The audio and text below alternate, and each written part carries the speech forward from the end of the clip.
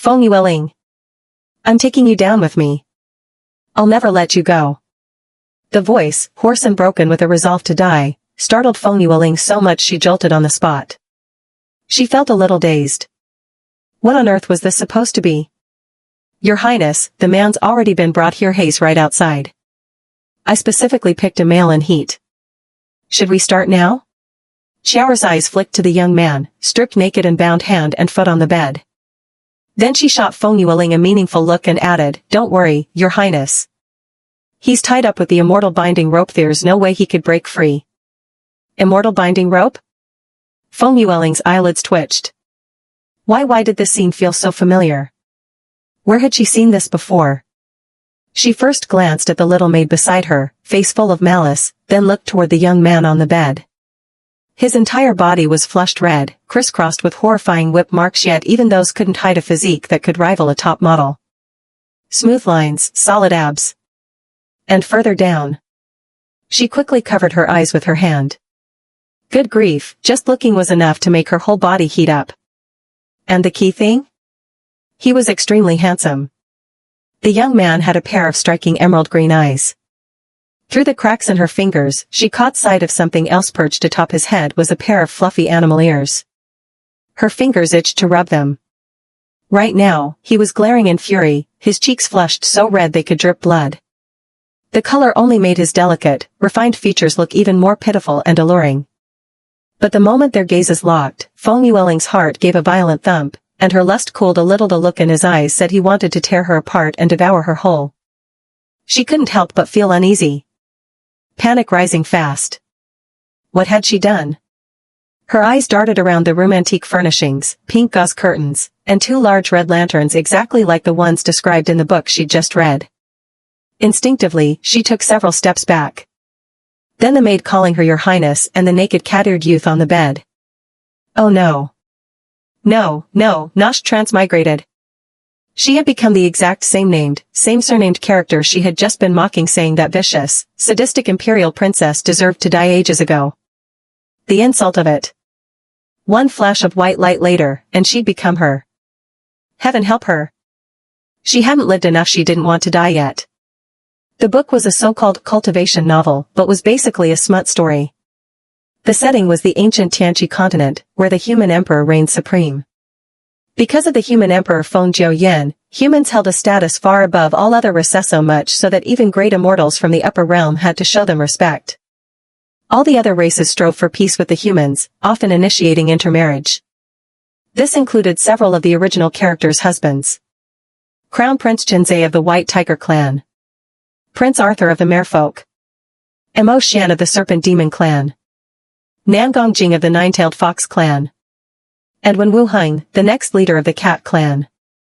Each was a proud genius of his race, yet each willingly married the Imperial Princess for the sake of peace. They thought it was just a political marriage, each living their own lives. But the ugly as-night Imperial Princess demanded they all sign master-servant contracts before she would wed them. For their people's sake, they endured the humiliation. And that was only the beginning. From the bottom of her heart, she despised them all. After the marriages, she escalated her cruelty. Cut out Mo Xian's protective heart scale to make herself a talisman. Because of a dream, severed one of Nan Gongjing's 9 tails, simply because she liked the way it looked. Imprisoned the Merfolk prince in a water cell and struck him with lightning to force tears from him, because she'd heard Merfolk tears turned into precious water-repelling pearls. Tried to skin the White Tiger prince for a fur cloak, failing to kill him, she left him bleeding and mangled. One vile act after another. She was born a sadistic joy in tormenting others. Finally, after she nearly set the palace ablaze, killed dozens of maids, and almost injured 2 imperial brothers, the human emperor had no choice but to act. But she was his only precious daughter, couldn't bear to punish her harshly. In the end, at the minister's urging, he sent her to Tianqi's greatest cultivation sect, Qingyun sect, for training. Her 5 beast husbands were sent along. The emperor never imagined his daughter would die there. The story began at this point. The original character was the vicious supporting role, cruel, twisted, ugly as sin, and possessing trash-tier spiritual roots. She was the perfect foil for the heroine Qingyun sect's little junior sister, Dongwan. Dongwan was beautiful, kind-hearted, and a purine body. Anyone who dual cultivated with her would see their cultivation soar, along with intense pleasure. She was the light in the beast husband's dark world, pulling them from hell into the warmth of humanity. Eventually, they all followed her willingly. Back when she read the novel, she had skipped most of the villainess's parts just to get to the steamy scenes between the heroine and her men. Now she regretted it. It wasn't her fault. The original character was going to die today. Most of those skipped chapters had been the villainess's numerous crimes. Still, she had to admit the Imperial Princess existed solely to hand the heroine 5 devoted lovers and make her shine brighter by contrast. Once she died, the heroine's reverse harem romance truly began. As the saying goes, where there's oppression, there's resistance. The 5 beast husbands had long since reached the limit of their patience. The Imperial Princess, still unrepentant, went so far as to want to watch them being humiliated live. Smack. You lowly slave. How dare you be disrespectful to Her Highness? Humph. I see you have no regard for the human race at all. Time to make you regret it. Bring him in. At Shower's order, a man draped in a single sheer layer walked in. He had a fox tail, eyes dripping with seduction, and an alluring fragrance clinging to him. After bowing respectfully to Feng Yueling, he stripped off his gauzy robe. And clearly intended to get right to it.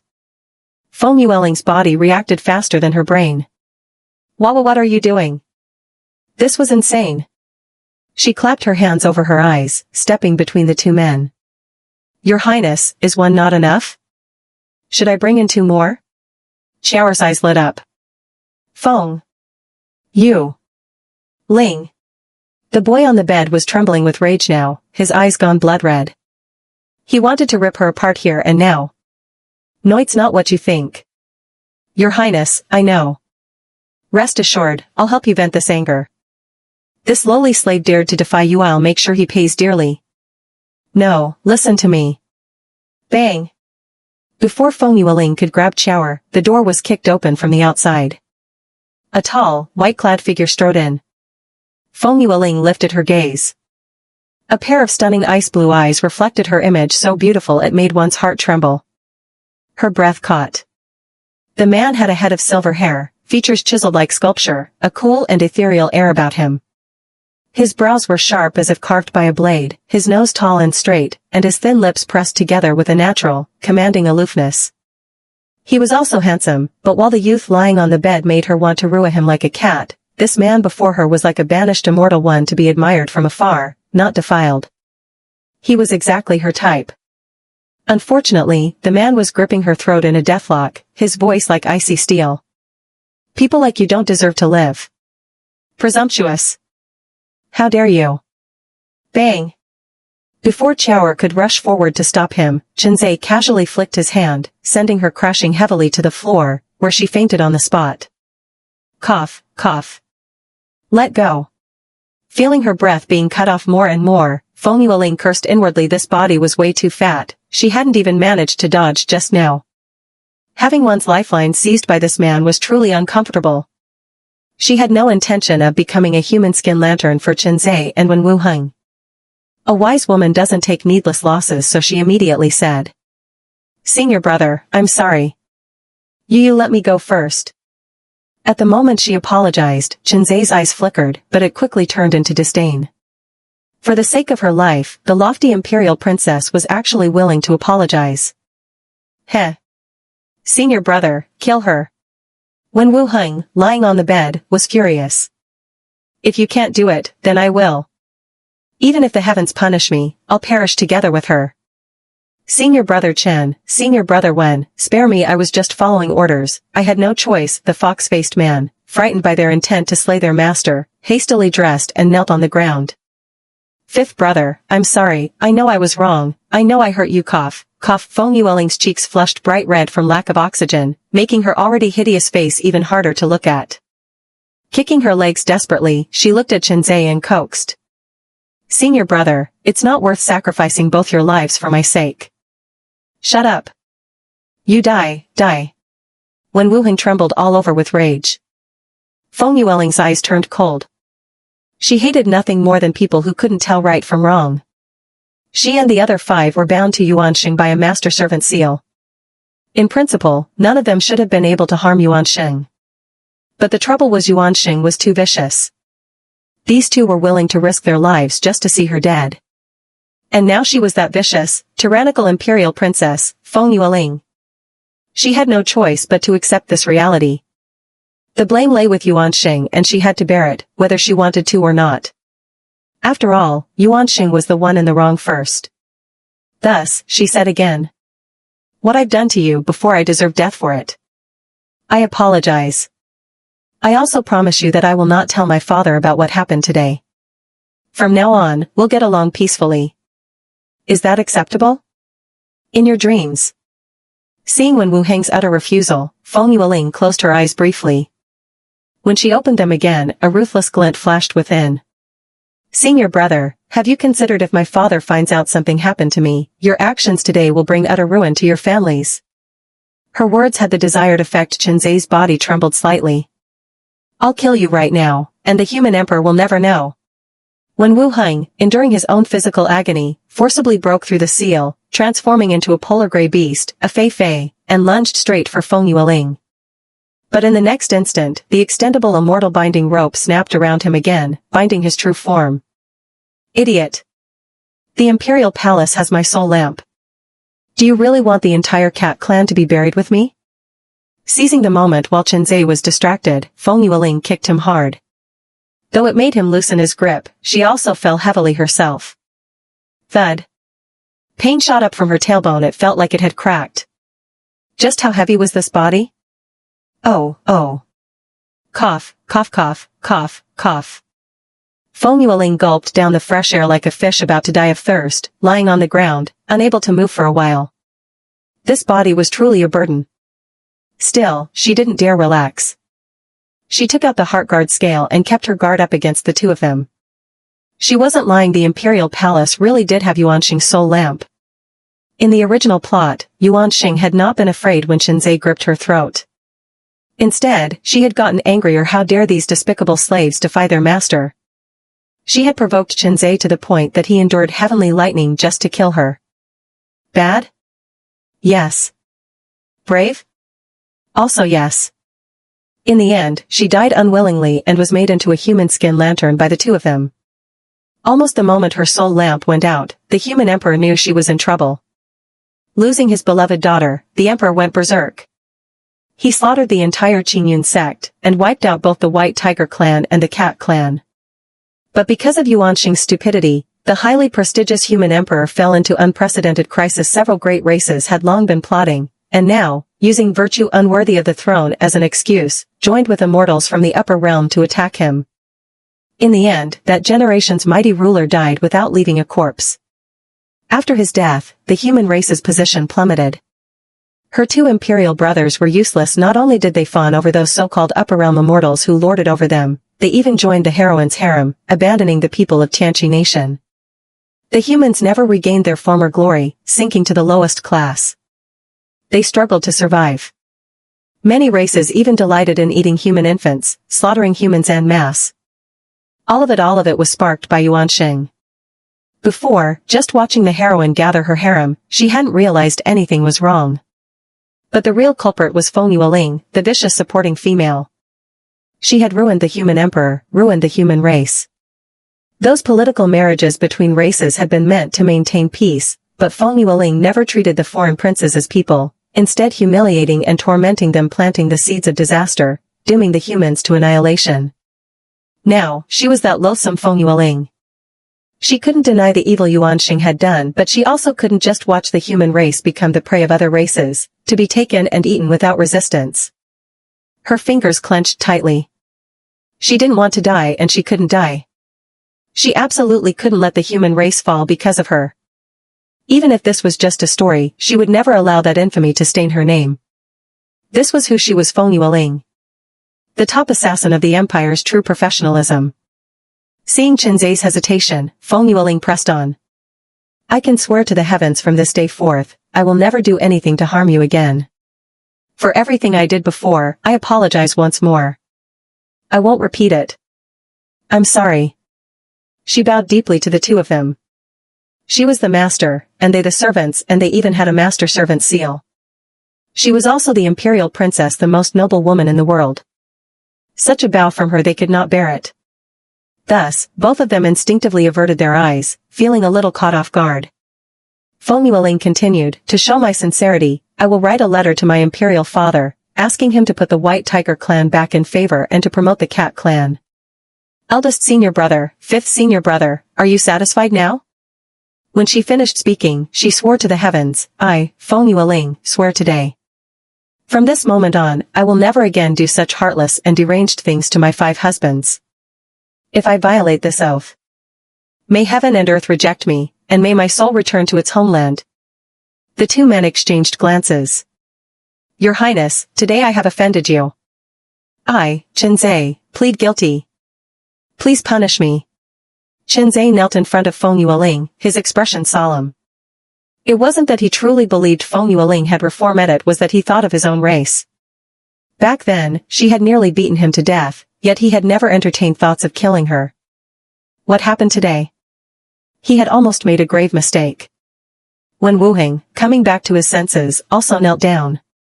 He admitted that he had lost his temper just now. But Feng Yueling really was cruel and deranged still. He couldn't be selfish, he couldn't risk the lives of the entire Cat clan. "Your Highness, I'm sorry." At that moment he was still naked. Feng Yueling took off her own cloak and draped it over Wen Wuheng's shoulders, then untied the binding immortal rope that restrained him. She helped him up, then hurried over to help Qinzhe. "Eldest senior brother, fifth senior brother, right now we are at Qingyun sect, not in the Imperial Palace.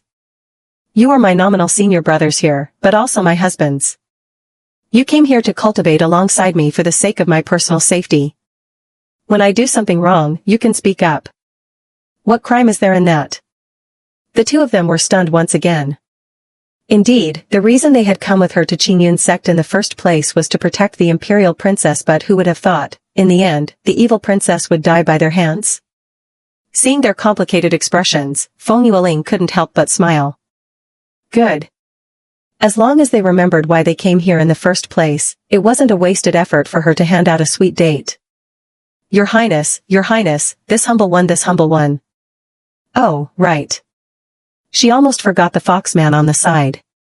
Feng Yueling looked over at him. "What you heard today, what you saw today, if you dare to say a single word.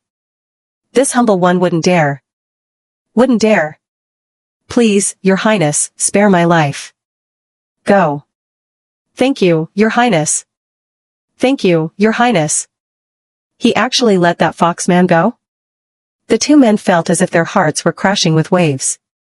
In truth, everything Feng Yueling had done today deeply shocked them. Even if it were an illusion, they wouldn't have imagined her like this. Easy to talk to. All right, today has been a bit exhausting. Go and take care of your own matters.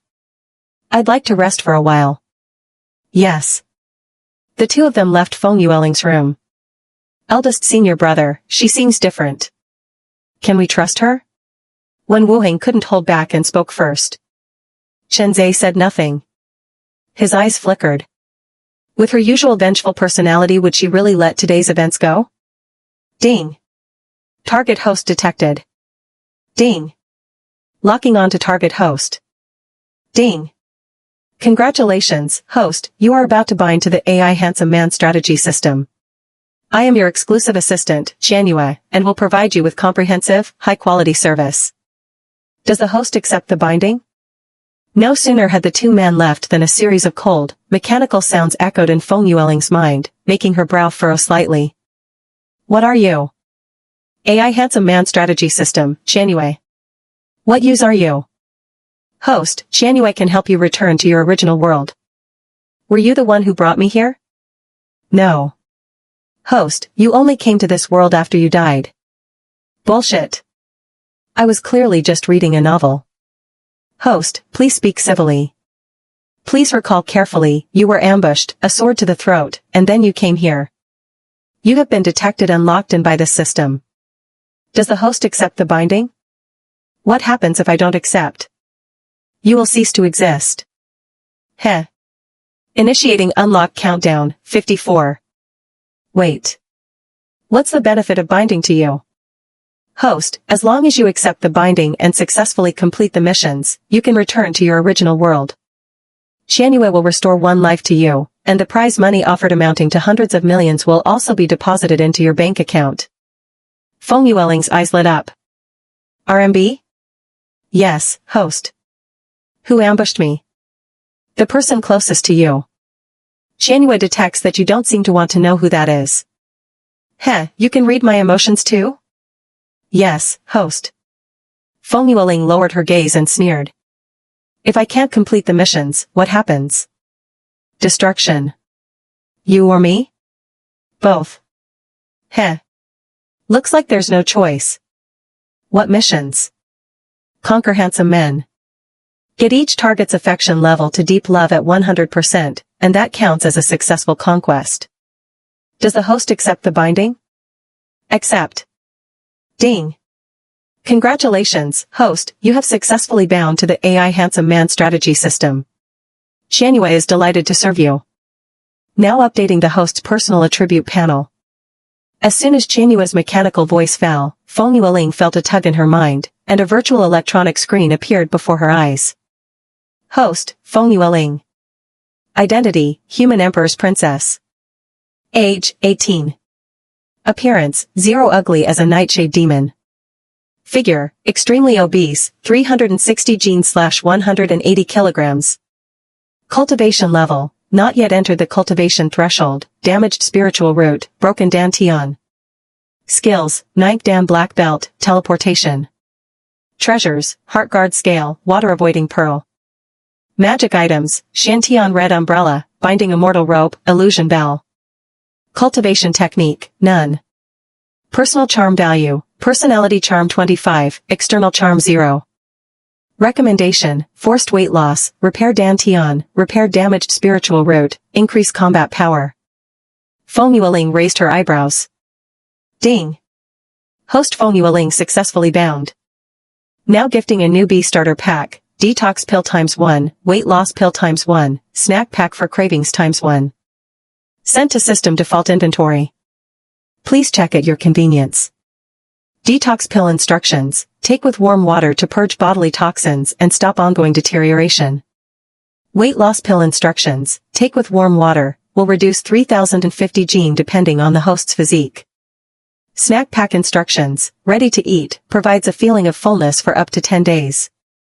Effect time, immediate. After Qianyue finished speaking, the screen flickered and changed into a small shopping mall interface, with rows and columns of small slots.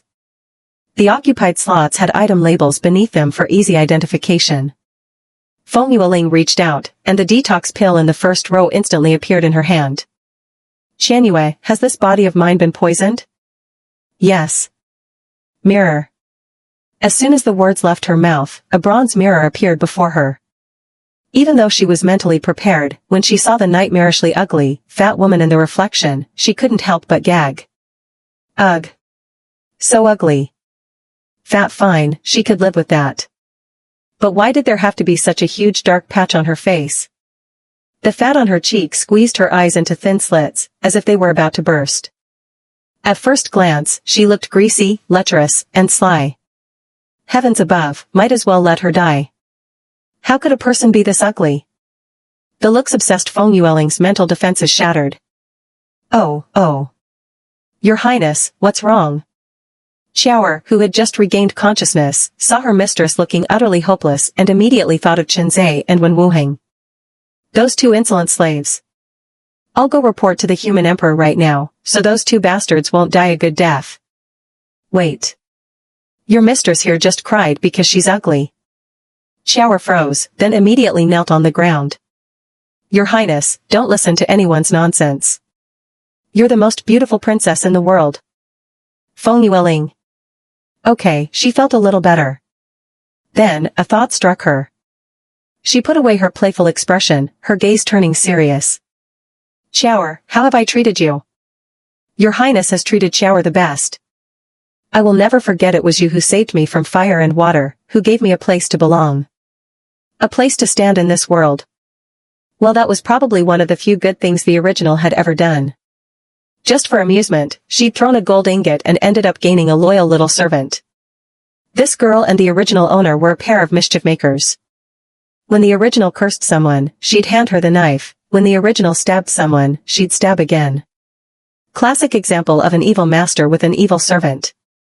In the original plot, the two of them ended up being made into human skin red lanterns. And that had been her own request. When the original was turned into a lantern by Chenze and Wen Wuheng, she was afraid her master would be lonely. So she spoke even more viciously without regard for her life. In the end, Wen Wuheng fulfilled her wish. A loyal one indeed. Just served the wrong master. My words, do you obey them? Your Highness, Chowra would never dare go against your wishes. Good. From now on, you are not to call my 5 husbands slaves or anything like that. You should show them a little respect.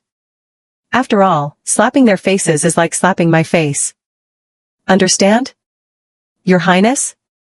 Chowra really didn't seem to understand. She scratched her head, puzzled. If I can't call them slaves, what should I call them? Call them imperial sons-in-law. Chowra understands.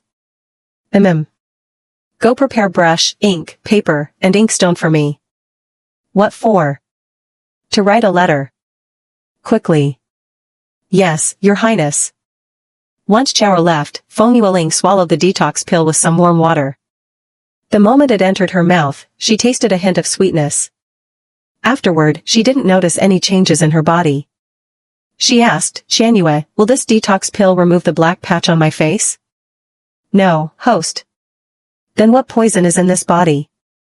Your body has been implanted with a type of goo worm that will keep making you gain weight even if you don't eat. If you don't take the detox pill in time, your body will eventually bloat until it bursts. Huh.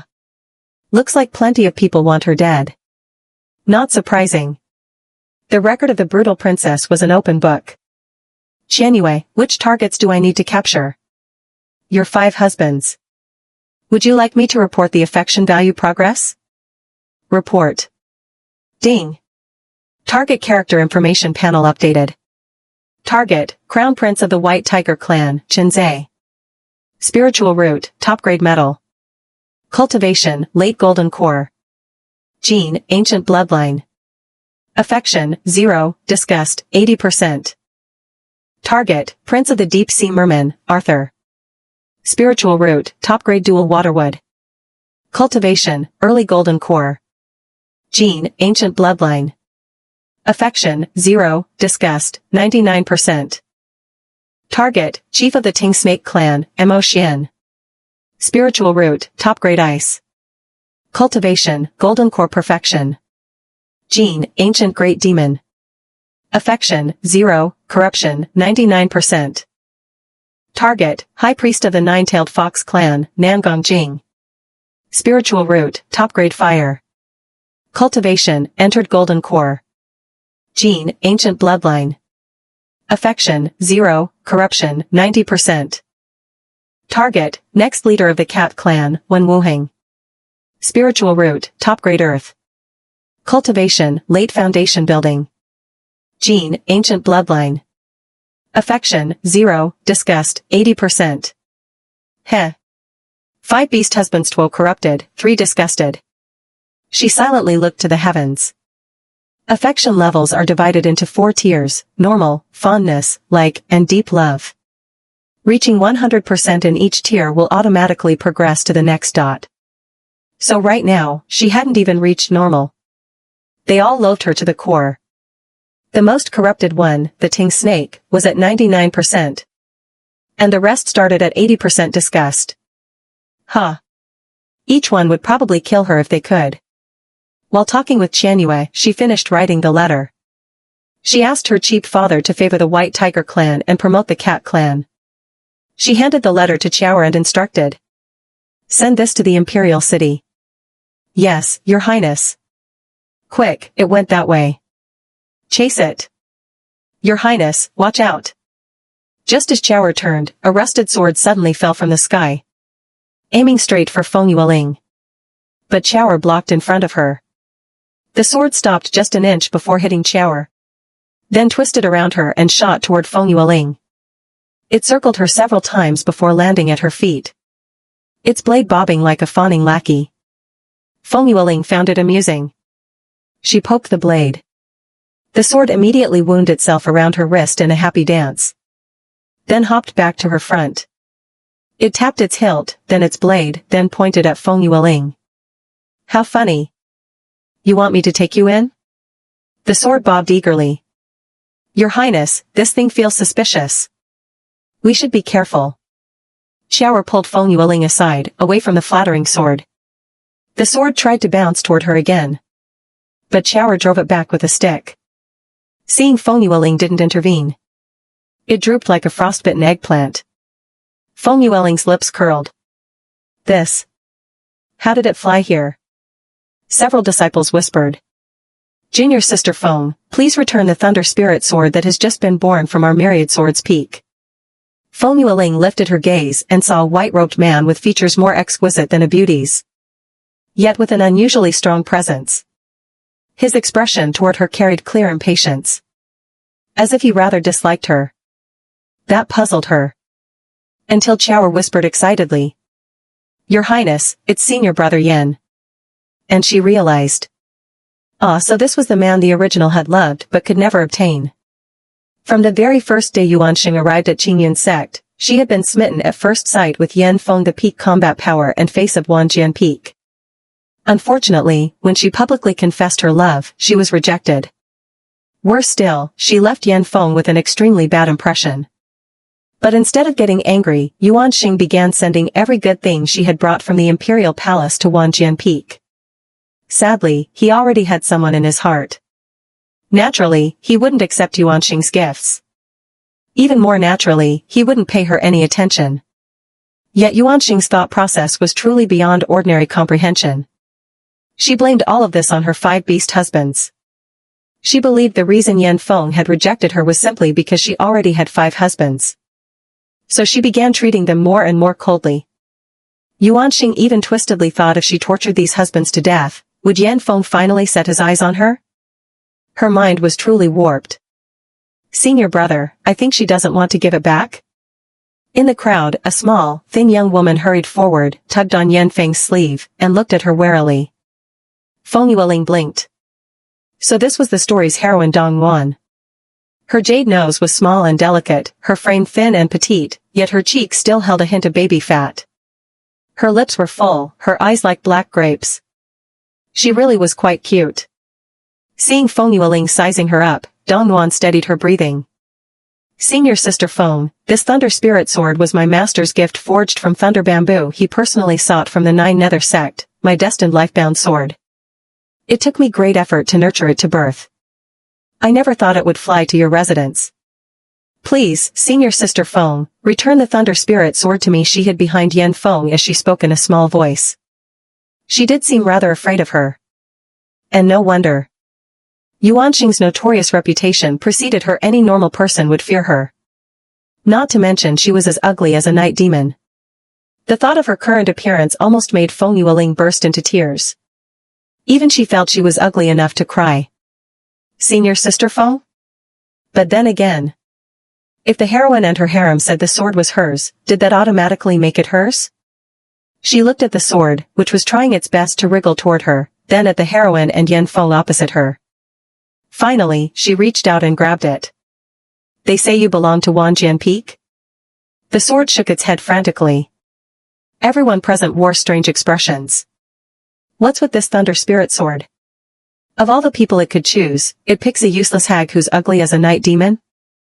You want to die. That person shut up immediately. Senior brother Dong Yuan tugged Yan Feng's sleeve when she saw Feng Yueling had no intention of returning the Thunder Spirit sword. Yan Feng immediately said to Feng Yueling, Junior Sister Feng, if you don't return it now, don't blame me for disregarding our sect kinship. Your Highness, it's just a broken sword. Let's not take it. Shura knew just how obsessed Yuanxing was with Yan Feng, so she tried to give Feng Yueling a graceful way out before she got hurt. Feng Yueling arched a brow. Then, twirling the Thunder Spirit sword in her hand so it clanged clang clang, she smiled and said to it, if you want this princess to accept you, show me some talent. With that, she directly tossed the Thunder Spirit sword away. Yan Feng instantly flew forward to grab it. In that moment, the sword let out a resonant buzz and forcibly blasted the mid-nascent soul stage Yan Feng away. And not only that. Across the entire Qingyun sect, sword after sword flew off the sword walls with sharp swish-swish sounds, all streaming toward this location. The disciples guarding the walls were baffled and awestruck. With some time left before the sect tournament, which disciple is choosing their lifebound sword and attracting every sword spirit to fight for them? The commotion naturally startled disciples from other peaks, who all followed the flying swords to see for themselves. And then they saw it. Those long inert swords were now circling over the courtyard of Feng Yueling's residence at the Alchemy Peak, swirling about. Forming, in perfect alignment, the character's Four Master. Feng Yueling found it very amusing. Come back. The Thunder Spirit sword happily zipped back to her side, wiggling its body as if asking for praise. The crowd of watching disciples looked utterly dumbfounded. They couldn't believe it, yet they had no choice but to. Especially the disciples of Wanjian Peak. If they hadn't witnessed it with their own eyes, they'd have thought this was a fake, broken sword, their proud Thunder Spirit sword, which ignored even their senior brother, choosing instead this night demon woman. They were green with jealousy. Where there's envy, there's also flattery. The first disciple of Qianfu Peak, Dao Yi, stepped forward to congratulate her. Congratulations, junior sister Feng, on winning the Thunder Spirit sword. What a nice voice. Feng Yueling couldn't help giving him a few more glances. Dressed in red, with sword-like brows and phoenix eyes, a handsome man indeed. If only he weren't twirling a folding fan, he'd have been in the same class as her fourth husband, Nangong Jing. Too flirtatious. And he smelled of perfume. Feng Yueling wrinkled her nose. A little unpleasant. Your Highness, what's wrong? Nothing. Senior brother. Second senior brother, that's mine. Why give it to her? Dong Wan was flushed with anger. It had taken great effort to get her master to promise her this Thunder Spirit sword. Why should that ugly woman get it? Yan Feng pressed his lips together. Although the Thunder Spirit sword was indeed promised to his junior sister by their ancestral master, since it had chosen its own master, they couldn't force it. So, he stayed silent. But Miao Yi, standing nearby, couldn't bear to see his junior sister wronged. He immediately stepped out from the crowd to stand in front of Feng Yueling, his face full of disdain. His tone was harsh. The Thunder Spirit sword is a spirit sword of our Wanjian Peak. Its fate is not for Alchemy Peak to meddle in, especially not a useless waste like you, Feng Yueling. He, a cultivator at the peak of Foundation establishment just one step away from core formation, actually dared to release his oppressive aura on her, a powerless rookie. The pressure made Feng Yueling's throat taste of blood, and her knees tremble, wanting to buckle. If you know what's good for you, hand over the Thunder Spirit sword. Otherwise, don't blame me for being rude. With those words, another wave of crushing wind-like pressure surged toward her. Pfft. Cough cough. Feng Yueling spat out a mouthful of blood, one hand braced on the ground. Heh. Such audacity. Your Highness, are you all right? How dare you, you lowborn. Xiao saw Miao Yi about to unleash his pressure on her too. Feng Yueling stepped in front of her. Her eyes went cold in an instant. So they were really going to force her hand. Host, what are you doing? You have no cultivation right now, don't act recklessly. Feng Yueling's lips curved. Was she the reckless one? No, it was the heroine's harem being too arrogant. The Thunder Spirit sword had already chosen its master, meaning it was no longer an unclaimed object. Couldn't they just borrow flowers to offer Buddha and leave some goodwill? She was still a dignified princess, it's not like she'd treat the sword badly.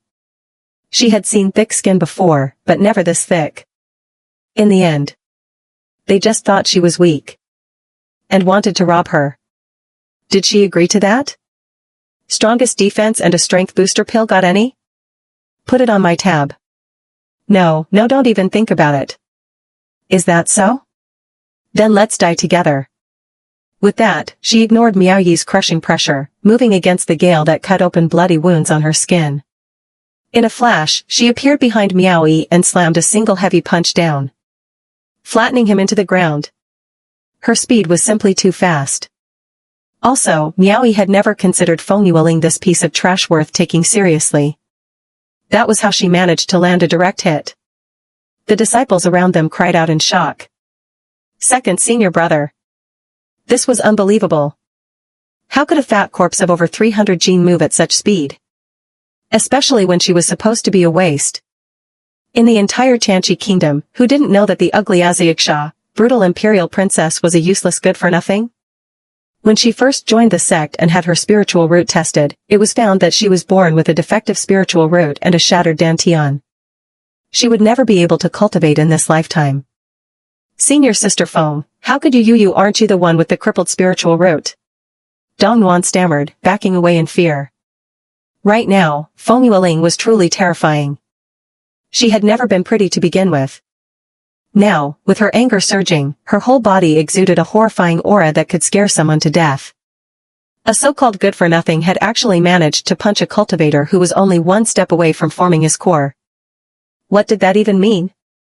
It was like watching a babbling infant take down a grown adult with bare hands. Everyone was so stunned they couldn't react. Ding. Target character Chenzai's favorability plus 10. Current progress, disgust 70%. Ding. Target character Wen Wuheng's favorability plus 10. Current progress, disgust 70%. The sudden machine-like voice in her mind made Feng Yueling freeze for an instant, and in that instant, she almost got cleaved in half by Miao Yi's sword. Buzz. The Thunder Spirit sword protected its master, blocking part of the attack, giving her a moment to breathe. At the same time, Qianyue spoke in her mind, "Host, run."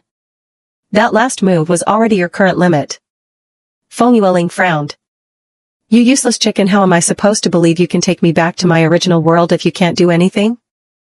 Host, you haven't even started targeting the main characters yet. Without gaining any energy, Qianyue can't activate any cheats for you. Then give me another strength pill, quickly. I'm going to smash him to death. Residual wind slash. Your Highness. In the split second she was talking with Qianyue in her head, Miao Yi actually unleashed his ultimate move against her, a so-called weakling. He had a wind element spiritual root. Fueled by rage, his life-bound sword was now wrapped in countless sharp wind blades, crashing forward like bamboo splitting under a blade. The sky over the small courtyard seemed to change color. This strike would surely leave nothing of Feng Yueling but scraps. At the critical moment, Feng Yueling saw Qiao suddenly pounce toward her, just as Miao Yi's second sword was about to fall. About to split her in two. Feng Yueling's pupils shrank sharply. Not far away, Chenzai's eyes flickered, his body tense.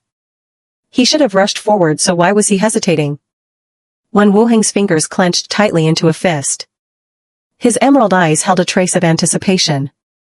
If Feng Yueling, that devil, died at someone else's hand, then it wouldn't be their problem, would it? Yan Feng and Dao Yu didn't care what the others were thinking. Miao Yi was being far too reckless. How could Feng Yueling die here? The other disciples glanced at each other, all well aware of the same fact. They were ready to act. Feng Yueling's identity was no ordinary matter. Even though she was now a disciple of Qingyun's sect, nothing could be allowed to truly happen to her. The human emperor was not someone they could afford to provoke. However, Chenze! Feng Yueling shouted loudly. In the same moment, a blinding white light flashed, and because of their master-servant bond, Chenze was forcibly summoned into his true form by Feng Yueling. His ice-blue eyes went from initial hesitation to scorn after hearing her summon him. The cowardly princess, desperate to survive, had actually summoned him for the first time. Heh. She had always despised them. Even hated touching them as if they were filthy. But the very next second, Chenze's heart suddenly tightened. Ding. Target character Chenze's favorability plus 30. Current progress, disgust 40%. Everyone was stunned. A silver-white tiger suddenly appeared between the two combatants. At first, they thought Miao Yi's move would be casually swatted aside by Chenze's paw. Unexpectedly, the scene played out quite differently. In the deep pit gouged into the ground, the notoriously cruel and ruthless princess had actually caught Miao Yi's residual wind slash barehanded to protect a little maid. The blade, cutting deep to the bone, made even the onlookers' eyes sting with discomfort. Although the princess had a terrible reputation, had killed and burned without hesitation, and since coming to Qingyun's sect had never done anything decent. Always acting high and mighty. Looking down on everyone like they were ants. calling fellow disciples lowborn scum at the drop of a hat. Clinging to senior brother Yan Feng. Enslaving and mistreating her 5 senior brothers so hated that everyone avoided her like the plague. But at this moment, they saw a different side of her, a side with blood and backbone. Blood dripped drip all over Chower. Why, Your Highness? Seeing this, Chower broke down in tears. Your Highness. Take her away. Ding. Target character Chen Zai's favorability plus 20. Current progress, disgust 20%. Ding. Target character Wen Wuheng's favorability plus 20. Current progress, disgust 50%. Do you need? No. Chen Zai didn't even finish before Feng Yueling cut him off, ordering him to take Chower away. Chen Zai could not defy her command. Your Highness. Humph. You do have some blood in you. But this ends here. Miaoyi looked as though victory was in his grasp. His face darkened, but before he could react, Feng Yueling flashed behind him and slammed him into the ground. Again and again. Boom boom boom. She gave him no chance to breathe. Her eyes were blood red, as if she had lost all reason, leaving the disciples of 10,000 Sword Peak staring at one another in shock. This. Seeing it firsthand, a supposed good-for-nothing pounding someone on the verge of forming a core into the dirt was beyond surreal. They hadn't even processed whether it was really happening. Enough, enough. In the end, Dongwan couldn't bear to watch. Crying, she rushed forward and apologized. Senior Sister Feng, it's all my fault. I don't want the Thunder Spirit Sword anymore, just stop, please stop. Get lost. Dongwan recoiled in fear. Yan Feng immediately shielded her, then looked at Feng Yueling. Junior Sister Feng, today's incident was indeed our 10,000 Sword Peak's fault first. I hope Junior Sister can be forgiving. Host, your current strength can't take him head-on. Of course she knew. The combat ceiling of 10,000 Sword Peak wasn't just for show. If he drew his sword now, Feng Yueling would die for sure. Only an idiot would run into that. But even if she didn't want trouble, there were always people trying to kill her. In that instant of distraction, the treacherous Miaoyi tried to stab her in the back. Your Highness. It was Chen Zai who acted. With overwhelming force, he shielded Feng Yueling and faced Yan Feng head-on, simultaneously pinning Miaoyi down and forcing him to kneel before Feng Yueling. At the same time, Wen Wuheng stepped to her side. Your Highness. Ding. Target character Chen Zai's favorability plus 20. Current favorability progress, normal level 0%. Ding. Target character's favorability has successfully advanced to normal. Mission reward issued. Repairing hosts Dan Tian immediately. As soon as Chen Yue's mechanical voice faded, Feng Yueling felt a warm current sweep through her, Dan Tian soothing and comfortable. Great. Once her spiritual root was restored, she could finally cultivate. In this world where the strong were revered, what Feng Yueling cared most about was her own strength. Thinking of this, she couldn't help but glance at the tall, elegant man standing before her. Why did he suddenly stop disliking her?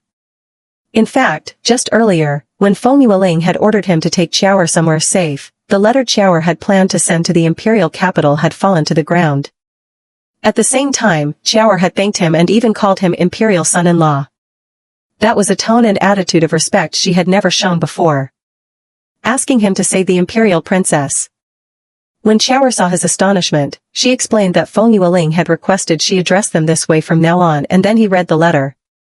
The letter said, Father Emperor, all 5 of my husbands treat your daughter very well. Especially Chen Zai, and Wen Wuheng. Father Emperor must heavily utilize the White Tiger clan and promote the Cat clan.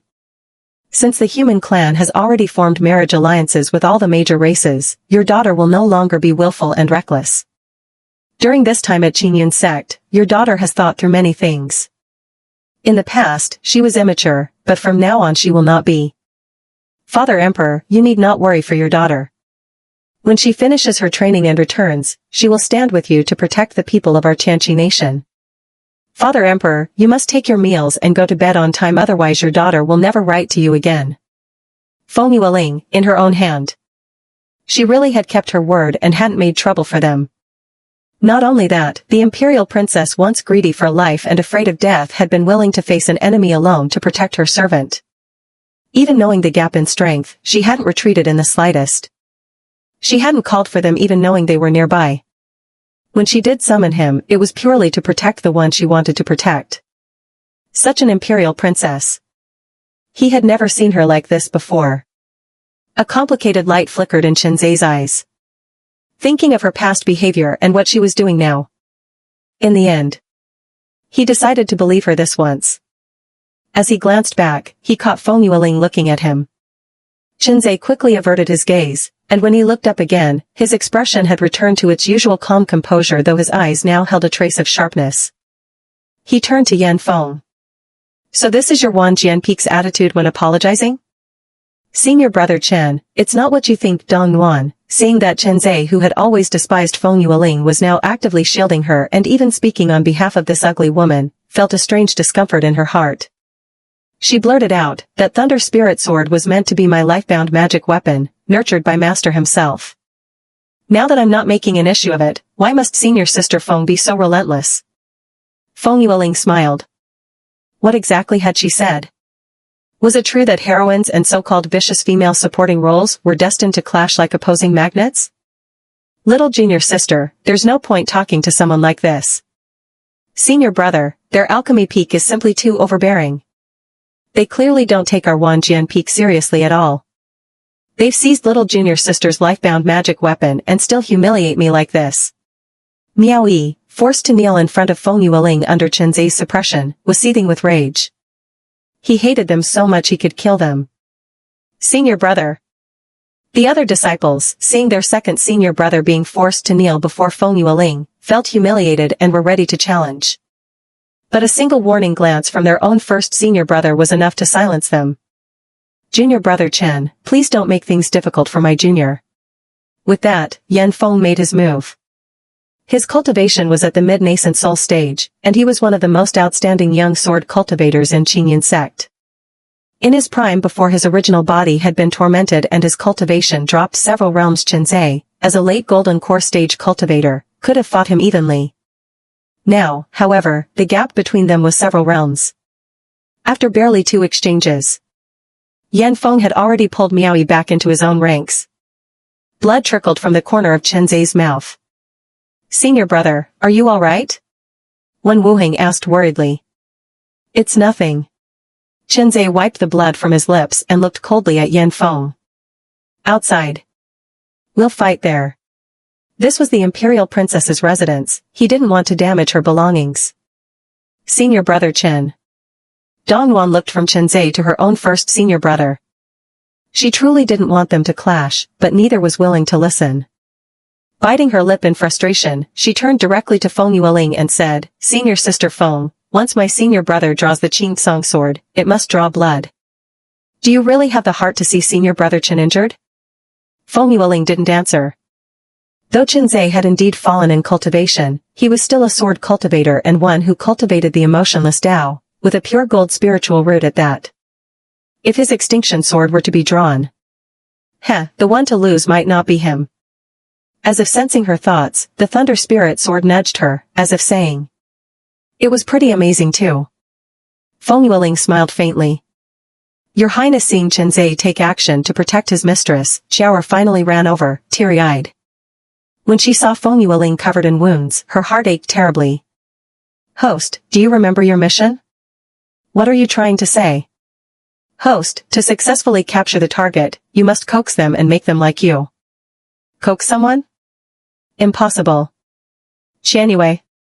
Junior brother Chen, what will it take for you to stand down? Yan Feng didn't want to see his junior sister upset. Moreover, they were still fellow sect members, there was no need to escalate the tension this far. So he spoke again. Dongyuan looked gratefully at Yan Feng. Yan Feng frowned slightly. Have your people apologized to the Imperial Princess? Miao Yi's face flushed with fury at those words. Being forced to kneel before Feng Yueling earlier had been humiliation enough, and now they wanted him to apologize to her? Simply delusional. This piece of trash worthy? A piece of trash still knocked you flat. And you still dare call her that? Wen Wuheng clenched his fists in anger. Smack, smack. Chenze simply slapped him twice across the face. Miao Yi, furious, launched an attack only for Chen Zai's overbearing sky-splitting silver moon slash to be blocked by Yan Feng. Yan Feng restrained Miao Yi and said sternly, Miao Yi, apologize to junior sister Feng. Senior brother, after they've humiliated me like this, you still want me to apologize? Are you even my senior brother? Miao Yi's eyes were bloodshot with rage. Senior brother. All the disciples of Wanjian Peak were red-eyed as well. If, at the start, their second senior brother had been in the wrong for bullying others, that earlier forced kneeling had already balanced the scales. But now, the Alchemy Peak people had just publicly slapped their second senior brother twice in front of everyone, which was the same as openly slapping Wanjian Peak in the face. This was intolerable. ChatGPT said. Yan Feng loosened his grip. Miao Yi's heart leapt with joy, and in the very next instant he launched a killing strike toward Feng Yueling. But a wall of earth rose up, shielding Feng Yueling and Shower. It was Wen Wuheng. Chen Zai's expression turned cold. Yan Feng also summoned his own Qingsong sword.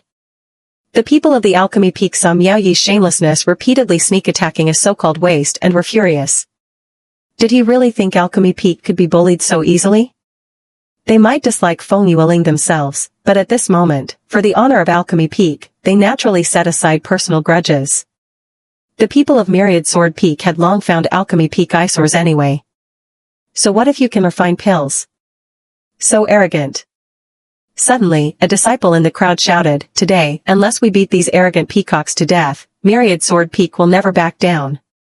Make them submit. That's right. The Alchemy Peak disciples turned green with rage. Kill these barbarians. And so, Myriad Sword Peak and Alchemy Peak finally came to blows. The disciples from other peaks looked at each other, unsure whether to break up the fight or keep watching. But on closer inspection, the two figures moving like lightning in the midst of it weren't people they could interfere with anyway. Dark clouds gathered overhead, a sword aura like a golden dragon swept in with a devouring, sky-swallowing force, clashing against a towering, domineering sword like a pillar holding up the heavens. Chen Zai transformed into his true form, a white tiger wreathed in golden lightning, and with one powerful swipe pinned Yan Feng to the ground. The raw might of his true body left the genius Yan Feng unable to break free for a moment. Below, Miao Yi's remnant windbreak tried to smash Wen Wuheng's defense to pieces, but to no avail. Wen Wuheng's absolute defense nullified it entirely. Their cultivation levels were close, and Wen Wuheng's specialty was defense. But even the strongest defense could hardly guard against Miao Yi's treachery. From underground, several vine-like whirlwinds of varying sizes suddenly erupted, each packed with countless wind blades, aiming to skewer them through. 3 of the whirlwinds shot straight toward Feng Yueling with deadly precision. Your Highness. Wen Wuheng couldn't be everywhere at once. Seeing she was about to be pierced through, for some reason he transformed into his true form, a silver-gray pupa beast from the polar regions, intending to block the blow for her, only for the Imperial Princess to pull him into her arms instead. His body trembled slightly. He never would have thought she would protect him? Looking at her resolute expression, Wen Wuheng's heart tightened. At that moment, he suddenly didn't want her to die so much anymore. If she could treat him even a little better. Ding. Target character Wen Wuheng's favorability plus 20. Current favorability progress, dislike 30%. Feng Yueling had no time to listen to whatever Chen Yue was announcing in her mind. With several quick movements she dodged all 3 whirlwinds. This body might be fat, but the core inside had changed. At first she'd found it cumbersome and hard to balance, but after several exchanges she began to figure out how to control its bulk. Still a bit clumsy, but far better than at the start. She told Shower to hide inside the house. Shower, knowing she would only drag her mistress down if she stayed, obediently ran off. That was also when Dao Yi made a move. He successfully escorted Shower back inside. Feng Yueling saw it. She owed him that. Just then, a pained tiger's roar startled Feng Yueling, her fingers clenched tight. After all, with several realms between them, could he win? Senior brother. 5th senior brother, go help 1st senior brother. Here, I can handle it alone. But. No buts. No way. 1st senior brother can do it. Your Highness, don't underestimate us. As he spoke, Wen Wuheng shifted back into human form. There was a hint of unprecedented resolve in his eyes. Your Highness, coming to Qingyun sect, We had only one purpose: to protect you. Feng Yueling stayed rooted to the spot. She looked at Wen Wuheng a moment ago, wishing her dead now, because of a single action from her, turning swords into plowshares and willing to shoulder his mission. In that moment, she smiled in relief. Boom rumble. Thunder crashed in the sky, a bolt of purple tribulation lightning suddenly struck straight down on the unmoving Feng Yueling. It was so unexpected it stunned everyone. She had an epiphany? Wasn't she a waste? A waste who can punch out a foundation establishment cultivator at great completion? Feng Yueling was roasted crispy outside and numb inside by the lightning, still wondering what was happening when Qianyue's voice sounded in her mind. Ding! Congratulations, host side quest triggered. Successfully achieved enlightenment. Issuing enlightenment reward, lightning spiritual root restored. She had restored her spiritual root? And it was a lightning root? Curling her lips, she closed her eyes to sense it. Sure enough, she detected a tiny sapling sprouting in her dantian, swaying unsteadily. She opened her eyes and held out a hand. Zizz sparks crackled in her palm. The lightning from just now had actually been absorbed by her body? Your Highness! Your Highness, what happened to you? Shower, seeing Feng Yueling struck by lightning, burst into tears. She tried to rush out, but the doorway was blocked by Daoye's barrier. She couldn't get out. Feng Yueling smiled in her direction. I'm fine. Then, in a flash, she appeared beside Wen Wuheng. Fifth senior brother, let me spar with him again. But... Fifth senior brother, I don't just want your protection, I hope I can protect you too. It was still that hideous, demon-like face, still those eyes narrowed to slits. Yet somehow it looked different. Gone was the old vicious arrogance and contempt, in its place was pure sincerity. Ding! Target character Wen Wuheng's favorability plus 10. Current favorability progress, dislike 20%. Taking advantage of Wen Wuheng's moment of distraction, Miaoyi struck again. Fortunately, Wen Wuheng had been wary of him and promptly raised another earthen wall. Feng Yueling seized the chance to counterattack, and for the first time, she used lightning-based techniques. Gathering all the lightning power she sensed into her palm, she formed it into a sphere crackling with sparks, then hurled it straight at Miaoyi's abdomen. With a boom, the blast shook the entire stone wall into collapse. Miaoyi was smashed so hard he rolled his eyes and passed out. His robes at the abdomen were burned away, revealing abs badly scorched. The wound still crackled with lightning energy. Is it really this powerful? Far stronger than those strength-boosting pills. Everyone stared in shock. What kind of move was that?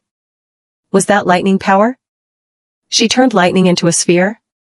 Could a waste possibly do that? Sword intent? How could a waste comprehend sword intent? Dao Ye's eyes flickered with surprise. He had just seen her achieve enlightenment, just seen her absorb tribulation lightning. Could it be she actually had a spiritual root? And a formidable lightning spiritual root at that? Your Highness, you? Wen Wuheng was the most surprised of all. No one knew better than they did that the princess before them truly had no cultivation. She was a complete waste. And yet, right now, she had clearly controlled the lightning power in her body. And she had even defeated Miaoyi, who was at the peak of the foundation establishment stage. It was simply unbelievable. Feng Yueling once again tried to sense the lightning power in her body, but found that it was almost completely depleted, and the tiny lightning spiritual root seedling in her dantian was drooping weakly. In her mind, she couldn't help but ask, Qianyue, what's going on with me? What's the cultivation level of this body now? Host, you've exhausted all the lightning tribulation power you just absorbed. You've now officially stepped into the threshold of cultivation. Cultivation, body tempering, first layer. What? Not even the first layer of chi refining? She had just accidentally unleashed a big move and thought she was some kind of prodigy who had self-taught herself something incredible. She figured her cultivation would at least start at the foundation establishment stage. Who would have thought she was still just a rookie in the body tempering stage? Thinking about it carefully, it made sense she hadn't even started learning how to absorb the spiritual energy of heaven and earth yet. Your Highness! A white tiger suddenly appeared in front of her.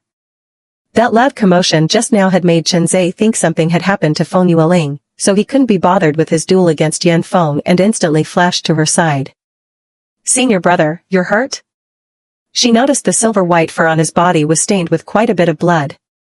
Feng Yueling frowned slightly. Enough, today's farce ends here. Yan Feng, you don't want this matter to spiral out of control, do you?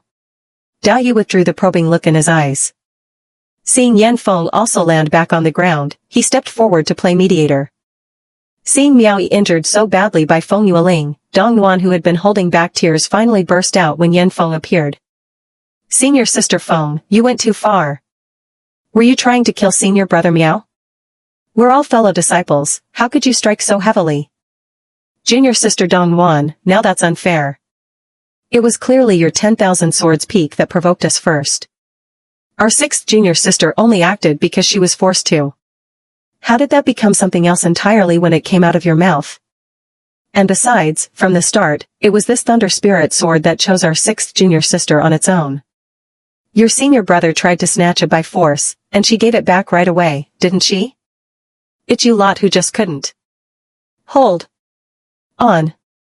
The one speaking up for her was the eldest senior sister of the pill refining peak, Jun Xiaoyan, a cannon fodder supporting character in the original story. In the original plot, because she secretly loved Yan Feng, she was targeted by the female lead Dong Yuan.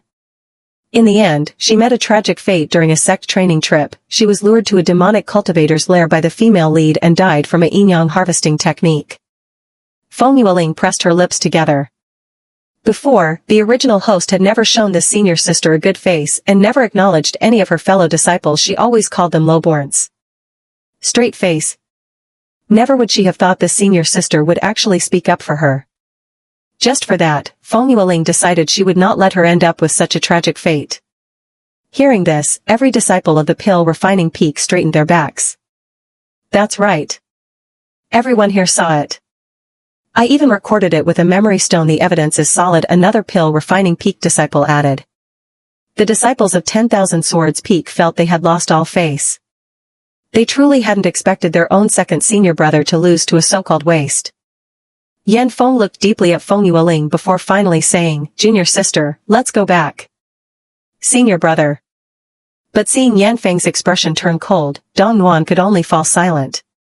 From then on, the already strained relationship between 10,000 swords peak and pill refining peak turned completely hostile.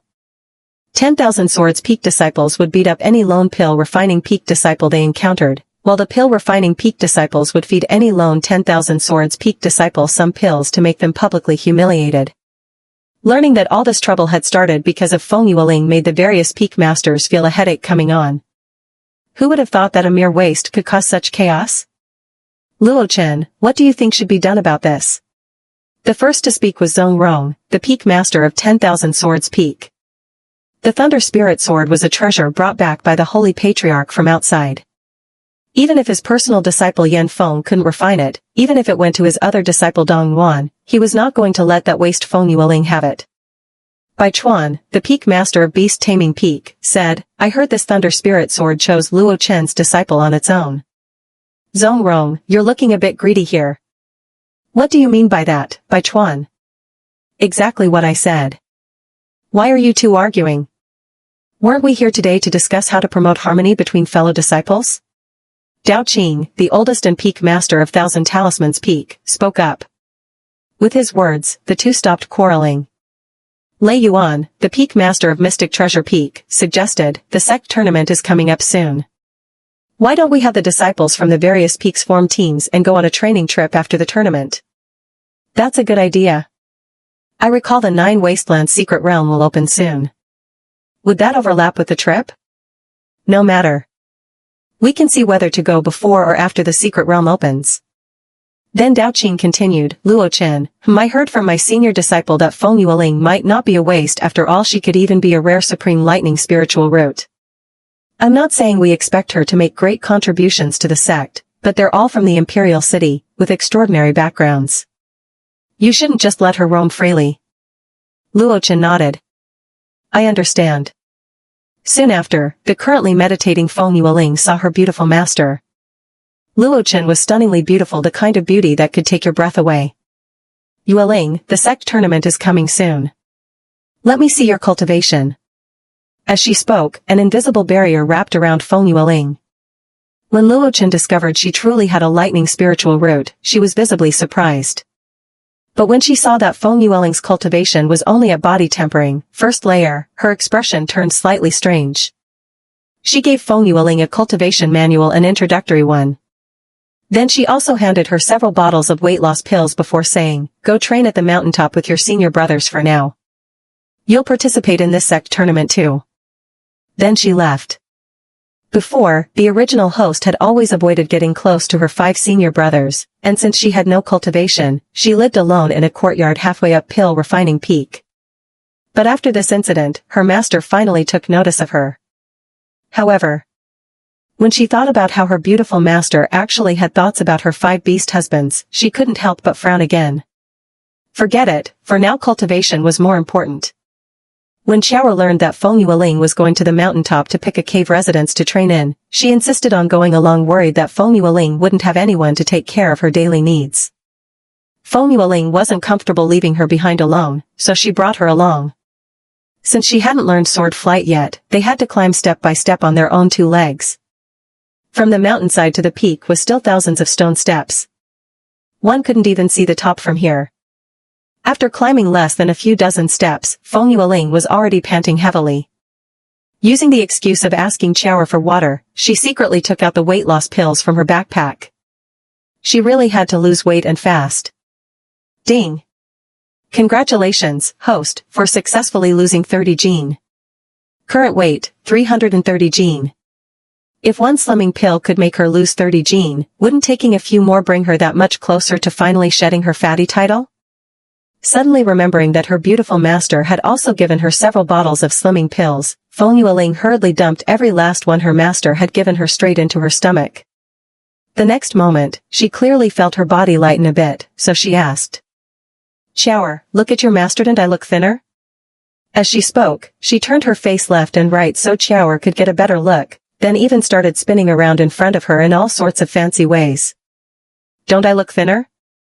Your Highness, do you want me to be honest?" Hearing that, Feng Yueling's heart sank halfway. Could it be that only the slimming pills from the system shop actually worked? "Go ahead. I think maybe you do look a little thinner." Seeing her mistress's completely deadpan face, she quickly added, yes, much thinner." "Wow, Your Highness, you've lost so much weight." Feng Yueling. "Well, that was a lovely bit of comfort. Let's not do that again. Qianyue, how much do I weigh now?" 300 gene. What?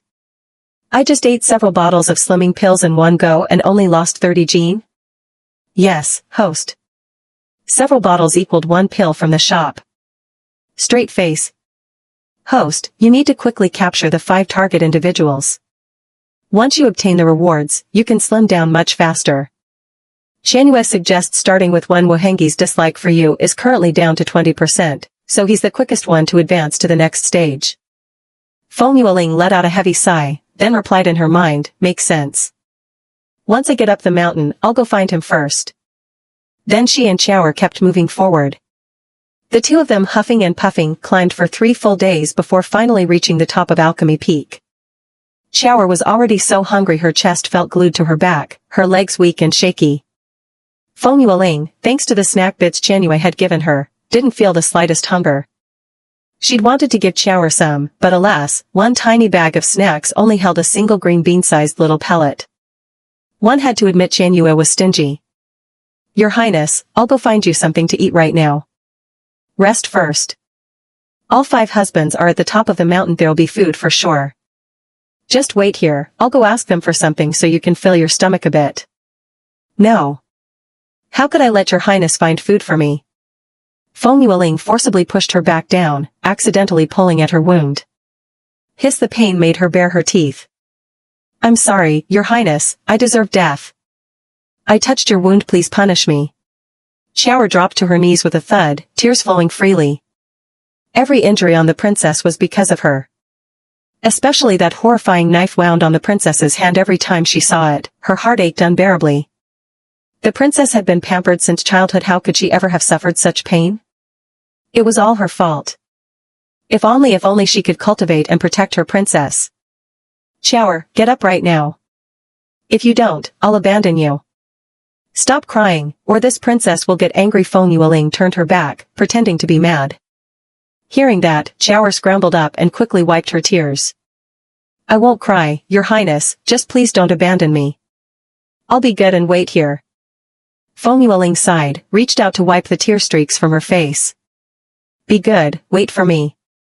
The top of Alchemy Peak was bitterly cold, shrouded in white mist.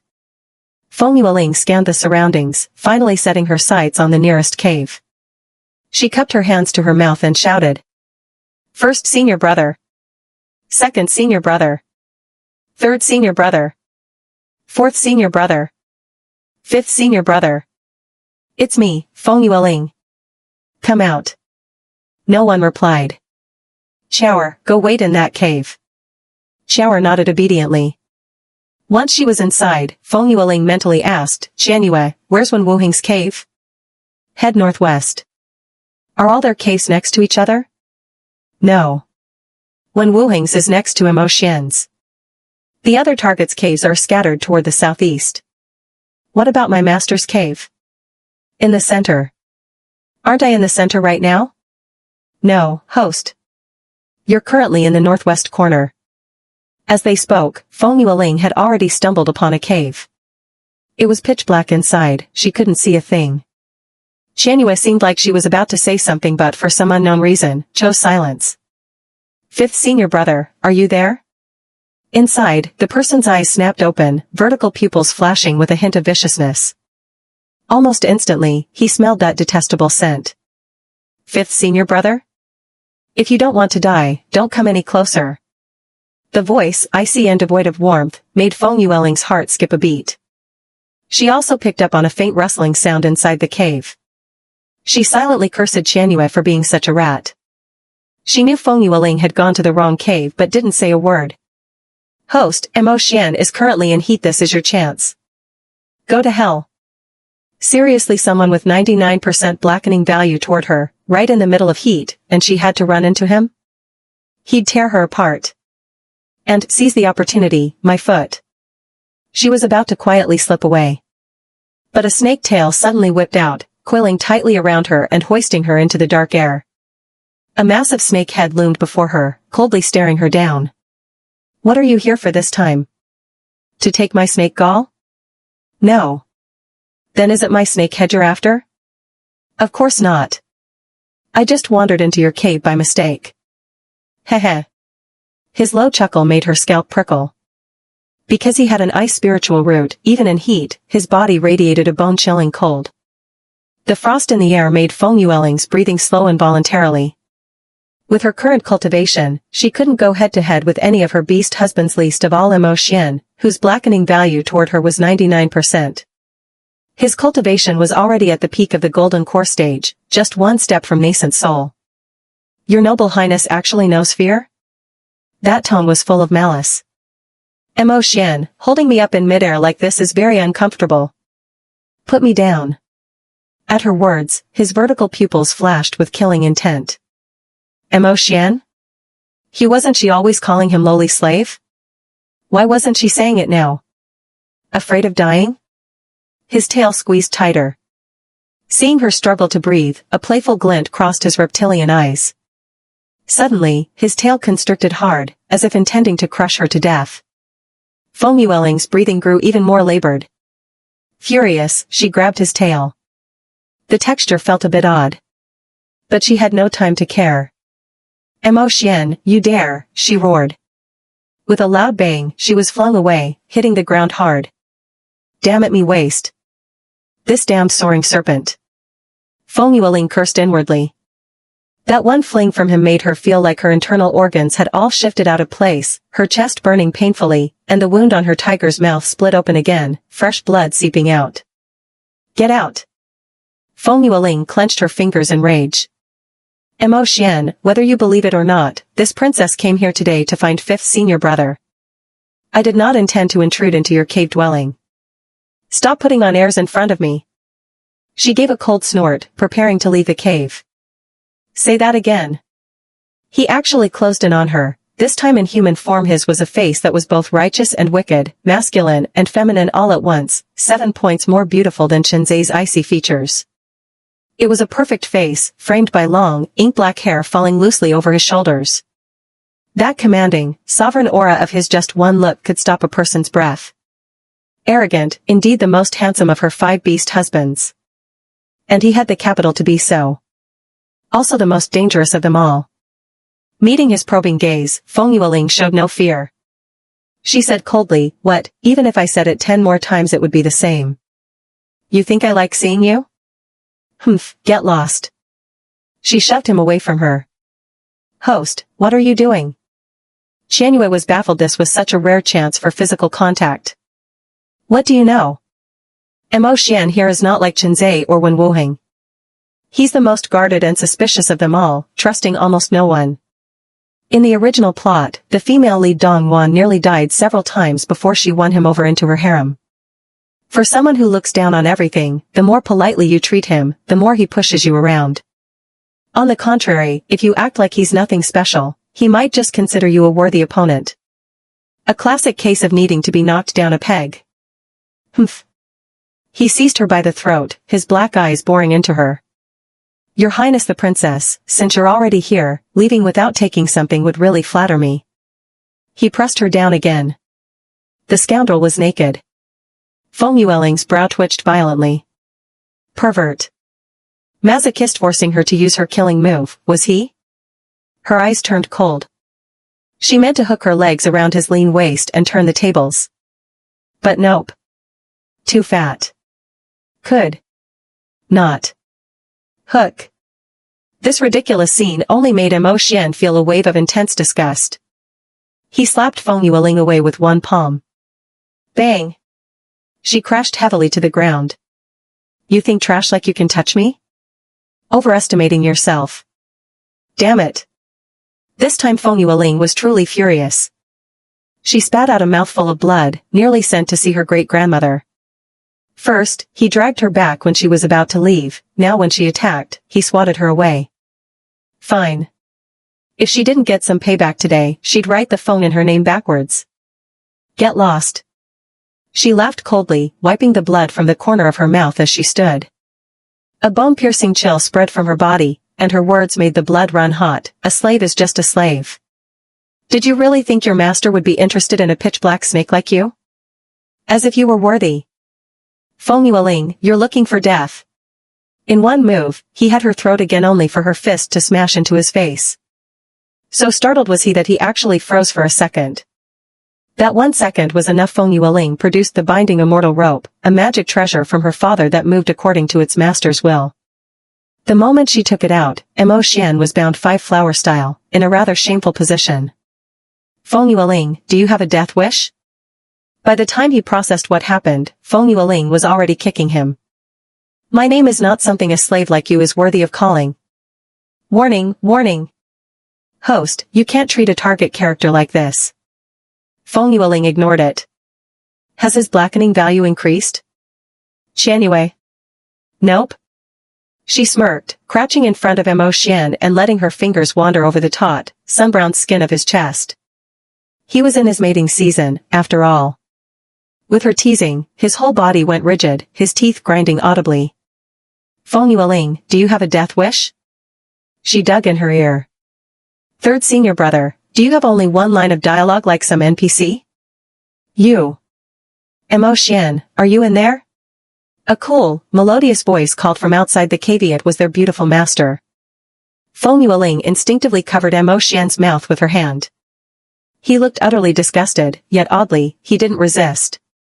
Maybe he also thought his current state wasn't suitable to be seen, especially by their master.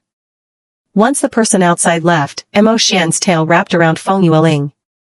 This time she wasn't so easily lifted into the air. She clung tightly to his neck. The harder his tail squeezed, the tighter she held on. She even mischievously gave his chest a squeeze. Big mistake. The irritable Mo Xian exploded instantly. Feng Yueling, I'll skin you alive. Is that so? She gave his tail a squeeze.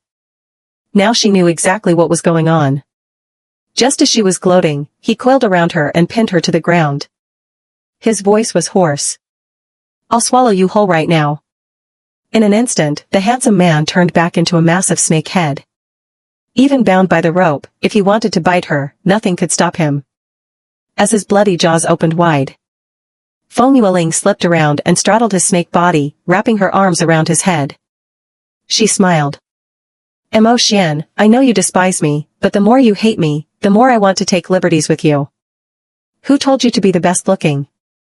You must be very uncomfortable right now. Want me to help you? Get lost. His slit pupils burned scarlet. The ground froze over instantly, his snake body as cold and sharp as ice spikes. Just touching him made Feng Yueling feel she'd become an ice sculpture. Damn, this time he was really angry. Then, without warning, Feng Yueling leaned in and kissed the spot on his chest where she had once gouged out a piece of flesh with his protective heart scale. His entire snake body went stiff. I'm sorry, it was wrong of me to take your heart scale back then. I won't do it again. I'm sorry, third senior brother. And she ran. Feng Yueling. Realizing too late that she had just taken advantage of him, Mo Xian brought down his whole cave in rage. But right after. Ding. Target character Mo Xian's favorability plus 20. Current favorability progress, blackening value 79%.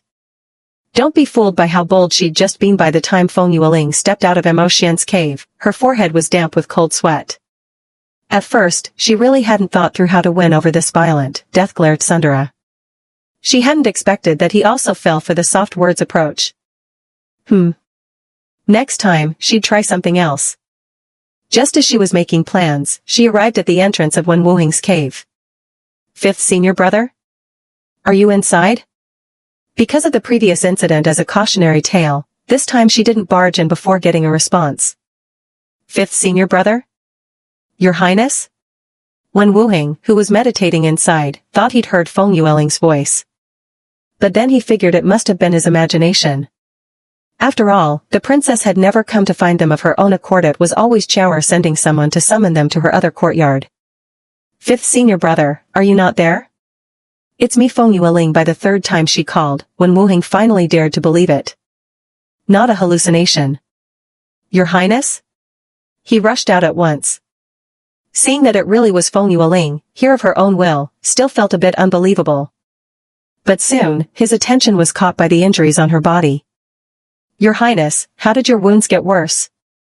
When they'd parted last time, he'd clearly seen first senior brother bandage her and apply medicine. But now, not only had she not healed, it looked worse. Could it be she'd disliked the medicine first senior brother had used and washed it off? Feng Yueling waved it off. It's nothing. The bandages on your hand are soaked through with blood. How can that be nothing? Wen Wuheng looked deeply worried. In the next instant, he dropped to his knees. Your Highness, forgive me, it's our fault for not taking better care of you. Feng Yueling hurried to help him up. Fifth senior brother, may I come in and sit for a while? Wen Wuheng froze. Come sit in his cave? He understood every word in that sentence, but hearing it from the princess's mouth felt unreal. She usually hated spending time with them. Is that not allowed? No, I'm just worried your Highness will dislike. I mean, my cave is very simple. He seemed a little flustered at her presence. It's fine. I just want to be alone with fifth senior brother for a while. Ah? Feng Yueling smiled. Fifth senior brother, are you not welcoming me? No. Your Highness, please, this way. Wen Wuheng's cave really was simple. A jade bed for cultivation covered with a snow-white fur blanket, a stone table and a few stone stools, a few teacups, and a pot of wine. Otherwise, the cave was bare, with no decorations at all. But it smelled wonderful faintly of fresh grass. It must be his natural scent. Your Highness, here's a hemostatic pill and a regeneration pill. They'll help your wound heal. While she was glancing around the cave, he handed her a bottle of each. Thank you. Wuheng is unworthy. He'd expected her to toss them aside in disdain, but not only did she accept them, she even thanked him, something he'd never dared to imagine before. Seeing this, Feng Yueling thought for a moment. Fifth senior brother, I've said before, right now we're in Qingyun's sect, not in the Imperial Palace. Besides, you're my fifth senior brother and also my husband. Other than my father, you're the closest person to me. There's no need to be so formal between us. As for the things I've done before, I won't do them again. Please, believe me, alright? Wen Wuheng lifted his gaze and met those clear eyes. Before, those narrow, slit-like eyes had been clouded and full of hostility, making him fear and loathe her. But now, the princess was so gentle he desperately hoped she would stay like this forever. Please, never change back. Ding. Target Wen Wuheng's favorability plus 10. Current progress, hatred 10%. Host, keep it up. Fifth senior brother, could you help me rebandage my wound? And so, Wen Wuheng's cave became the setting for such a scene. Feng Yueling sat cross-legged on the jade bed where he usually meditated, while Wen Wuheng knelt beside her, carefully tending to her injured hand. From time to time, he leaned in to blow on it gently. The youth was already delicately handsome, with a warm and gentle temperament. The pair of fluffy cat ears atop his head only made him seem all the more harmless and adorable. At the moment, as he concentrated on treating her wound, his long lashes fluttered, his nose bridge was high and elegant, and his lips were soft and pink. When he blew on her injury, it was like a breeze brushing past, ticklish and light, his cat ears twitched every so often. She was about to die from the cuteness overload. In the end, she couldn't resist using her uninjured hand, she grabbed one of his ears. The moment she caught it, she gave it a couple of squeezes. The youth's cheeks flushed red. When he looked up, he met Feng Yueling's mischievous smile. She seemed a little sheepish as she said, "Fifth senior brother, they're so soft." FFF. His cheeks turned even redder. He didn't dare move at all. "Fifth senior brother, I really like them. Can I touch them again?" Ding. Target Wen Wuheng's favorability plus 10. Current progress, neutral 0%. Ding. Target's favorability has successfully advanced to neutral. Mission reward granted, 3 weight loss pills. Host, please check your inventory. Feng Yueling's smile widened in delight.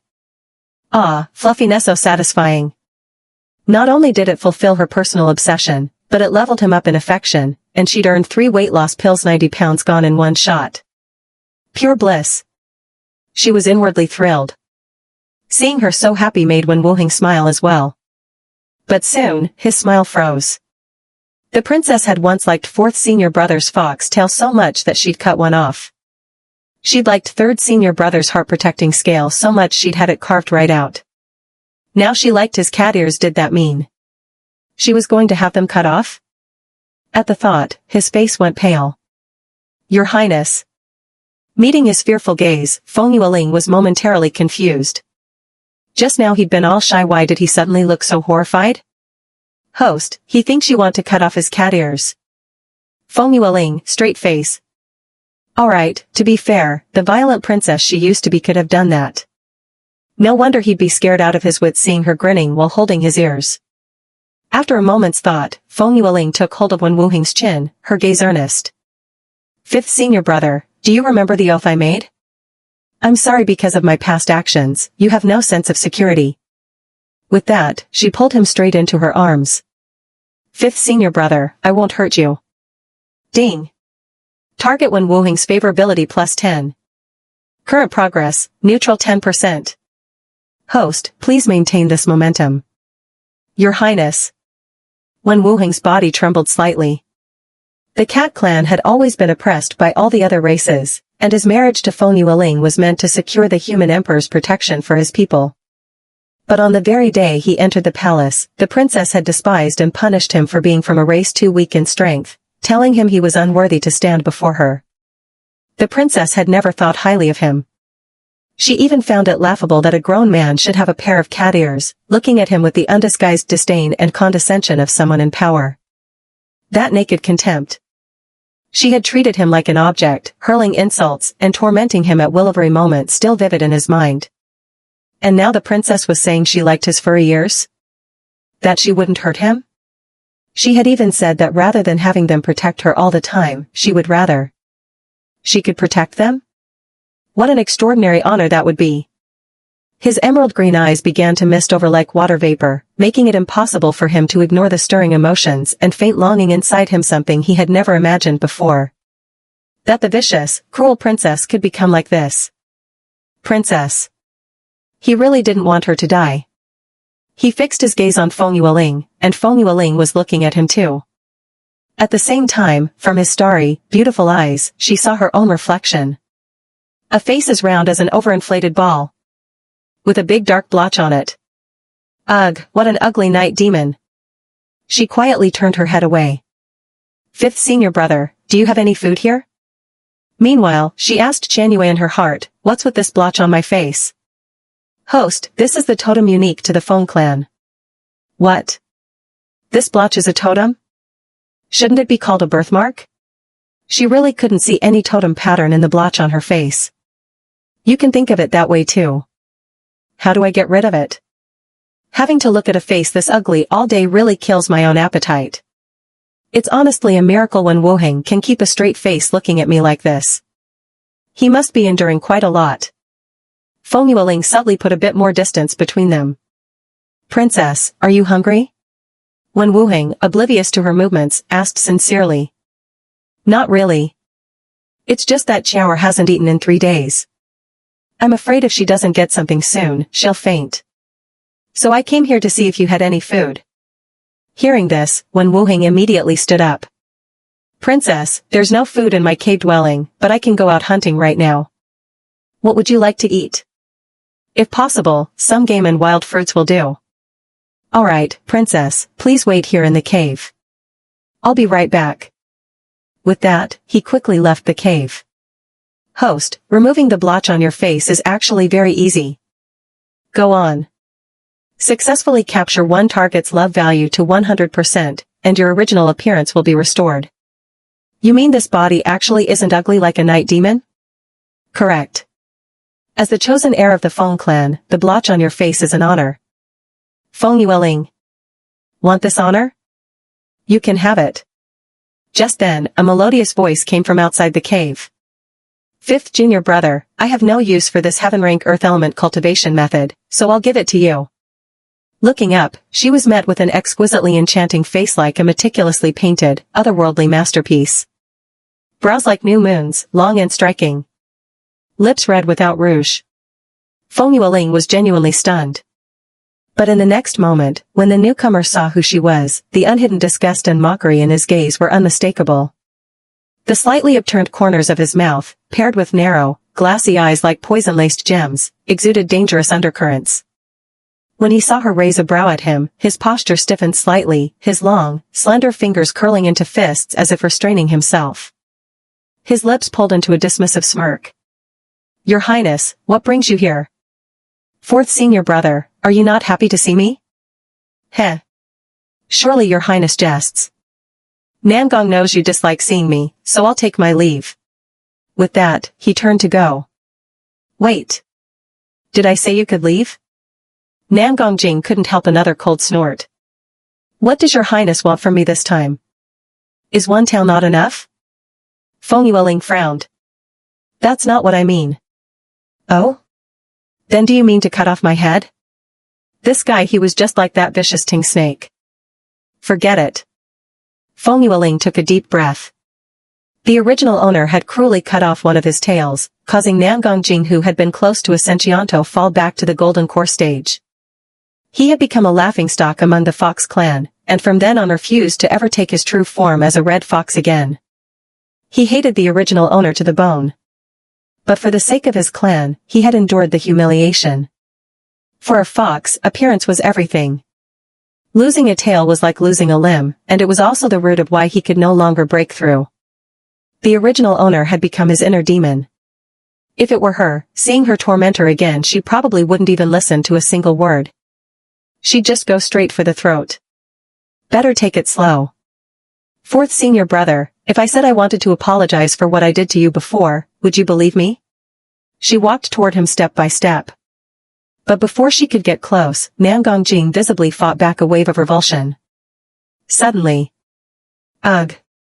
He actually gagged just from looking at her. Or was it what she just said that made him gag? Feng Yueling's brow twitched.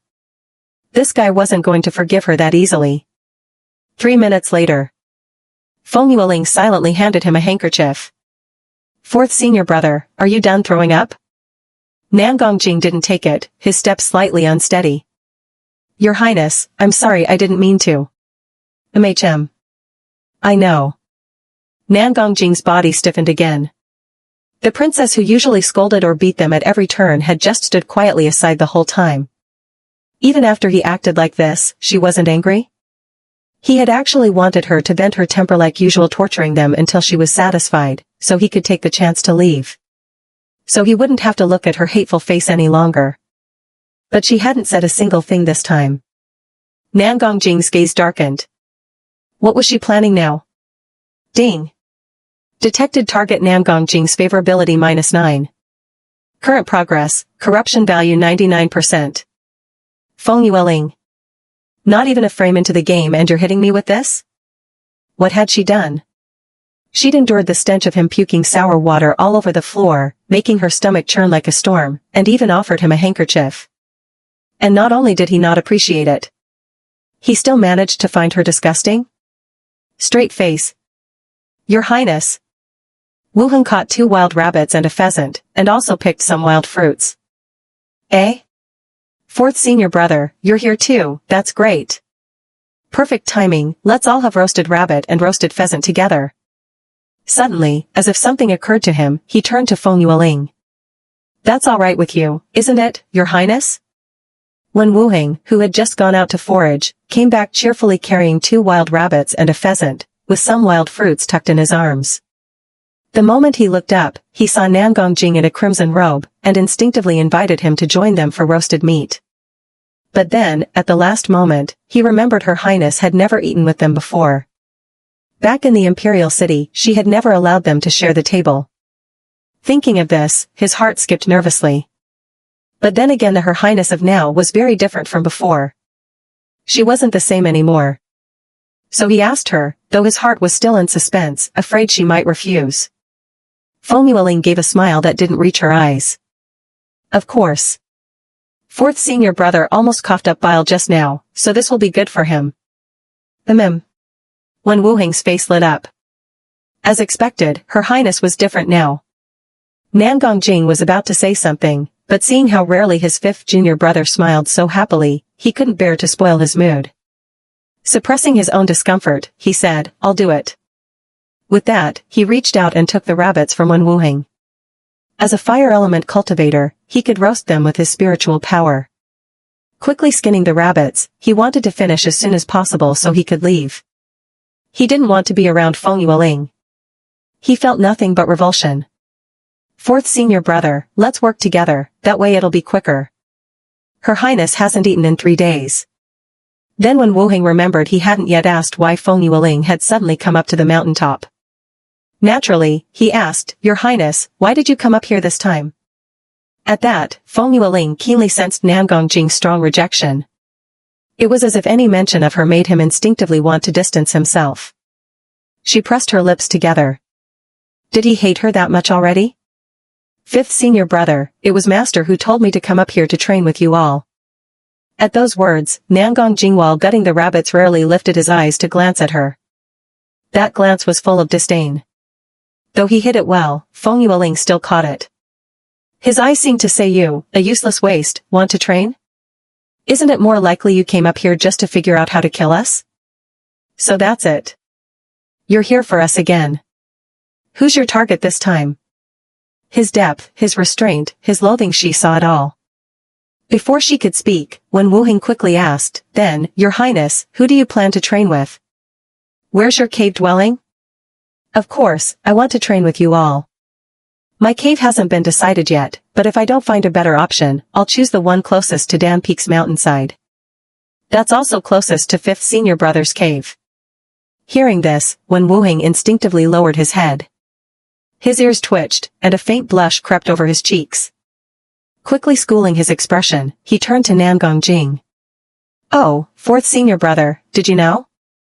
Her Highness actually does have a spiritual root, and not just any kindan, extremely rare and domineering lightning root. Your Highness, I'm not wrong, right? His eyes shone. Feng Yueling gave him a warm smile. 5th senior brother, I do indeed have a lightning root. Gouging frowned. Even without cultivation, she had managed to make the heirs of several great clans suffer worse than death. Now she had cultivation and a fearsome lightning root at that. She probably wouldn't even let them catch their breath from now on. If that was the case. Feng Yueling saw the red fox's face growing darker, his aura becoming heavier, as if he was making some kind of reckless decision. Whether he liked it or not, she stepped up beside him. Her face was devoid of any smile. Fourth senior brother, if my apology disgusts you, then I won't say anything. I'll show you through my actions that I'm not the same as before. I will never again do those cruel things to any of you. Since we are already married, let's get along. I know you don't believe me now, so why don't we make a bet? Gouging said nothing. Don't tell me you don't dare? Fourth senior brother, are you really the grand priest of the Fox clan? Such timidity is not fitting for a grand priest. What's the bet? 3 months. In that time I will show you my change. I won't harm you again. If I lose, I'll dissolve our master-servant contract. If I win, you agree to one thing. Try to trust me. All right? Fourth senior brother, Her Highness really is different now. Believe her. When Wuheng chimed in, Gouging lowered his eyes, hiding the hatred in them, and for the first time met her gaze without evasion. What exactly are you trying to do? He didn't even call her Your Highness anymore. Clearly, he didn't believe a word she said. Feng Yueling wasn't angry. She looked past the mountaintop toward Dam Peak below, then further still, toward the distant capital of Tianqi. Slowly and deliberately, she said, what am I trying to do? I want Tianqi to prosper in peace. I want to protect the human race. I don't want to see my personal actions one day bring unwarranted disaster upon it. To see its people displaced. To see Tianqi awash in blood. Do you understand, fourth senior brother? Our every word and deed represents not only ourselves, but our race. Peace under heaven, harmony between races, and that the glorious age both our peoples have always wished for? What is it you fear? Gouging froze for several seconds before he realized these words had actually come from the mouth of the once cold-blooded, cruel princess. You. Fourth senior brother, for everything in the past, I hope it's not too late for me to make amends now. Please give me some time, so you can see clearly what kind of person I am. And decide whether I'm worth trusting. What do you think? Fourth senior brother, when Wuheng looked at Gouging again. Gouging gave a short, cold laugh. Your Highness, you truly are the human emperor's daughter. 3 months. Fine. But remember your promise. If you lose, dissolve our master-servant contract immediately, and you must not use this as an excuse to oppress my clan. Nangang will gladly wager on this with you. Agreed. Since fourth senior brother has already agreed to the bet, then you mustn't avoid me without reason anymore. All right? Gouging smiled. The smile still didn't reach his eyes. But in the end, he answered, of course. Ding. Target character Gouging's favorability plus 10. Current corruption value, 89%. Feng Yueling's lips curved slightly. Your Highness, this is for you. Before long, Gouging and Wen Wuheng had cleaned and roasted 2 wild hares and a pheasant, the fat sizzling and dripping onto the fire. Since Feng Yueling had earlier eaten the little snack Chen Yue gave her to curb cravings, she really wasn't hungry at the moment. Besides, she needed to lose weight. Naturally, she had to control her mouth. So, when she accepted the roasted hare Wen Wuheng handed her, she only tore off a rabbit leg and gave the rest to Chower. Chower looked utterly flattered. She hurriedly waved her hands. Your Highness, you eat it yourself. I'll share the other roasted hare with Lord Wen later. Cough, cough, cough. Earlier, while the 2 men were dealing with the pheasant and hares, Feng Yueling had gone back to call Chower over. Wen Wuheng had originally intended to roast the meat at Feng Yueling's cave dwelling, but since she hadn't tidied it yet, she told him not to bother moving. Now Wen Wuheng was choking on his own saliva entirely because of Chower's choice of words. From calling him lowly slave every other breath to suddenly calling him Lord Wen's son-in-law? No wonder he felt a little thrown off. And awkward. Gouging also glanced at Chower. Lord Nangong's son-in-law, do you want Chower to eat yours? Gouging. Such a gentle tone. This girl had always been bossy and imperious with them all, tossing out lowly slave like it was second nature. He turned his head away. It had to be said mistress and servant truly were alike in how fast they could change faces. You take it. Your mistress needs to lose weight, so I can't eat too much. Hearing that, Shura swallowed her saliva and shyly accepted. Thank you, Your Highness. She took a big bite, the rich aroma of meat and the roasted juices filling her mouth. One bite and it was like she'd come back to life, utterly satisfied. So fragrant. So delicious. Lord Wen's cooking really is amazing. Wen Wuheng. Feng Yueling took in both their expressions but said nothing. Not getting used to it at first was normal. They'd adapt soon enough. Any water?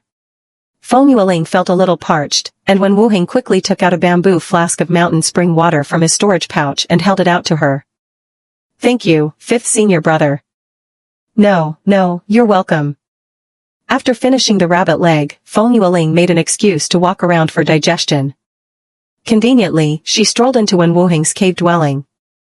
In truth, she was secretly overjoyed, planning to take the 3 slimming pills from her backpack so she could step out later and blind everyone's titanium alloy dog eyes. But when she checked, she found only 2 lonely pills inside. Immediately, she asked in her mind, Xianyue, wasn't there supposed to be 3 slimming pills? Why are there only 2 in my backpack? Host, the reward was indeed 3 slimming pills. But, host, do you remember that you once bought a strength pill on credit? When the slimming pills were issued, 1 was automatically deducted to pay for it. So you only have 2 now. Feng Yueling. She twitched the corner of her mouth. So stingy. Well, fine 2 is 2. She swallowed both pills down with spring water. Ding. Congratulations, host, on successfully losing 60 gene. Current weight, 240 gene. Hearing the prompt and clearly feeling her clothes loosen a size, Feng Yueling felt much lighter, her steps no longer so heavy. But she also noticed a very serious problem. She immediately had Xianyue produce a bronze mirror. Lifting her skirts, she saw her elephant-like legs had clearly slimmed, and her swimming ring waist had shrunk 2 sizes. She grabbed at her belly fatto. Firm and tight. Even with such rapid weight loss, her flesh wasn't sagging. As expected of a system shop product quality guaranteed. However, the spiderweb-like stretch marks were still there. It seemed she'd need some beauty skin pills to repair her skin. Xianyue, stingy as she was, surely had those too. She would just have to keep working on her strategy. She admired herself in the mirror for a long time. Losing 60 gene at 360 gene barely made a visible difference. But now, going from 300 gene down 60 gene, the change was obvious to the naked eye. Her plump body now had a hint of a waistline. Oh. No longer as round as a ball, and her cheeks too before, they had looked like they'd burst, her eyes squished into narrow slits. Now, with 2 sizes less fat in her cheeks, her eyes looked much bigger. White and tender, too. She was still a chubby girl, but no longer greasy. Certainly not sleazy looking anymore. Her round face and softer figure made her seem much kinder and more approachable. If only it weren't for that large black spot on her face. Sigh. That big blotch really was an eyesore. Still, she was definitely slimmer now. Then she walked out of Wen Wuheng's cave and, catching Shura in the middle of a bite so juicy it dripped down her chin, she winked. Shura, look at your mistress, don't I look different somehow? Cough. Perhaps the sudden drop of 120 gene in just a few days really had startled the little maid. Your Highness, you. How did you suddenly lose so much weight? Hee hee. Feng Yueling grinned like a sly fox. Not telling you. Your Highness, could it be the slimming pills Master Luochen gave you are working? Shura was genuinely happy for her mistress. She knew full well how much the princess loved beauty and how she loathed being called a fat pig. Now her mistress had gotten her wish and slimmed down. Shura's eyes filled with tears of joy. Your Highness, you've lost so much. Truly. I'm not lying, you see, your clothes are a whole size looser. Wen Wuheng and Nangongjing both froze for a moment. Especially Nangongjing. Though he disliked Feng Yueling, the moment he first saw her just now, he had vaguely felt she looked slimmer. But he hadn't paid much attention. Now, seeing her emerge from 5th junior brother's cave looking noticeably thinner, surprise flashed in his eyes. How could she lose weight so quickly? Wasn't she? Your Highness, you really have slimmed down. Wen Wuheng walked over, scanning her up and down. Your face is thinner, your eyes look bigger, your skin is smoother, and Your Highness, you've lost a lot all over. But of course. She tilted her chin proudly. Her cheeks were still round, but now there was a hint of a jawline. Wen Wuheng quickly averted his gaze. Just now, in his excitement, he had accidentally noticed something, and it had made his ears turn red. Thankfully, the princess hadn't noticed. Congratulations, Your Highness, for getting your wish. Although still puzzled, Nangongjing was quick to offer his congratulations. Wuheng also congratulates Your Highness on achieving her desire. Your Highness, if there's nothing else, I'll return to my cave to cultivate. Not so fast, 4th senior brother. I happen to have something to discuss with you. What is it, Your Highness? 4th senior brother, how about we spar a little? Before reaching the mountain summit, Feng Yueling had already made up her mind she had 5 husbands, each with different elemental affinities, metal, water/wood, ice, fire, and earth. She would spar with them one by one. Not only could it improve her cultivation, but it might also deepen their relationship. Know yourself and know your opponent, and you'll never lose a battle. Naturally, with Nangongjing walking right into her path, Feng Yueling had no intention of letting him leave so easily. Besides, he had already promised her that he wouldn't avoid her anymore. So why not take another step forward and become people who could truly trust each other? Your Highness, your hand hasn't even healed yet. Shura said urgently. It's already healed. The hemostatic pill and the skin-regenerating pill 5th senior brother gave me worked wonders. Hearing that, Nangongjing glanced toward Wen Wuheng at the side. The skin-regenerating pill was such a rare treasure, yet he had actually given it to her. It seemed 5th junior brother really did have a short memory for pain. Although they had followed the princess to Qingyun's sect and been accepted as disciples under Fairy Luo Chen, as intersect disciples of the Alchemy Peak, the 5 of them had neither talent nor interest in alchemy. They were, at most, disciples in name only. Even they could only receive 1 skin-regenerating pill each month, while disciples from other peaks could only get it if they were intersect disciples. Outer sect disciples had to buy it with spirit stones. And the number of skin-regenerating pills the sect sold each day was strictly limited. Having spirit stones didn't mean you could buy one. So to them, the pill was extremely precious. Especially since their skin-regenerating pills were all heavenly grade, personally refined by their master, Fairy Luo Chen. The ones sold by the sect were merely superior, or even mid to low grade. 4th senior brother? Seeing him distracted, Feng Yueling couldn't help calling out to him again. Your Highness, with your current cultivation, I think it would be more suitable for 5th junior brother to spar with you, he said with a polite smile, declining her request. 4th senior brother, you're underestimating me. The moment she spoke, Feng Yueling launched an attack. She had asked Qianyue before, and the fastest way to improve her cultivation right now was through actual combat, no doubt about it. With just one step, she flashed right in front of Nangongjing, but stopped her fist just a centimeter away from his face. With a bright smile, she said, 4th senior brother, this time was just to say hello. If you still don't take me seriously as an opponent, next time, I'll blow your head off. Nangongjing froze in place. Was this really the speed and explosive power of someone at the first stage of body refinement? 4th senior brother, don't underestimate our princess, or you'll get beaten badly. Wen Wuheng, who had witnessed Feng Yueling's strength, reminded him. Only then did Nangongjing's casual attitude disappear.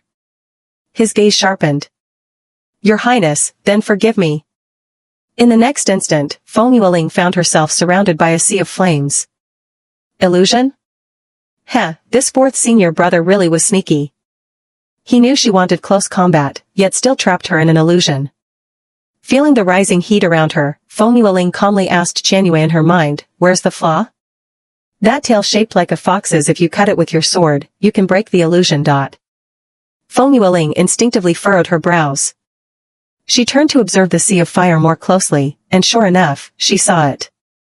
The blazing flames encircling her really did form the shape of a fox. Perhaps it was a fox.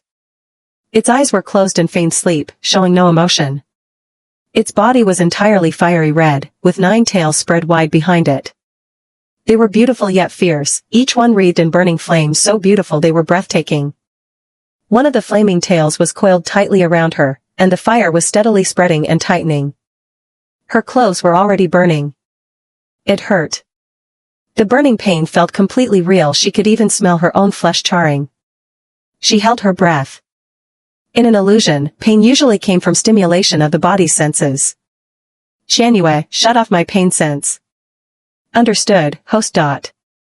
Her overly cautious 4th senior brother was testing her to see whether, in a life-or-death moment, she would once again cut off his tail to save herself. Whether she truly had changed as she claimed. Staring at the tail that was about to fully ensnare her, Feng Yueling didn't move. Instead, she looked into the 9-tailed fox's eyes. As if sensing her gaze, the fox opened its eyes. Its fiery pupils were fierce and ghostly, terrifying to behold. Feng Yueling smiled faintly. I'm afraid you'll be disappointed, 4th senior brother. Then she instantly teleported toward it. Closing her eyes, she wrapped her arms around its head. The fox's eyes trembled slightly. She had chosen to let herself burn away completely in order to break the illusion. Such a reckless move startled Gouging so much that he hurriedly withdrew his illusion. When Feng Yueling opened her eyes, she saw Gouging's face had gone pale. 4th senior brother, can we start now? She asked with a smile, as if nothing had happened. At the same time, when Wu Hing spoke up, 4th senior brother, the princess is strong. She's worthy of being your opponent. Clearly, when Wu Hing hadn't known about the illusion just now. Your Highness. Feng Yueling tilted her head. 4th senior brother, I'm not only the human emperor's princess, but also your partner. Try trusting me. I'm coming. With that, she threw a heavy punch toward Gouging. Gouging simply shifted aside, easily dodging it. Feng Yueling's smile deepened. 4th senior brother, please respect your opponent. This time, Gouging didn't dodge. He was fire element. Even though his cultivation had fallen back to the golden core stage due to the torment of his original injuries, he was still several realms above Feng Yueling. The moment he got serious, Feng Yueling was sent flying with a single kick. Your Highness! Your Highness! Your Highness! The 3 of them cried out at the same time. Gouging knew he had struck too hard. He was about to say something to make up for it when Feng Yueling wiped the blood from the corner of her lips and grinned boldly. 4th senior brother, that's the way it should be. That's what makes you worthy of being my husband. In my heart, you've always been strong. Gouging's heart clenched tightly. Ding. Detected target Gouging's affection +10. Current affection progress, blackening value 79%. When Wu Hing was startled as well. Luckily, the princess was unharmed and didn't seem angry at 4th senior brother, which allowed him to breathe a little easier. Shura had been frightened out of her wits. But seeing her mistress seemingly unbothered, she pursed her lips. She needed to become stronger too, so that no one could ever hurt her princess again. Feng Yueling didn't know what they were all thinking. Her eyes were firm. Continue. All right. Watching the 2 fight back and forth, when Wu Hing couldn't help feeling a little eager himself, especially when he saw that each time the princess was struck by 4th senior brother, her cultivation mysteriously rose a whole level. He suddenly understood why Feng Yueling wanted to spar with him. It turned out the princess could level up like she was riding a rocket during real combat. In just a single day, she had jumped straight from body refinement level 1 to body refinement level 9. Back then, it had taken him 3 whole days to go from body refinement level 1 to level 9 in one breath. Unexpectedly, the princess's speed was even faster than his. But what shocked Wen Wuheng and Gouging even more was that right after leaving Wen Wuheng's cave and returning to her own, Feng Yueling directly broke through the body refinement stage. At that moment, walking ahead, Feng Yueling faintly sensed that something was off. The instant she looked up. Boom! A deafening crack split the air, and a streak of purple lightning came crashing down toward Feng Yueling in front of the cave. That familiar tingling numbness made her whole body twitch violently. The Thunder Spirit Sword took the chance to sneak a taste of the lightning's power. Princess! Shura was so frightened that she dropped the blanket in her hands. Shower, stay right there. Don't come over.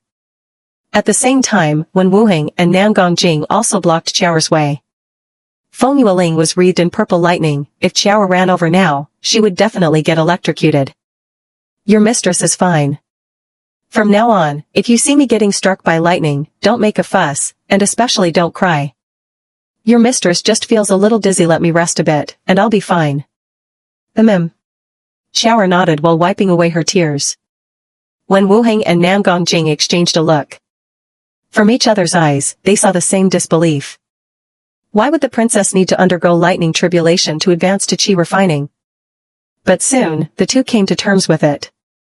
Perhaps the princess's constitution was extraordinary.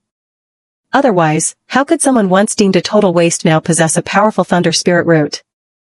Still, the princess's cultivation speed was simply heaven-defying. After a while, once the current had passed, Feng Yueling sensed that the tiny thunder spirit root seedling in her dantian seemed to have grown a bit, and her body now appeared able to absorb spiritual energy.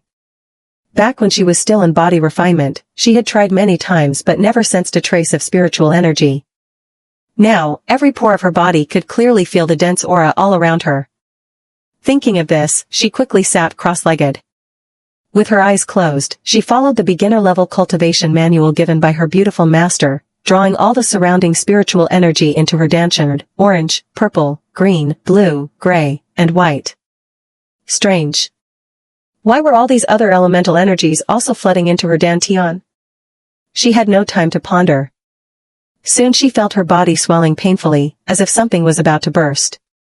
Finally, with a soft pop, she felt her dantian expand significantly. At the same time, she realized her cultivation had already reached qi refining level 2. Good. She kept her eyes closed and continued sensing the fluctuations of the spiritual energy around her. In the span of a single night, she shot from qi refining level 1 all the way to qi refining level 9. She was now just one step away from foundation establishment. After that, no matter how much spiritual energy she absorbed, she couldn't break through the qi refining stage. It seemed saturated. Simply absorbing aura would no longer allow advancement. It must require the right opportunity, either an epiphany or actual combat. Feng Yueling sighed inwardly. She couldn't just charge straight into foundation establishment in one go. But even so, her cultivation speed had already left Wen Wuheng and Nan Gongjing utterly speechless. After meditating the whole night, Feng Yueling was soaked through, as if she had just been pulled from a river. There was also an unpleasant odor on her body, probably the impurities being expelled. She frowned. Ding. Congratulations, host, on advancing to qi refining great perfection. Reward issued, beauty pill ×1.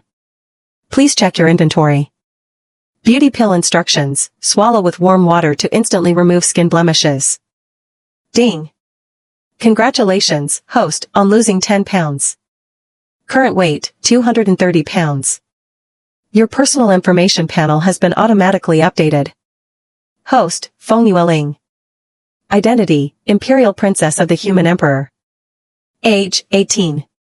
Appearance, 10 ugly. Figure, obese, 230 pounds. Cultivation level, qi refining great perfection, top grade thunder spirit root restored.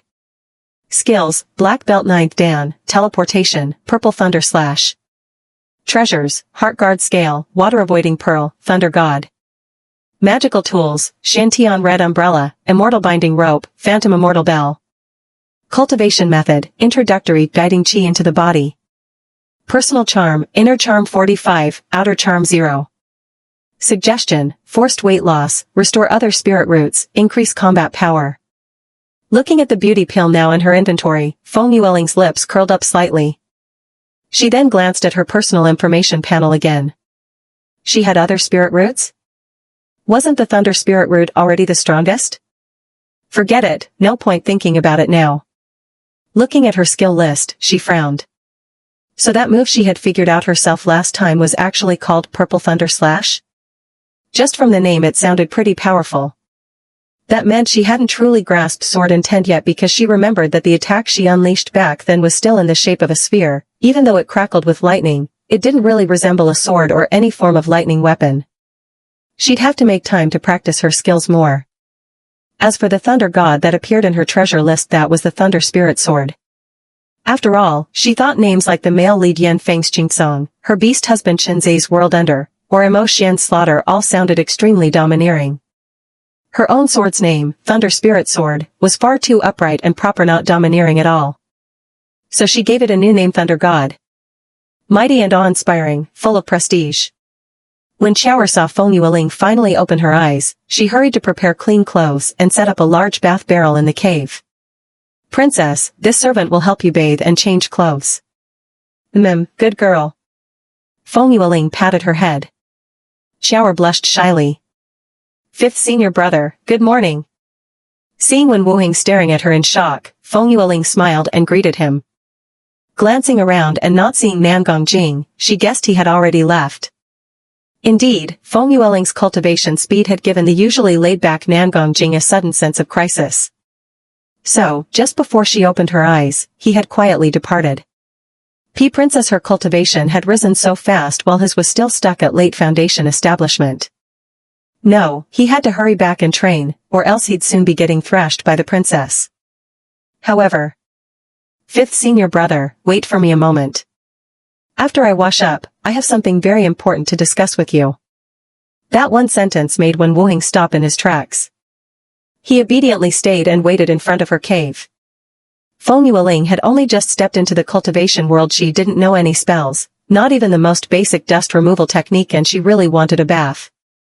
Luckily, during her meditation, Shura had already prepared all the bathing supplies, bringing them over directly from her other residence. However, without Feng Yueling's permission, Shura didn't dare make any big changes, so the cave was still basically the same as Wen Wuheng's: a jade bed, a stone table, a few stone stools. The standard cave setup. Now, apart from the newly added bath barrel, bathing supplies, and her clothes, everything else was unchanged. There was nothing much, and while helping Feng Yueling bathe, Shura asked if she wanted to move everything from the other courtyard here as well. Feng Yueling thought about it. Although she had already stepped into the threshold of cultivation and could now live without eating through Bigu, Shura still needed to eat grains and vegetables. And after she slimmed down in the future, she would probably want to eat some tasty things just to satisfy her cravings. Besides, there were many good things in the other courtyard that had originally come from the Imperial City. In addition to money, fine jewelry, and spirit stones, there were other treasures as well. She might still need them someday. It would be a pity to lose them, so she nodded and said, bring them all over. From now on, this would be her cave dwelling. However, looking at the empty space in front of the cave, she felt something was missing. After dressing, she walked over to Wen Wuheng with a smile and said, Fifth senior brother, how long have we been in Qingyun sect? Wen Wuheng hadn't expected her to suddenly ask this, but he still answered truthfully, about half a year, Your Highness. Your Highness, are you missing the human emperor? But with you all keeping me company, I haven't missed him that much. Feng Yueling looked at him. Fifth senior brother, I remember you like peach blossoms the most, right? Wen Wuheng smiled a little shyly. Yes, Your Highness. Then how about I brew you a jar of peach blossom wine? Why, Your Highness? You don't like it? No, Wuheng likes it. Ding. Target character Wen Wuheng's favorability plus 10. Current favorability progress, ordinary level 20%. Hearing Qianyu's system notification, Feng Yueling smiled faintly. But before that, I need fifth senior brother to help me with something. Please speak, Your Highness. Your earth element, right? Can you turn peach blossom seeds directly into blooming peach trees? I'd like them planted right there, in front of my cave dwelling. Can you, fifth senior brother? Her smile was sincere and expectant. Fifth senior brother, if you plant a peach grove for me, I'll give you endless peach blossom wine. A month from now, we'll sit beneath these peach trees and drink together. How about it? Why would the princess choose to drink with him alone? Not with the other senior brothers? Does she like him? Ding. Target character Wen Wuheng's favorability plus 10. Current favorability progress, ordinary level 30%. Fifth senior brother? No problem. As long as Your Highness likes it, Wuheng will make it happen. Since Wen Wuheng himself liked peach trees, he actually had peach seeds on him. The reason he hadn't planted them in front of his own dwelling was because of the humiliation and oppression he had suffered in the past. He simply hadn't had the heart for it. Originally, he had been a refined young noble, but ever since being bound to Feng Yueling, he had lost that refinement and lived simply. "Right here, Your Highness?" She nodded. "Yes, right here." Then she saw Wen Wuheng wave his hand casually over the flat ground. In moments, the soil became rich and loose. He then took out over a dozen peach seeds from his storage pouch and scattered them over the ground. Instantly, the black seeds sprouted, growing into lush young saplings, then into towering trees with thick branches. Buds quickly formed on the twigs. In the blink of an eye, the buds burst into full bloom. It was as beautiful as a painting. A breeze swept through, carrying petals into the air. The faint fragrance seemed to brush across one's heartstrings, bringing peace and delight. It was breathtaking. Xiao's eyes went wide with amazement. Feng Yueling's eyes lit up at the sight of the once empty space before her cave now filled with a peach grove. The scent, the beauty, this was truly a paradise. Yes, her dwelling should look just like this. Oh. Fifth senior brother, you're amazing. I really just love you to death. She spoke the compliment without any hesitation. Wen Wuheng's cheeks flushed red. This was the first time he had heard the princess praise him. The first time he had seen her looking at him with admiration. The pure-hearted Wen Wuheng felt his heart pounding like a deer in a panic at those words, "love you to death," as if it might leap out of his throat. Ding. Target character Wen Wuheng's favorability plus 10. Current favorability progress, ordinary level 40%. Your Highness, do you truly like Wuheng? If you wish it, Wuheng is willing. After all, he was already the princess's husband. Now that she treated him differently from the other senior brothers, and she herself had changed for the better, why shouldn't they take things further? He was willing to be with her. But when he turned his head, he saw the young girl standing in the peach grove, her round cheeks lit with a sweet smile he had never seen before. She was still plump, but no longer round like a ball somehow, her figure now had curves, the kind of plumpness with a waistline. At the moment, she was wrapped in a flowing white robe with wide sleeves, making her look pure and harmless. Watching her lively profile, Wen Wuheng's throat tightened. The princess didn't seem so unattractive after all. In fact, she was rather cute. She was gesturing animatedly to Xiao with one hand while catching falling peach petals with the other. He found himself smiling along with her. Feng Yueling then had Xiao hang a wooden sign in front of the peach trees, carved with the character U. This was her territory. Once Xiao understood, Feng Yueling once again approached Wen Wuheng with a smile and said, "Fifth senior brother, thank you for this peach grove. I love it. We'll drink the peach blossom wine later. For now, I want to learn some basic spells. Can you teach me?" Her sudden change of topic caught him off guard. "Fifth senior brother?" "Oh highs, yes." Wen Wuheng steadied his breath, then said, "Your Highness, what do you want to learn?" Dust removal technique, binding spell, silence spell. Feng Yueling listed all the basic spells she knew. As she spoke, she suddenly remembered that she should really go to the library pavilion. After all, the cultivation techniques there were countless. Not only the basics, but even heaven-grade techniques. However, she probably wasn't yet qualified to enter Qin Yunsek's library pavilion to study. Thinking of this, her brows furrowed. "Your Highness, watch closely." While she was lost in thought, Wen Wuheng had already started teaching her the dust removal technique. "Like this, then this, Your Highness, you try." Following his instructions, Feng Yueling first regulated her breathing, then began to channel the spiritual power within her into her fingertips. With a thought, she activated it. Wen Wuheng was astonished. She only watched once, yet the princess had already learned it. "Fifth senior brother, I've mastered the dust removal technique. Let's move on to something else." The pressure shifted to Wen Wuheng. Wiping away non-existent sweat from his brow, he forced a strained smile. "Then, princess, watch closely. The silence spell goes like this." In less than a quarter of an hour, Feng Yueling had perfectly mastered all the basic spells. Wen Wuheng grew more and more uneasy. Out of the 5 of them, his strength was already the weakest. Now, the princess's power was clearly about to surpass his. He felt a growing sense of crisis. If this went on, the day she found him useless again was not far away.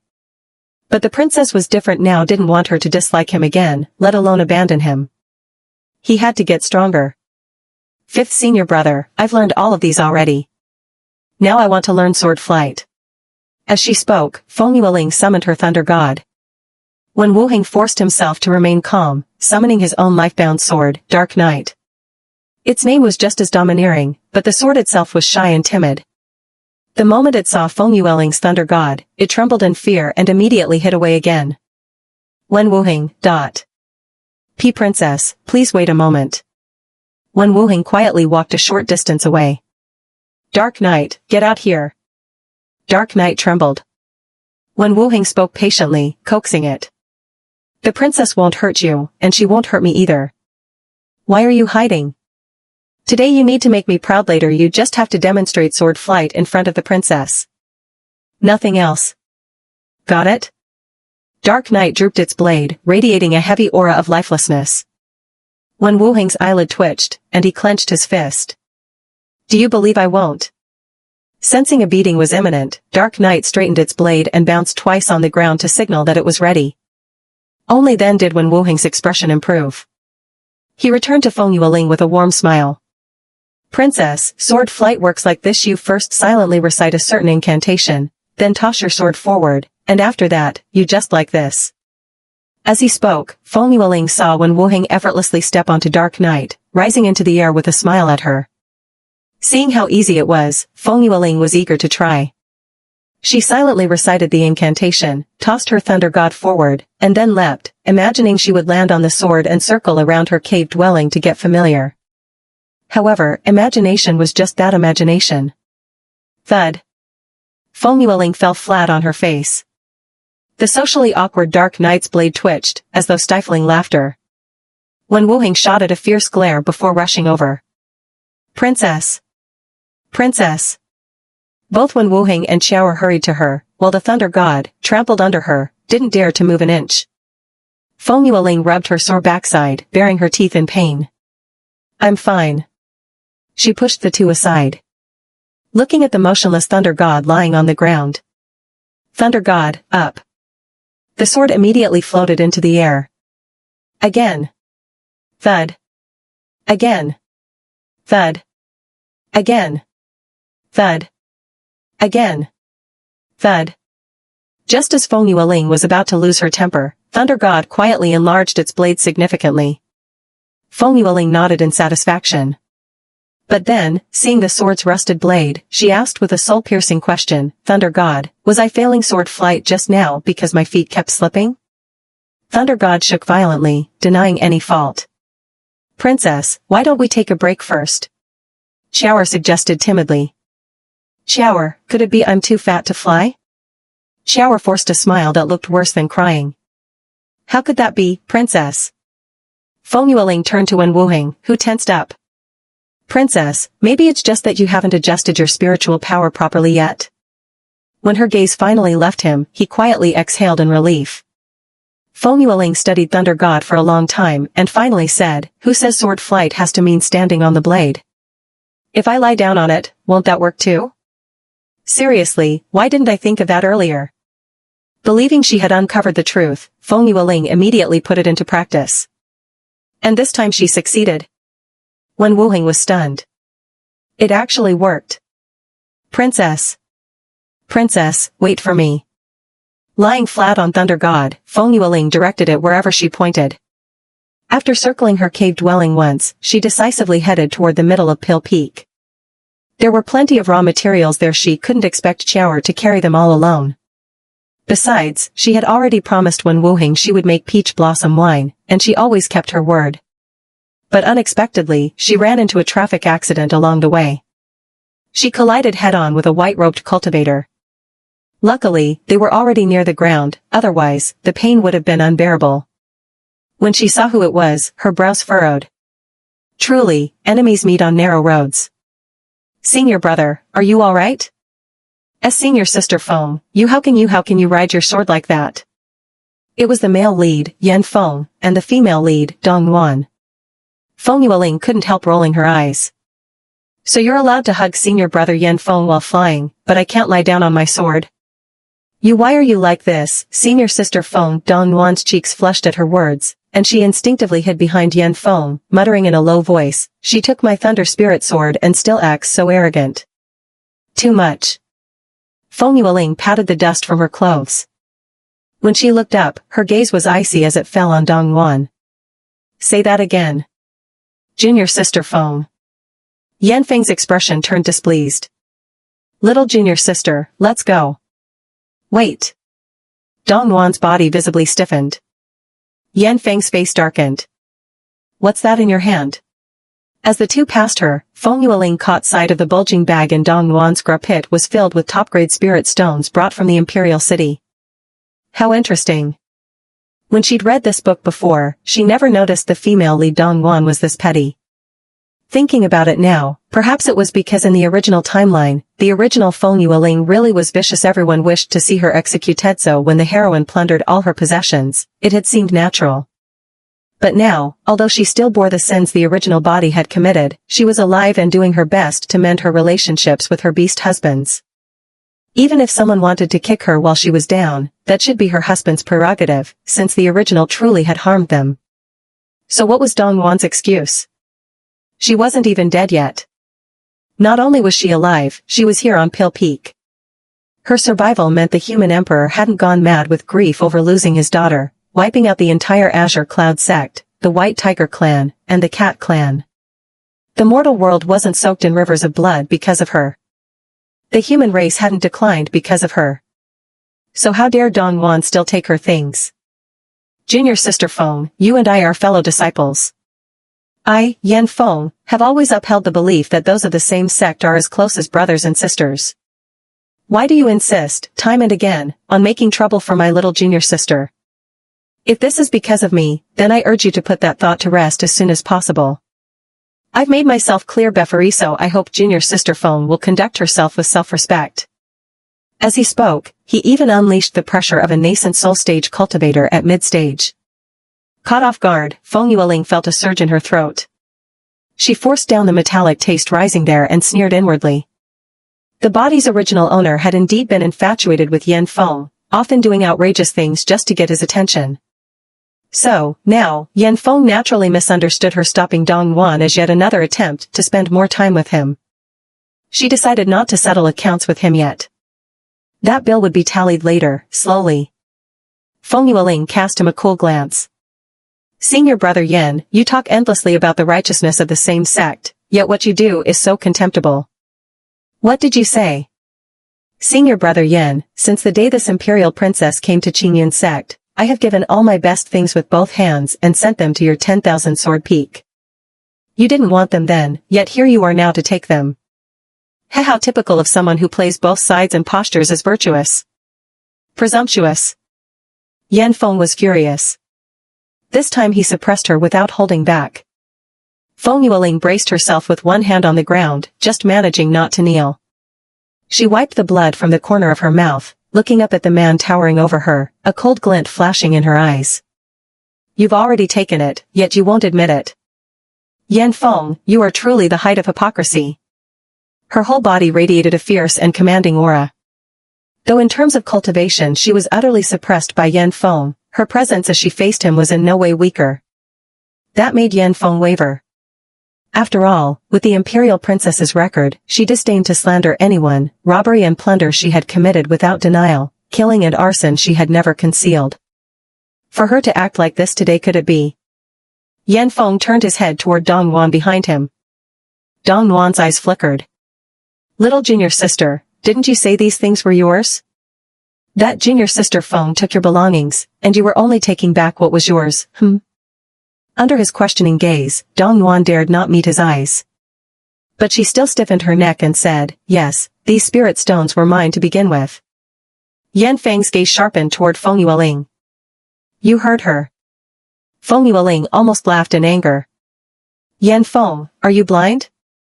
You can't see through Dongnuan's clumsy acting? Or is it that you two are in collusion, and you've come to my residence today to steal from this Imperial Princess? The two of you are thieves. Enough. Must you speak so unpleasantly? Dong Nuan was fuming. Feng Yueling sneered. Taking what's not given is theft. Do you lack even that much upbringing? You. Dong Nuan's chest rose and fell with fury. She turned to Yan Feng and said indignantly, Senior brother, Master already said we can't let Feng Yueling keep my thunder spirit sword for nothing. That's something the Holy Patriarch brought back himself. It's priceless. These can just be my compensation. Her expression was full of self-righteousness. Yan Feng's eyes shifted. His long, jointed fingers tightened around the hilt of the Qingsong sword. Clearly, he was angry. Feng Yueling's lips curved. She was curious to see what this self-styled paragon of righteousness would do. She hoped he wouldn't disappoint her. But Yan Feng merely stayed silent for a long while before saying firmly, Little junior sister, put it back. Feng Yueling raised a brow. Dong Nuan refused, her face flushed with anger. No. Why can she take my thunder spirit sword, yet I can't take her spirit stones in exchange? That's not fair. Little junior sister. Seeing Yan Feng angry, Dong Nuan grabbed the items and ran. There was no way Feng Yueling would let her escape. But although Yan Feng was upset at Dong Nuan's unreasonable behavior, he would never allow Feng Yueling to harm her, and he nearly crippled Feng Yueling's meridians by accident. When she moved to block Dong Nuan's escape, Yan Feng struck her with a palm without mercy, sending her flying. Pain racked her whole body in spasms. She truly hadn't expected such a gentleman to stoop to this. That blow forced the blood in her throat out in a spray. Her face turned deathly pale. Dong Nuan peeked out from behind Yan Feng, a smug smile tugging at her lips, as if to say, see? Senior brother still protects me. Even if those spirit stones are yours, what can you do? Feng Yueling clenched her fingers tightly. Hesso, in a world where the strong reign supreme, there really is no such thing as true righteousness. The weak are simply unworthy of fairness, isn't that right? She smiled. But nascent soul mid-stage or not, could she perhaps use this real battle to break through to the peak of chi refining? Purple Thunder Slash. She unleashed her ultimate move on the spot. The strike almost forced Yan Feng to draw his Qingsong sword, and he was already losing patience. Junior sister Feng, you are no match for me. I will give you an explanation for this matter. But do not pester endlessly. Heh. Still playing the righteous hero? Did he think she was confronting him now because she liked him? How? Utterly tiresome. Feng Yueling flashed behind him in an instant, ready to strike him with a heavy blow. Bang. Crack. In that instant, the strongest defense of a nascent soul mid-stage cultivator jolted her bones out of joint. She clenched her teeth hard, pouring all her spiritual power into her palm. Her right fist was wrapped in thick violet lightning, the dazzling bolts tearing through the air like bamboo splintering. She shouted, to hell with you. She would make him understand she had not the slightest shred of affection for Yan Feng. Yan Feng's pupils contracted sharply. He watched as Feng Yueling, at the peak of chi refining, shattered his strongest defense through sheer force, slamming a punch squarely into his face. The force sent him crashing to the ground. It had been a long time since anyone had so much as touched his face. For a moment he was dazed, disbelief filling his eyes. But soon, he masked his astonishment. Her counterattack made the genius Yan Feng take his opponent seriously. Rising to his feet, the spiritual power around him surged like a tornado, carrying a destructive menace. Where it passed, not a blade of grass survived. Clearly, he was about to fight for real. Yan Feng was shaken. He had already been surprised upon first clashing with her to discover she had, in just a few days, advanced to chi refining 9th level. That alone had startled him. But for her, at the peak of chi refining, to withstand his nascent soul mid-stage palm, and then land a punch on him. She had broken his strongest defense. And injured him. My apologies, junior sister Feng. The farce had finally come to an end. Feng Yueling gathered all the spiritual power in her body, wrapping herself in it, and prepared to fight Yan Feng to the death. Every strike she threw was heavy and fierce, yet all of them landed just outside his defenses. She had to admit when Yan Feng got serious, he was very strong. At the moment, Feng Yueling couldn't even get close to him. Seeing this, Dong Nuan's face lit up smugly.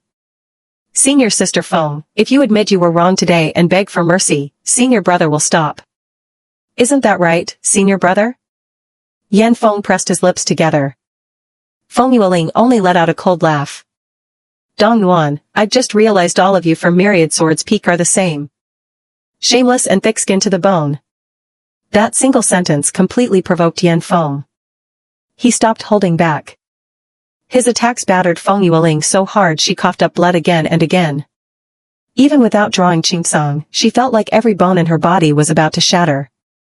Pain burned through her whole body, every inch of skin felt as if it were being flayed apart. Yan Feng's element was wind, each of his attacks was deadly. Within just a few moves, Feng Yueling was nothing but a blood-soaked mess. The ground beneath her pooled with her blood, yet her gaze stayed resolute.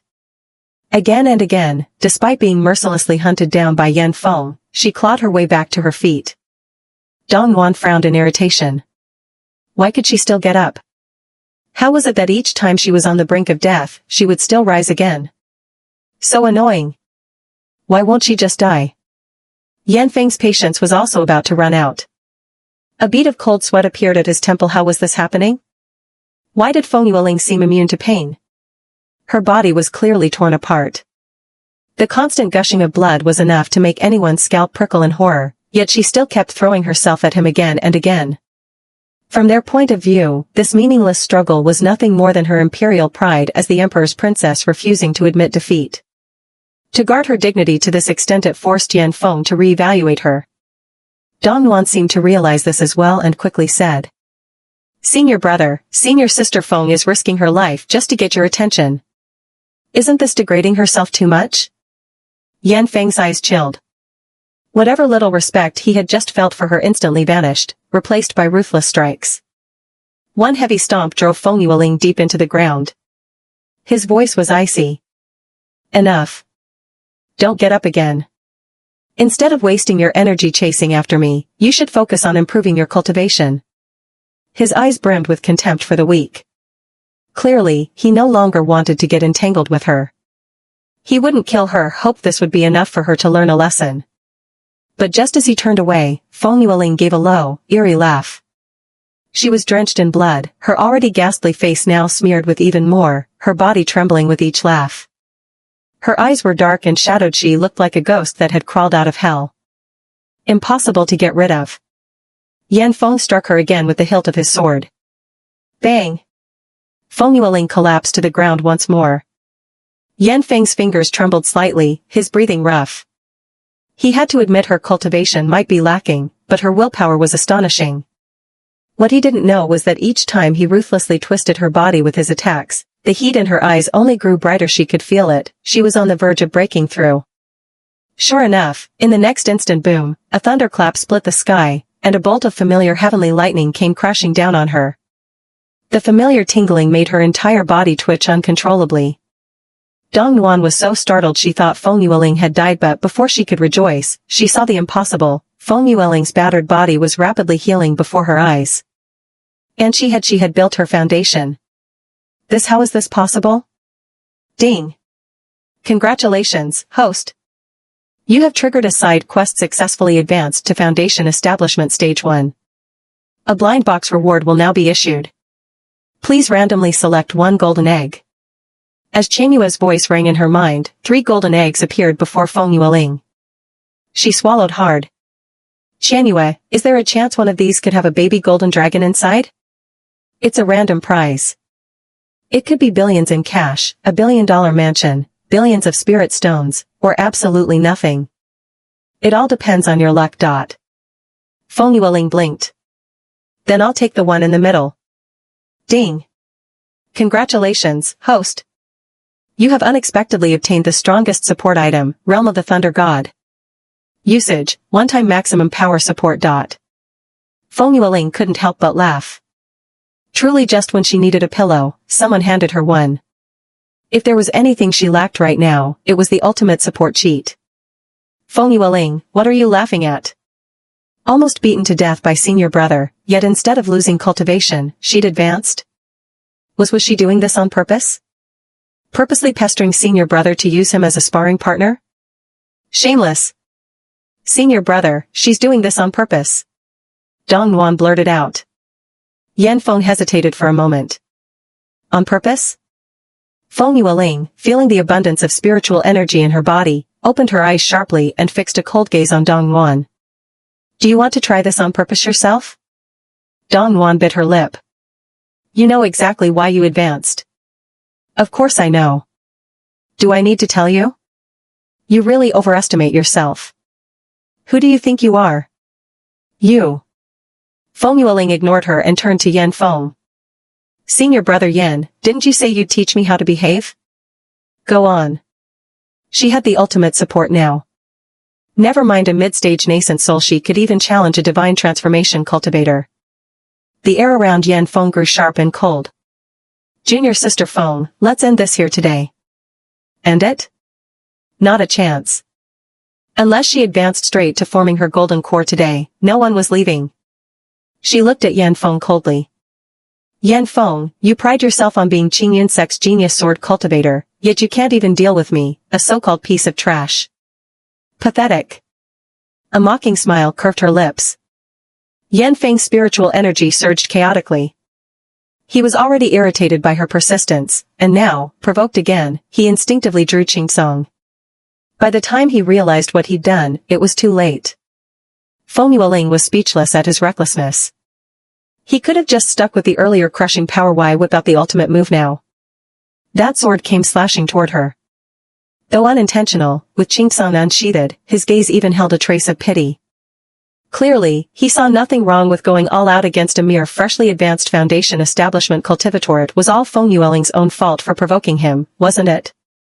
He was being forced. Besides, she was too troublesome. Better she take this as a lesson and stop pestering him.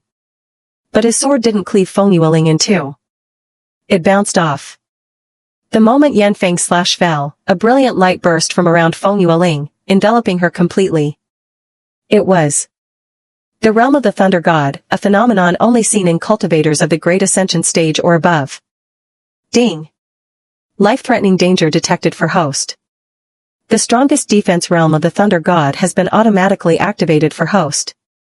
Feng Yueling curled her lips into a smile. Qianyue, nicely done. I'll make sure to properly win over a few target characters. Dong Nuan was utterly stunned. That world-shattering sword strike hadn't hurt her in the slightest. How is that possible? Yan Feng was also visibly incredulous. Could it be Feng Yueling had been hiding her true cultivation all along? Was that it? Seeing the shock on both of their faces, Feng Yueling let out a cold snort. Host, the strongest defense has a time limit. Please finish the battle quickly. I know. She had originally planned to use Yan Feng as a sparring partner to keep leveling up through live combat, but now Feng Yueling had to temporarily give up that idea. After all, the realm of the Thunder God could only be used once. Such a shame. To have it wasted just like that. Well then, she would let this so-called son of heaven taste what it's like when someone treated as an ant strikes back with full force. In a flash, she teleported right in front of Yan Feng and returned his earlier attack twofold. With a single punch, she smashed the stunned Yan Feng deep into the ground. Boom! Boom! Boom! However, Yan Feng was still Yan Feng. Even after taking that heavy blow, he quickly recovered. Seeing Feng Yueling's unfathomable strength, he actually tried to use his ultimate move again. Naturally, Feng Yueling would never give him that chance. Although her strongest defense was still active, she didn't know when it might expire. So, Feng Yueling sharply shook the small bell in her hand, producing a crisp, pleasant chime ding, which instantly jarred Yan Feng's concentration right before he unleashed his attack. Feng Yueling had brought out Yuanqing's treasure, the illusionary immortal bell. Noticing that her senior brother was starting to act strangely, Dong Nuan quickly spoke up. Senior sister Feng, how can you be so shameless? What did you do to senior brother? Feng Yueling gave her a sidelong glance. Shameless? They, whose cultivations far exceeded hers, fought her with full force without feeling the slightest shame, and she was merely giving them a taste of their own medicine. So what if it was shameless? She wasn't a gentleman. She was a woman. Looking at Yan Feng, now fully under the bell's control, Feng Yueling shouted, kneel. Yan Feng's expression twisted in struggle. Male leads really were different. Even under the control of a heaven-tier treasure like the illusionary immortal bell, he could still instinctively resist. Seeing this, she patted his face and said, "Shouldn't you be apologizing to me, Yan Feng? Feng Yueling, let go of my senior brother." Seeing the woman, ugly as a night demon, daring to touch her senior brother, Dong Yuan's eyes turned completely red. Ding. Target character when Wuheng's favorability -20. Current favorability progress, neutral 20%. Reminder, if favorability falls back to dislike, previously granted rewards will be revoked. Feng Yueling. Her weight loss pill. She had just started feeling lighter and had slimmed down to 230 gene, and if favorability dropped, they'd take back the pill's effects? No, absolutely not. When Wuheng, having caught up with Shura, arrived, this was the scene he saw: the princess running her hand across Yan Feng's face, smiling flamboyantly. So, she still loved him, after all? When Wuheng lowered his gaze, Shura fidgeted, unsure whether she should speak. Senior brother, what's wrong with you? In the moment Feng Yueling was distracted, a vine-like water column pulled Yan Feng away. It was Dong Yuan's water element technique. Her current cultivation, late foundation establishment. That was why, when she saw the once useless Feng Yueling suddenly reach foundation establishment in the blink of an eye, she had been so agitated. After all, she herself had been stuck at late foundation establishment for a long time. Now looking at Yan Feng, unresponsive, Dong Yuan's face filled with fear. She glared at Feng Yueling, her body trembling. Feng Yueling, what did you do to my senior brother? Feng Yueling sharply shook the illusionary immortal bell and commanded Yan Feng, hit her. Smack. Dong Yuan stared in disbelief as tears welled in her eyes. They spilled over, and her lips trembled as though she might faint at any moment, her voice thick with grievance and sorrow. Senior brother, I'm shuangwen. Her tears pattered to the ground, her voice choked. Senior brother, how could you treat me like this? Yan Feng's expression twisted again. Indeed, the heroine's influence on him was extraordinary. But Feng Yueling felt utterly satisfied. Especially seeing Dong Yuan, on the verge of tears after being slapped by Yan Feng, it was downright therapeutic. Seeing spiritual power beginning to stir faintly around Yan Feng, Feng Yueling ignored him and instead glanced toward Wuheng, who was hiding nearby. Her lips curled. Her beast husband was so jealous. Then she'd let him see just how she treated the man, making him uneasy. She commanded again, Yan Feng, kneel before your empress. Thud. In the end, Yan Feng's mental defenses snapped, and he dropped to his knees before Feng Yueling. Ding. Target character when Wuheng's favorability +20. Current favorability progress, neutral 40%. Feng Yueling raised an eyebrow. She knew it, her little one was easy to coax. However, Dong Yuan, seeing Yan Feng kneel before Feng Yueling, looked as though she'd suffered some unbearable blow, clutching him and crying as though her world had collapsed. Senior brother. How laughable. As a citizen of the Tianqi kingdom, Yan Feng kneeling to her was perfectly natural. Why was Dong Yuan acting as if her mother had just died? Master. Your Highness, run. Realizing she couldn't win, Dong Yuan started calling for reinforcements. When Wuheng instantly teleported Shura away and tried to drag Feng Yueling off, but it was already too late. A nascent soul-stage powerhouse could rip space apart and come and go as they pleased. Thus, the moment Dong Yuan called Master, Zongrong appeared right in front of Feng Yueling and Wuheng, immediately suppressing them to their knees. Such insolence!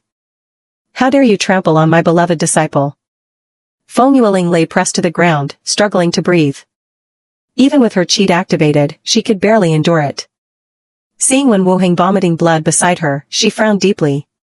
So this was the pressure of a nascent soul cultivator. Indeed, not to be underestimated.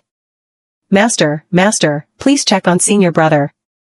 I don't know what kind of sorcery Feng Yueling used, but he's completely unresponsive. Zongrong truly wanted to kill these two insolent pests on the spot. But reason stayed his hand. He turned to Feng Yueling.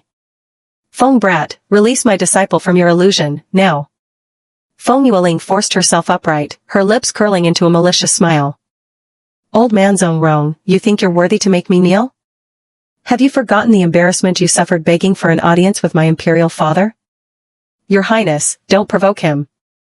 This is the Qingyan sect when Wuheng feared Zhong Rong might actually strike and kill her, so he quickly tried to dissuade her. Feng brat, you're courting death. And with that, he struck at Feng Yueling with his palm. Looks to me like your Qingyan sect is planning to offer a sacrifice to the heavens. At that moment, a world-shattering, devastating pressure struck, forcing old Zhong Rong to his knees, startling Wen Wuheng, and turning Dong Yuan's face deathly pale. Yan Feng, now regaining consciousness, looked at Feng Yueling with a complicated expression. When Feng Yueling raised her eyes, a blinding flame made it hard for her to keep them open. She squinted, and when she finally made out that towering, powerful, space-rending silhouette, an inexplicable sense of familiarity welled up in her. Her heart leapt with joy. Father. But in the next heartbeat, she felt her stomach tighten with nerves.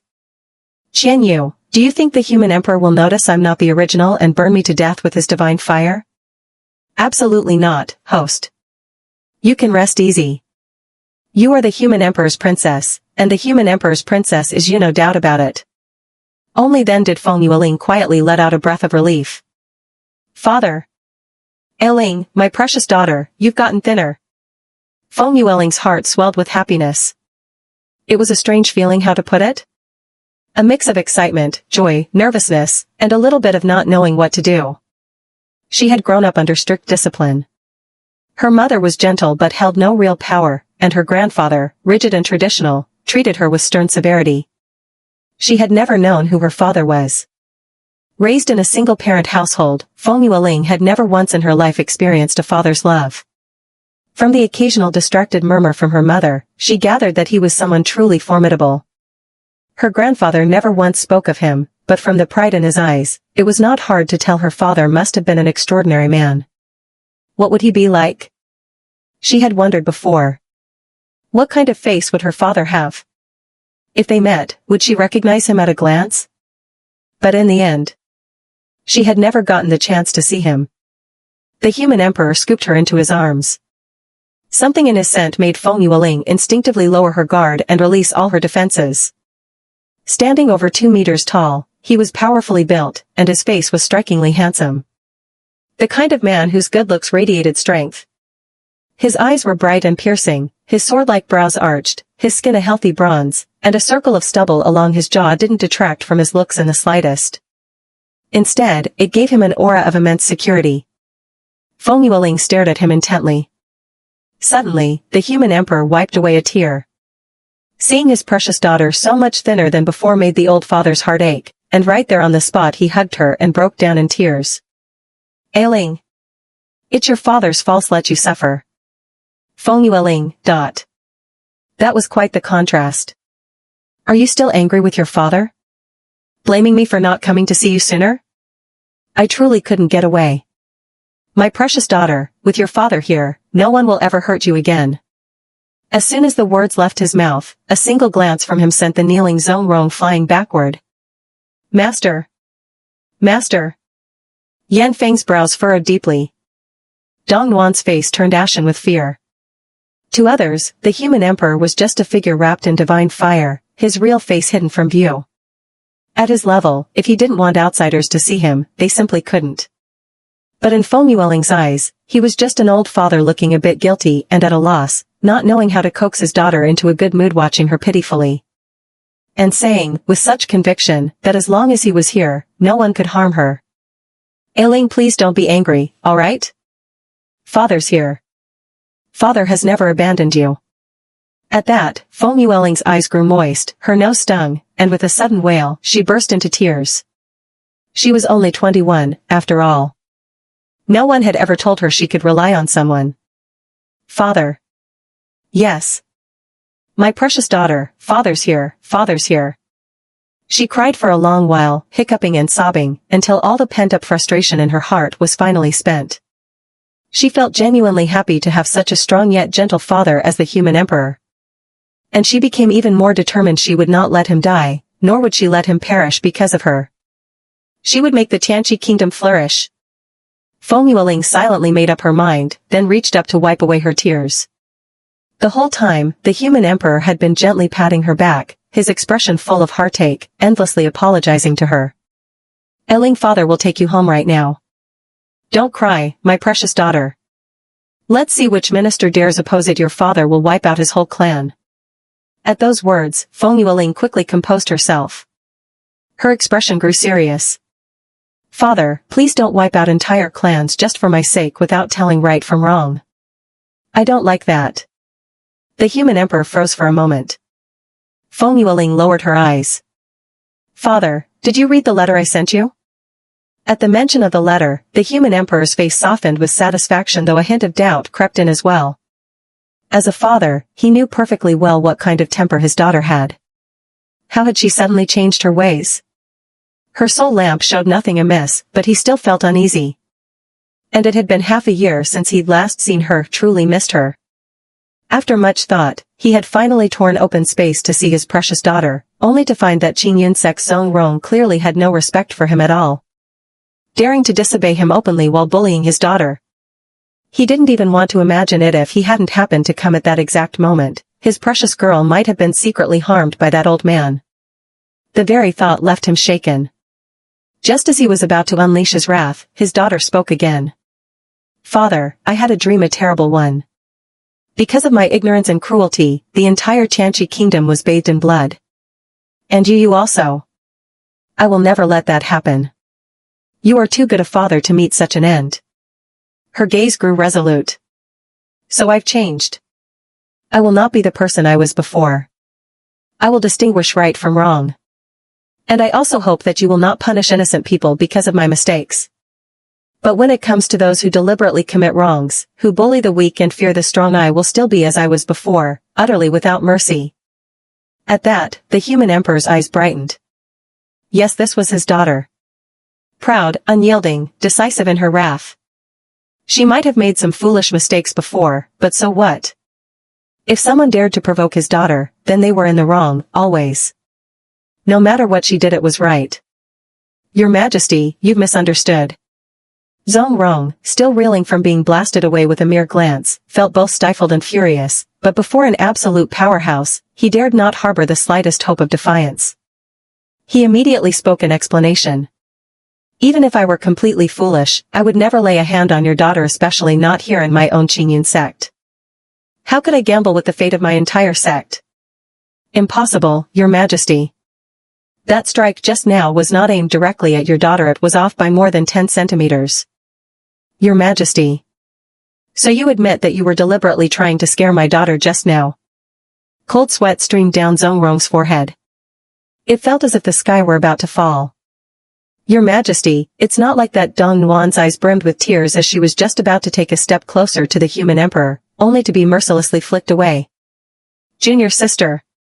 Even though Yan Feng reacted instantly, shielding her from most of the attack, Dong Nuan was still shaken by the human emperor's overwhelming aura until she coughed up blood uncontrollably. The human emperor looked utterly disgusted. Any random thing dares to squeak and yap in front of me. Feng Yueling grinned. Originally, she had worried that as the heroine of the story, Dong Nuan might somehow have an effect on her cheap old man. After all, the heroine's unique scent had a deadly allure to males. And though her father was the human emperor, he was still a man. A very powerful man at that. Plus, ever since Dong Nuan's mother had given birth to her, he had remained celibate, keeping himself chaste for that woman. So if the heroine took the initiative to get close, would something happen? In the original plot, her two cheap older brothers had fallen head over heels for Dong Nuan at first sight and fawned over her until the very end. Just now, when Dong Nuan had approached her cheap father, Feng Yueling had felt a little uneasy. The heroine's halo was not to be underestimated. But now, it seemed her worries were unfounded. Your Majesty, this junior truly didn't mean it just now, it was really an accident. There must be some misunderstanding here. Nuaner, hurry and explain to the human emperor. Zhongrong, seeing his disciple Dong Nuan take the initiative to speak, immediately thought up an excuse. Dong Nuan was furious. It's not that she didn't want to explain. It's that this human emperor was too rude. Without a word, he had just smacked her away. But now, she also understood that if she said nothing, her master might be in serious trouble today. He was still her master after all, so she naturally wouldn't abandon him. Besides, it wasn't even that big of a deal, just a bag of high-grade spirit stones. Was that worth all this? She could return them. So, huddled in Yanfeng's arms, she put on a fearful look and said, "Master, it's all Nuaner's fault for being ignorant. I accidentally took senior sister Feng's spirit stones, which caused this misunderstanding. Your Majesty, please calm your anger. Nuaner didn't mean it, and I'll return the stones to the princess right now." As she spoke, she shakily pulled out the bulging bag of spirit stones from behind her. She was just about to hand it to Feng Yueling when Wen Wuheng snatched it away. "How could you take the princess's things?" Wen Wuheng was fuming. Normally, he had thought this junior sister Dong Yuan was rather cute. Who would have thought that the princess almost faced disaster because this girl had secretly taken her spirit stones? "Senior brother Wen, I really didn't mean it." Dong Yuan tried to say more, but Wen Wuheng couldn't be bothered with her. He tidied his clothes slightly before respectfully stepping before his father-in-law. Wuheng greets the human emperor. The human emperor gave him a dismissive glance. He'd already seen him just now. He had thought this quail would, as usual, play dead, but surprisingly, he had the nerve to come up and greet him. Wen Wuheng then stood by Feng Yueling's side. The human emperor first glanced at his obedient daughter's expression, saw that she wasn't objecting, then looked at him again. With utter disdain. Fortunately, he didn't say anything more. "Your Majesty, now that the spirit stones have been returned and the misunderstanding resolved, it's been a long time since you last saw the princess. You must want to spend some time together, so we won't intrude. Nuaner, her master, and senior brother will take our leave." Dong Yuan was still shaken. Just now, she had instinctively wanted to approach the human emperor. But his brutality had almost killed her. Now, though she still wanted to get closer to him, she didn't dare act rashly. She could only act meek and retreat from this place of trouble. Heh. This Qingyan sect has such filthy hands and dares to call itself the #1 immortal sect? Laughable. What are you, to think you can take the princess's things and believe returning them makes it all right? Another wave of crushing aura slammed down, nearly knocking Dong Yuan unconscious. She spat out a mouthful of blood. Her chest burned with pain. Her face was as pale as paper. "Junior sister." Yan Feng's grip on Qingsong tightened until his knuckles went white. Clearly, he had been holding back for a long time. Zhong Rong, seeing this, hurriedly said, "Your Majesty, it's all this junior's fault for failing to teach his disciple well. Nuaner didn't do it on purpose. Please, Your Majesty, show mercy." Little did he know, if the human emperor hadn't shown mercy, a single glance from him would have turned Dong Yuan into a puddle of blood, instantly vaporized. This was the true power of a Grand Ascension stage powerhouse. With a master like you, no wonder your disciple has such poor character. Already old, yet you pick fights with a junior. With a junior like you, Qingyan sect's reputation is sullied. Your cultivation is truly wasted. Why not let me, in place of an old friend, abolish it for you today? Your Majesty. Father, don't. Even a nascent soul early stage like Zhong Rong was nothing before the human emperor. Yan Feng even drew Qingsong. Your Majesty, this happened because of me. If I had stopped junior sister earlier, none of this would have occurred. I will apologize to your Majesty in my master's place. Draw your sword to apologize? You are quite bold for a junior. Your Majesty, my master's cultivation is the work of a lifetime. How can it simply be abolished? Humph. Buzz. The human emperor merely lifted his hand slightly. The feared Qingsong sword let out a sorrowful wail, while Yan Feng's throat went tight, spat out a mouthful of blood and collapsed to his knees. Senior brother. Fenger. Ignorant brattery, far too arrogant. Keeping your cultivation is just as much a waste. I'll abolish yours together with your masters.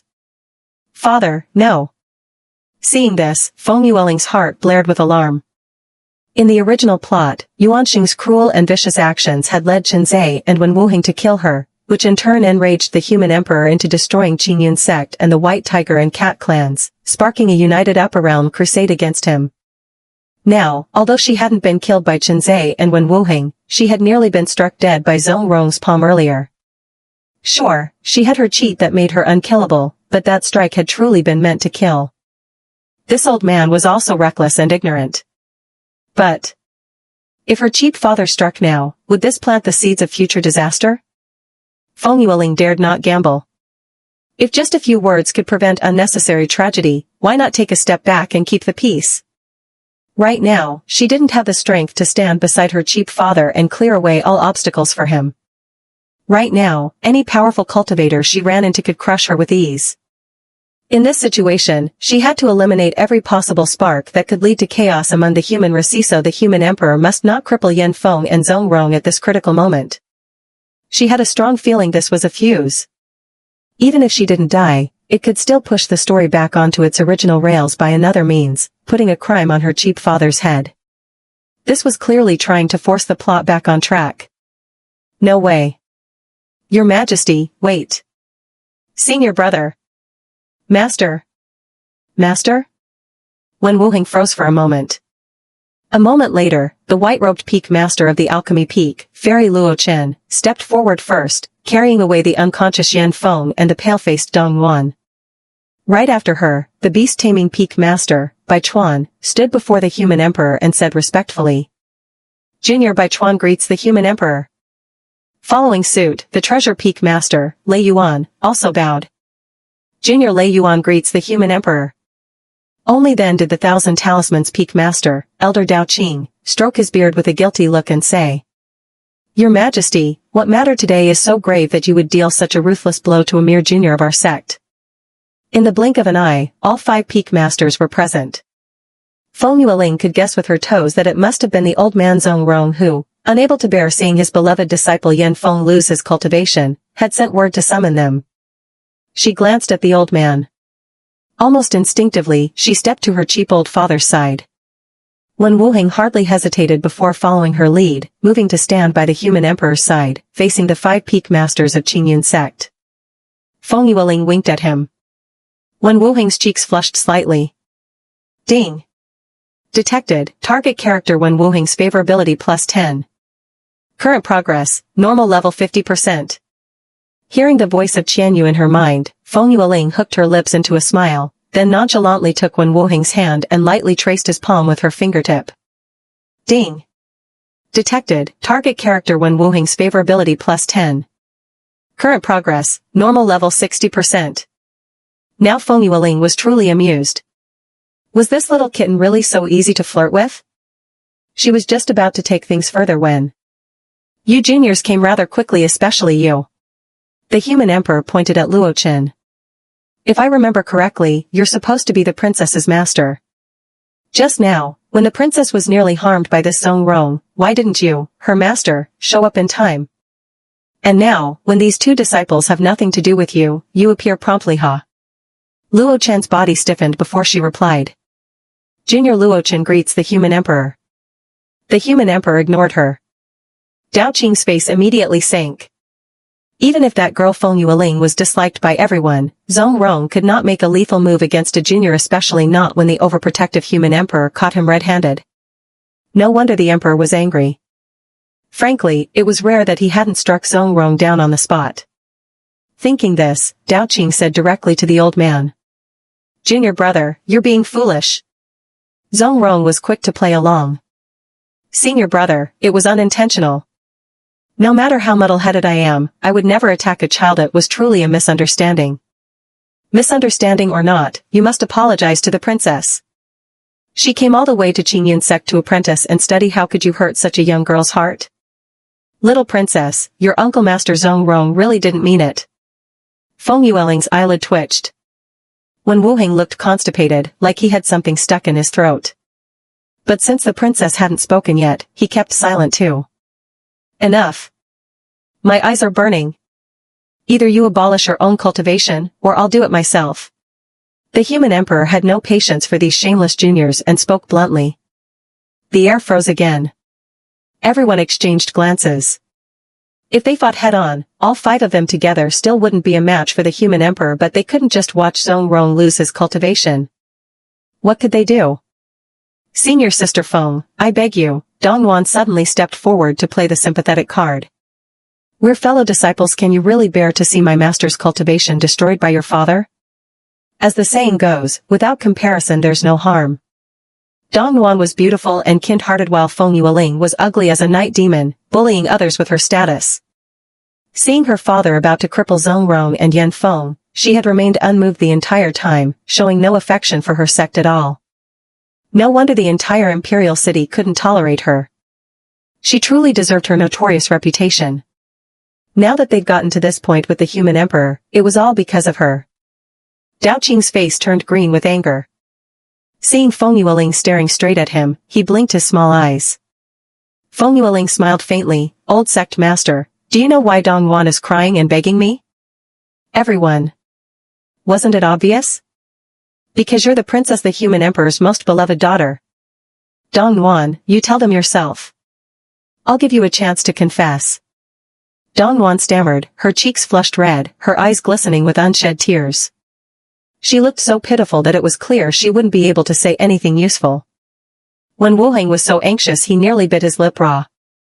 Master, sect master, martial uncle Sit was junior sister Dongwon who stole the princess's high-grade spirit stones. The princess was upset and fought with senior brother Yen.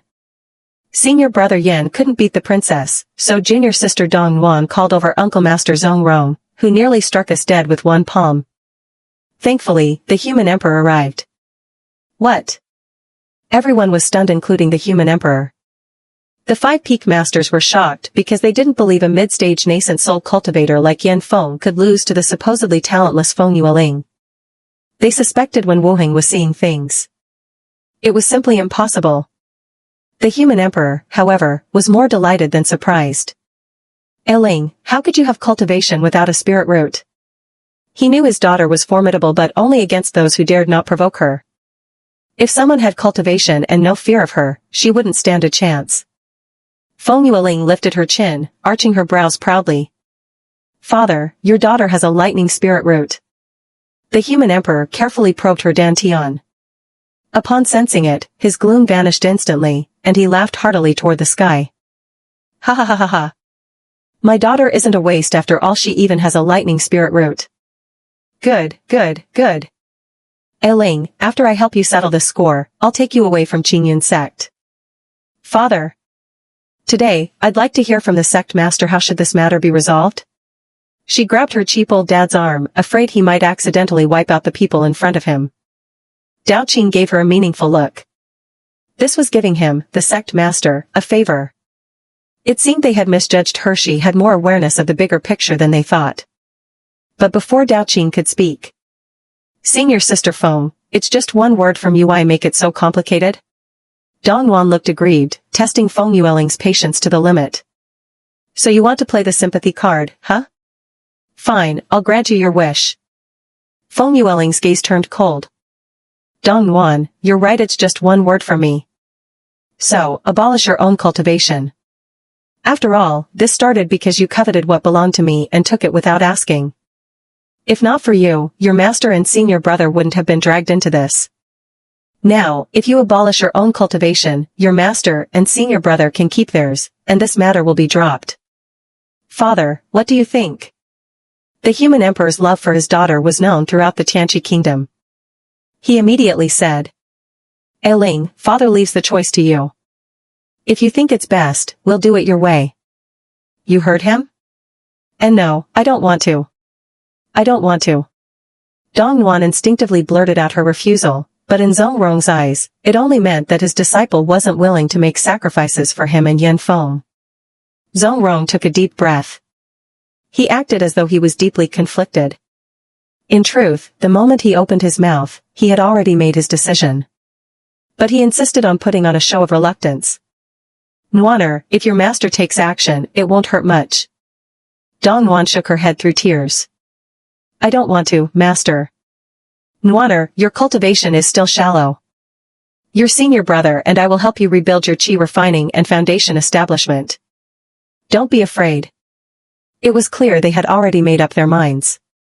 Feng Yueling had originally intended to let Daoqing handle it, as a way of currying some favor. At least then there would be someone in the Qingyun sect who saw things clearly.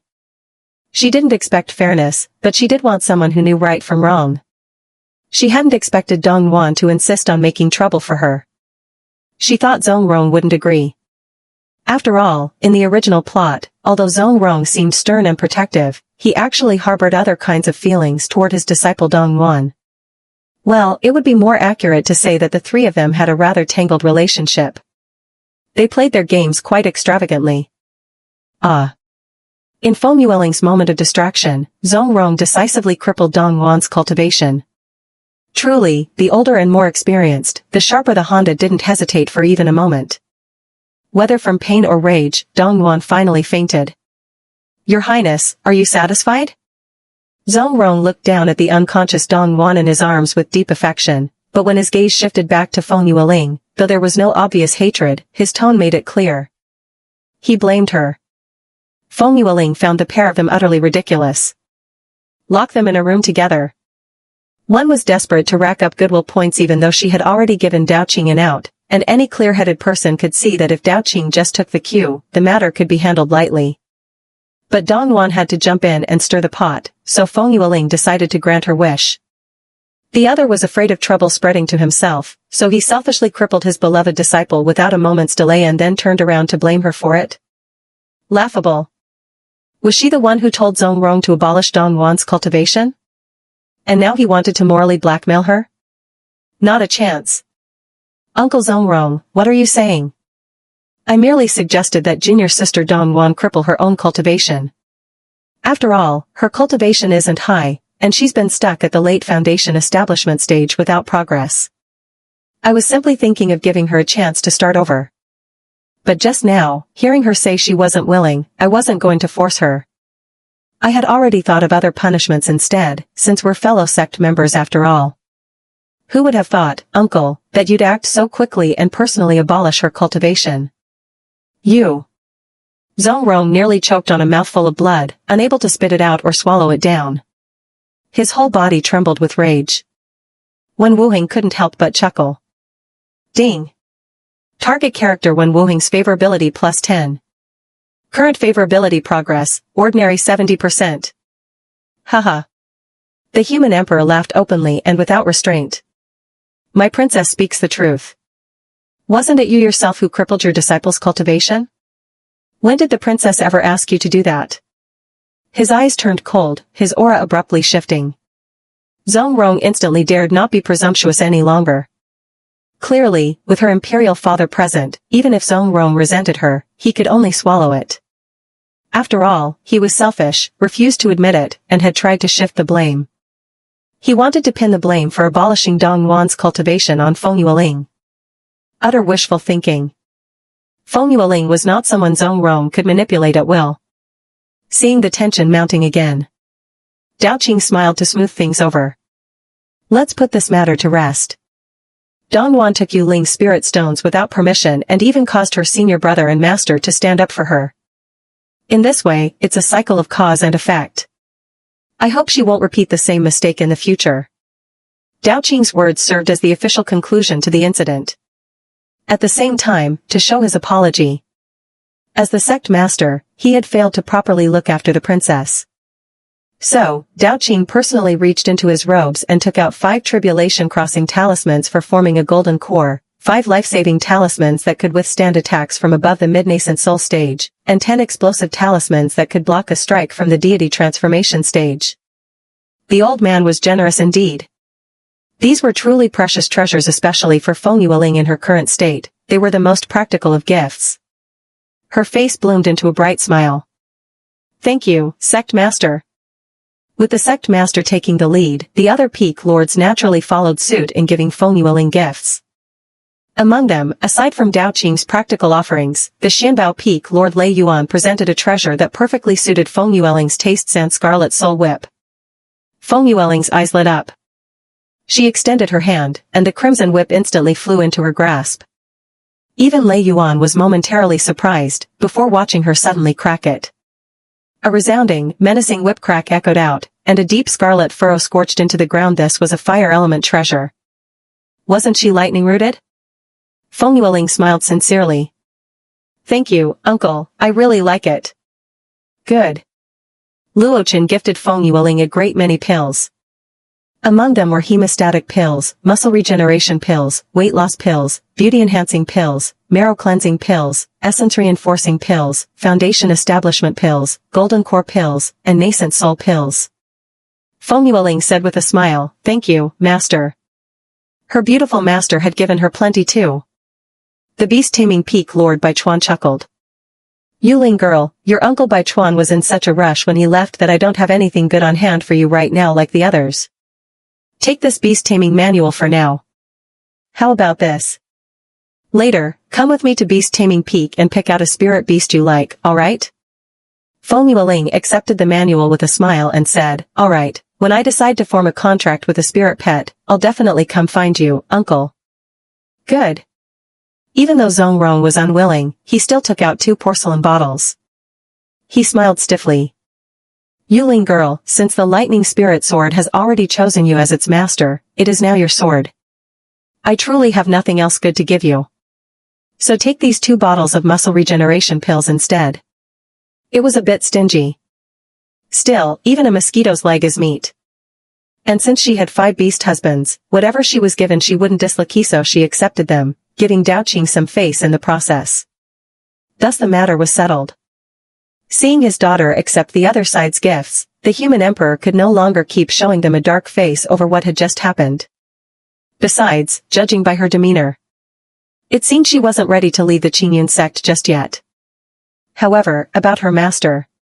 Before, when his daughter had no cultivation, it didn't matter who her master was. This trip to the Qingyun sect could just be treated as a way to cultivate herself and enjoy a change of scenery. Things were different now. His daughter had a spiritual root, and even some cultivation. That meant he absolutely could not just casually find her a master like before. Thinking of this, the human emperor rubbed his fingers together twice. His sword-straight brows furrowed tightly. Suddenly, as if recalling something, the corners of his lips curved into an exceptionally sharp arc. He had already decided on a candidate. Boom. At the same time, atop snow-treading peak of the azure cloud sect, a place where snow piled like mountains year-round, the tallest snow-covered summit suddenly collapsed with a roar. On the far side of the peak, a man of cold, divine beauty like a deity descended from the heavens, slowly opened his eyes. Looking at the collapsed mountain before him, his handsome brows knit slightly. With long, distinct fingers, he made a casual calculation, as if divining something. His thin lips, tightly pressed together, did not relax for a long while. Cold aura poured off him in waves. Looking more closely, one would see that beneath the white-clad man was a tail covered in silver-white dragon scales, now soaking in a lake of vivid blue. Because his master's heart was not calm, that dragon tail sent ripples across the lake's surface, the sunlight refracting into layers of transparent halos so beautiful it made the heart tremble. Having settled on a candidate, the human emperor's mood quickly returned to normal. But privately, he still wanted to personally teach his precious daughter himself, except he truly could not spare the time. Even this trip to visit her had been made without first arranging state affairs back in the Imperial City. His 2 sons were no help and only caused him worry. He shouldn't linger here too long, yet he still couldn't feel at ease about his daughter, especially since such a big incident had happened, and the other beast husbands by her side? They had actually left only the weakest one to guard the Imperial Princess? Such negligence toward his daughter? It seemed that his precious girl's usual beatings and scoldings toward them were already showing great mercy. Princess, is this for me? When Wu Heng, already feeling his scalp go numb under the human emperor's gaze and unsure what to do, suddenly saw Feng Yueling smiling as she shoved a bottle of blood-stopping pills, a bottle of essence-stabilizing pills, a bottle of core-forming pills, as well as a life-saving talisman and an explosive talisman capable of blocking a strike from a nascent soul expert all into his hands. She had just gotten these, and was giving them all to him? You're my husband. If I have good things, of course I should give them to you first. 5th senior brother, you have to form your golden core quickly. Ding. Detected target when Wu Heng's favorability plus 20. Current favorability progress, normal 90%. Please continue to maintain. Hearing Chen Yue's announcement, Feng Yueling's smile grew even sweeter. No, princess, Wu Heng can't accept these. The human emperor shot him a sidelong glance. Feng Yueling's face grew serious. 5th senior brother, if I give you something, you just take it. Whatever I have, all of you will have too, so you only need to stay by my side. Understand, 5th senior brother? When Wu Heng looked deeply moved. Princess, Wu Heng will definitely work hard to improve his cultivation. Very good. Ahem. The human emperor cleared his throat twice. Father, you'll have some too. Though he felt a twinge of jealousy, the human emperor still hurried to smile and say, "Yueling, such things are useless to your father. You should keep them for yourself." Feng Yueling thought about it and found that was true. Right now, the things she could offer weren't much, but that wouldn't be the case later. She looked at her cheap old dad with a serious face. "Father, in the future, I'll give you a treasure worthy of you." The human emperor was coaxed into laughing heartily again. So as not to dampen his daughter's mood, he immediately agreed. Good father will wait for the treasure from my precious girl." The father and daughter's harmony truly made others envious. But they couldn't just stand here like statues forever. So, Elder Daoqing stroked his beard and spoke again, "Your Majesty, it will soon be the day of our Azure Cloud Sex newcomer competition. At that time, Yueling will be on the stage to spar with her fellow disciples. Why not honor us by staying to watch her progress with us juniors?" Daoqing was clearly trying to curry favor. Since the emperor was already here, he might as well stay a bit longer for peace of mind when returning. However, the human emperor's time was limited. Otherwise, he really would have liked to stay and see how far his daughter's cultivation had come. No, this emperor still has other matters. You all go about your business. It was a dismissal. The other peak masters all secretly exhaled in relief. They knew well that inviting a god was easy, but sending one away was hard, especially a doting daughter-obsessed emperor like this. If anything were to happen during the competition, wouldn't the blame fall on their Azure Cloud sect? This great Buddha was truly difficult to serve. Thinking about it, perhaps it was no wonder Luo Chen had always kept his distance from the Imperial Princess before. The few of them all cast a silent glance at Luo Chen. Feeling their stares, Luo Chen gave an awkward smile. Once the peak masters had left, the human emperor looked at Wen Wuheng and asked, "Why are you the only one here? Where are the others? Why are they not by the princess's side to protect her?" "Your Majesty, the senior brothers are all in closed-door cultivation." "Cultivation? Is that more important than the princess's safety? Have you forgotten your purpose here?" Wen Wuheng's legs almost gave out in fright. Feng Yueling hurriedly helped him up. "Fifth senior brother, father is just joking with you. Don't be afraid." "Isn't that right, father?" She winked at her cheap old dad. The human emperor could only nod helplessly. Wen Wuheng wiped the sweat from his forehead. "Your Majesty, the senior brothers truly are in seclusion. None of us knew such a thing would happen to the princess. If we had known, they would never have gone into seclusion." He spoke earnestly, but the human emperor had no interest in listening to his rambling. "Take me to see them, father." At the moment, aside from Chenze and Nangong Jing, the other husbands Mo Xian and Arthur still wished they could flay her alive. She hadn't even met with Arthur yet. She had no idea what this gloomy second senior brother's actual attitude toward her would be. How could she let them meet her cheap old dad at a time like this? Feng Yueling quickly blocked him, and Wen Wuheng's face went pale as well. They both knew very well, given the Imperial Princess's past brutality, still fresh in everyone's memory, that if the human emperor made trouble for her senior brothers now, they might suffer because of it.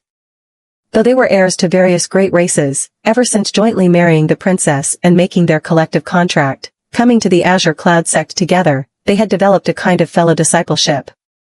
"Father, the senior brothers are all still in seclusion. If we disturb them and they suffer a deviation in cultivation, what will we do then?" Feng Yueling kept her tone calm, trying to appear flawless. But the calmer she acted, the more the human emperor suspected his daughter must be under the thumb of those useless boys. After all, her totem was still with them. Not one of them was worthy of her. They weren't just unfit for her eyes, they'd even let her lose so much weight. If he hadn't decided to come check on her today, who knew what might have happened? Gone from the Imperial City only half a year, and these boys were already trying to turn the sky upside down. Ignoring his daughter, letting her defend them like this. Each and every one of them was begging for discipline. It turned out that no matter how persuasive Feng Yueling could be, once the human emperor made up his mind, no one could easily change it. He still strode directly to Chenze's cave residence. Among the group, Chenze was the calmest and most meticulous in thought. Almost at the very moment the human emperor, Feng Yueling, and Wen Wuheng arrived in front of his cave, Chenze came out to greet them. He bowed respectfully, saying, "Chenze greets the human emperor, greets the Imperial Princess." His etiquette was flawless, with nothing to criticize. But before he could say more, the human emperor stomped his foot, and in an instant the two of them vanished from Feng Yueling and Wen Wuheng's sight. This was the divine domain. The human emperor had isolated them. He was clearly planning to give Chenzai a good lesson. What kind of guard abandons his master's safety to go cultivate in his own cave? Wasn't this turning the world upside down? The human emperor was angry. Both Feng Yueling and Wen Wuheng could see it. But at this moment, no matter how anxious they were, it was useless. Imperial Princess, do you think the human emperor will? He won't. Feng Yueling cut him off immediately. That cheap father of hers might be fiercely protective of his own, but he would never kill Chenzai without cause. If he had wanted to kill someone, even the 5 peak lords just now wouldn't have been able to stop him. That cheap father simply wanted Chenzai and the others to understand their duties. The human emperor's unmatched prestige, and the reason even the upper realm respected him, came not only from his terrifying personal strength, but also from the endless power of faith he commanded the devotion of countless common people.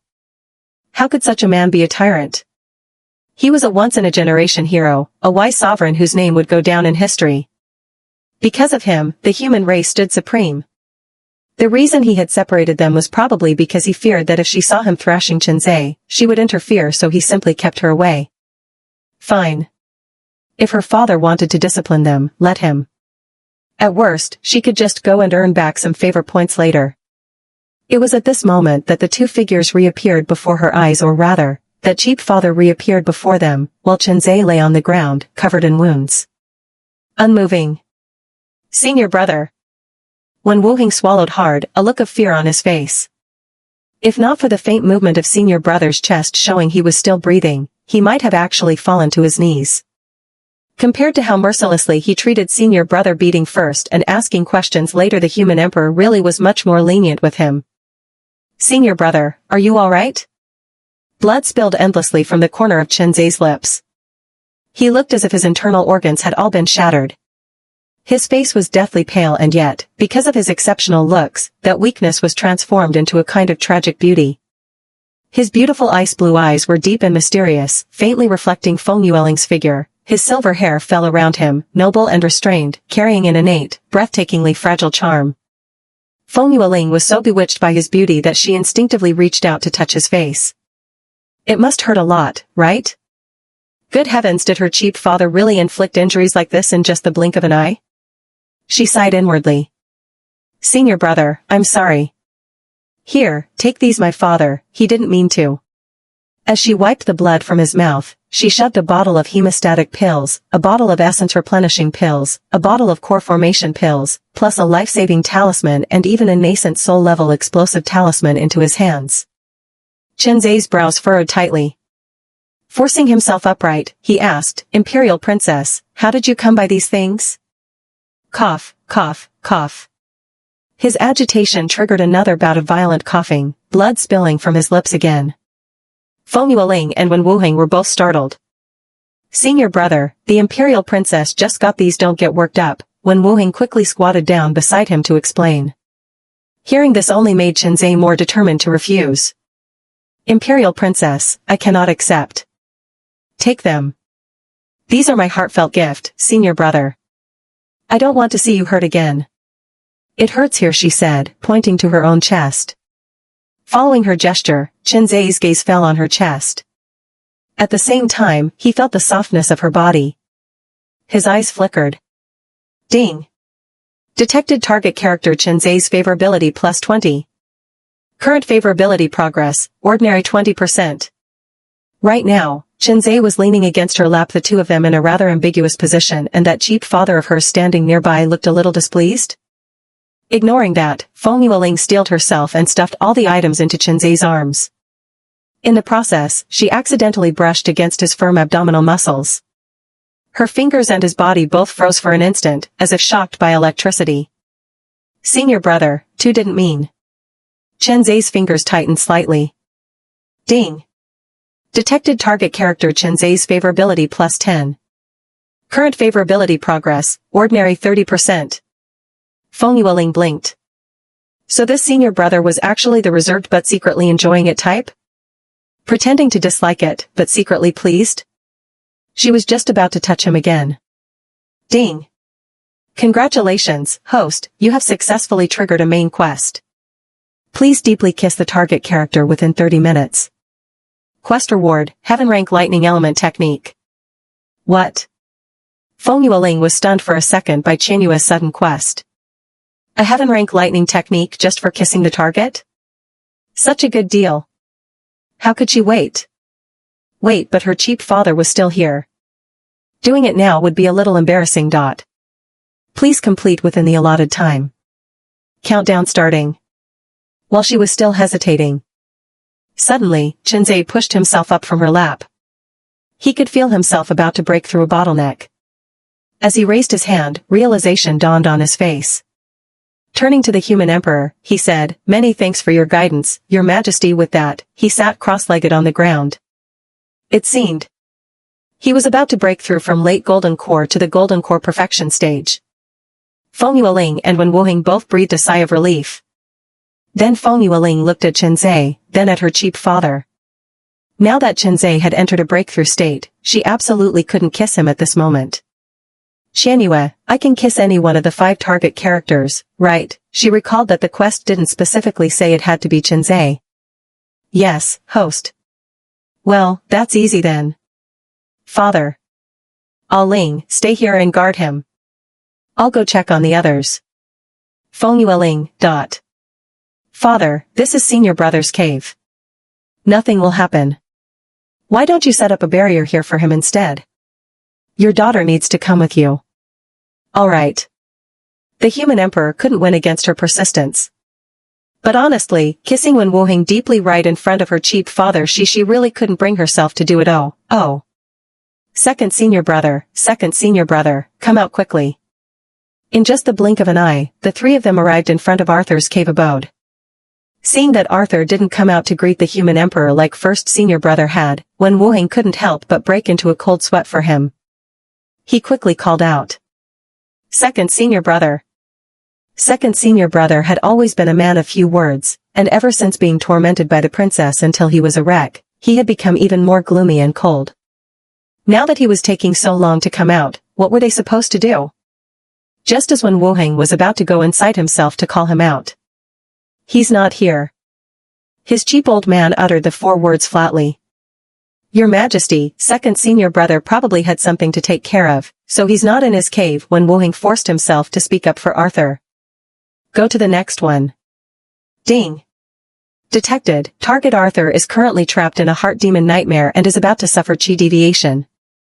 At best, his cultivation will be crippled, at worst, his meridians will shatter and he'll be left half paralyzed.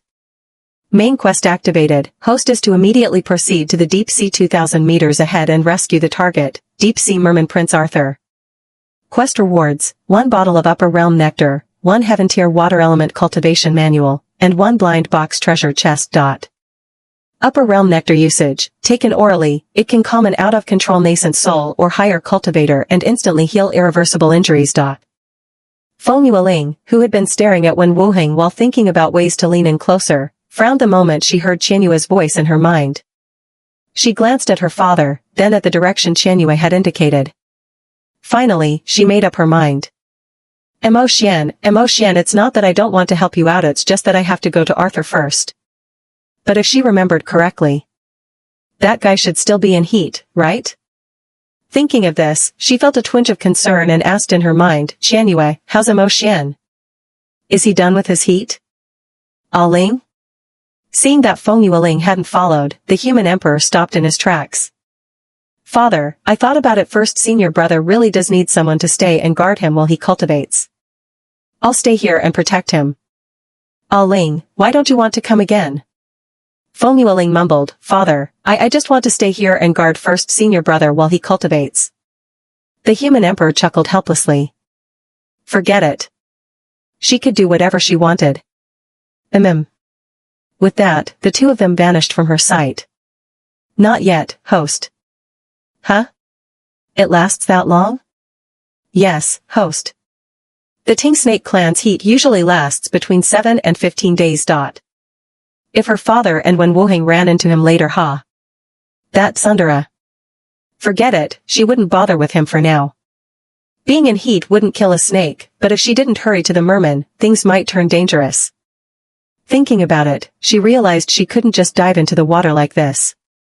She first took out a beauty skin pill from her pack and swallowed it. Since she didn't have any water, she took it dry. Luckily, it melted instantly on her tongue, cool and refreshing, and it tasted pretty good. At the same time, her skin felt a wave of coolness. Only then did she lift her skirt to take a look at her legs and belly. Good. Although she was still fat, the ugly stretch marks crisscrossing her skin were gone. Her skin was now fair and smooth. Now she could go into the water without worry. She immediately summoned the thunder god and climbed on. Following Qianyue's directions, Feng Yueling soon arrived at a secluded, deep lake. Mist curled in the air, mountains ringed the area, and thick-trunked trees blocked out the sky. It was already night. The polar light spread across the heavens, cloaking this little pocket of the world in a strange glow. At first glance, it felt like she had stepped into a forbidden zone of the underworld, gloomy and eerie. The lake water, however, was crystal clear and a deep blue. Host, he's down there. All right. Thanks to the water-repelling pearl, entering the water was no different from walking on land. She could breathe freely. Since she could swim, she quickly dove down to the lake bed. But even after searching several spots, she still didn't see Arthur. She kept asking Qianyue in her head, "Are you sure it's here? Why can't I see him yet?" Host, go a bit further ahead. All right. Feng Yueling swam forward again. Suddenly, she froze. So beautiful. In front of her, a man with long, sapphire blue hair seemed to meld into the lake itself, yet his beauty made her forget to breathe as though time had stopped. She could only faintly hear the thump of her own heartbeat. His skin was as smooth and lustrous as pearl, with a soft glow. His body was tall and lean, his upper torso sculpted in graceful lines, the well-defined muscles faintly visible. If not for the horrifying scars branded across him, his physique would have been the picture of strength and beauty. Pure, undiluted masculinity. Ashami was like a perfect jade marred by a stain, stirring a strange pang of pity in her. Especially that tail, once the most dazzling part of him. Its layered scale shimmered from pale blue to deep blue, a breathtaking gradient if you ignored the fact that half of the tail fin had been cut off. Paired with that face flawless enough to be a model's rendering, this husband of hers could easily be called the most beautiful merman in the sea, bar none. Though his eyes were closed. And his face twisted in pain. His beauty was undiminished. His brow ridge was high, his lashes long as butterfly wings, casting faint shadows beneath his eyelids. Too beautiful to be real. Feng Yueling had always been a sucker for good looks. Earlier, seeing Qinzhe coughing up blood and broken fragility had already stirred her sympathy. Now, looking at Arthur tormented into such a state, she let out a deep sigh. Such a fine-looking man, and yet tortured into this. Still, his hatred toward her was only at 99% and hadn't tipped into outright blackening. His self-control was impressive. "Qianyue, what should I do?"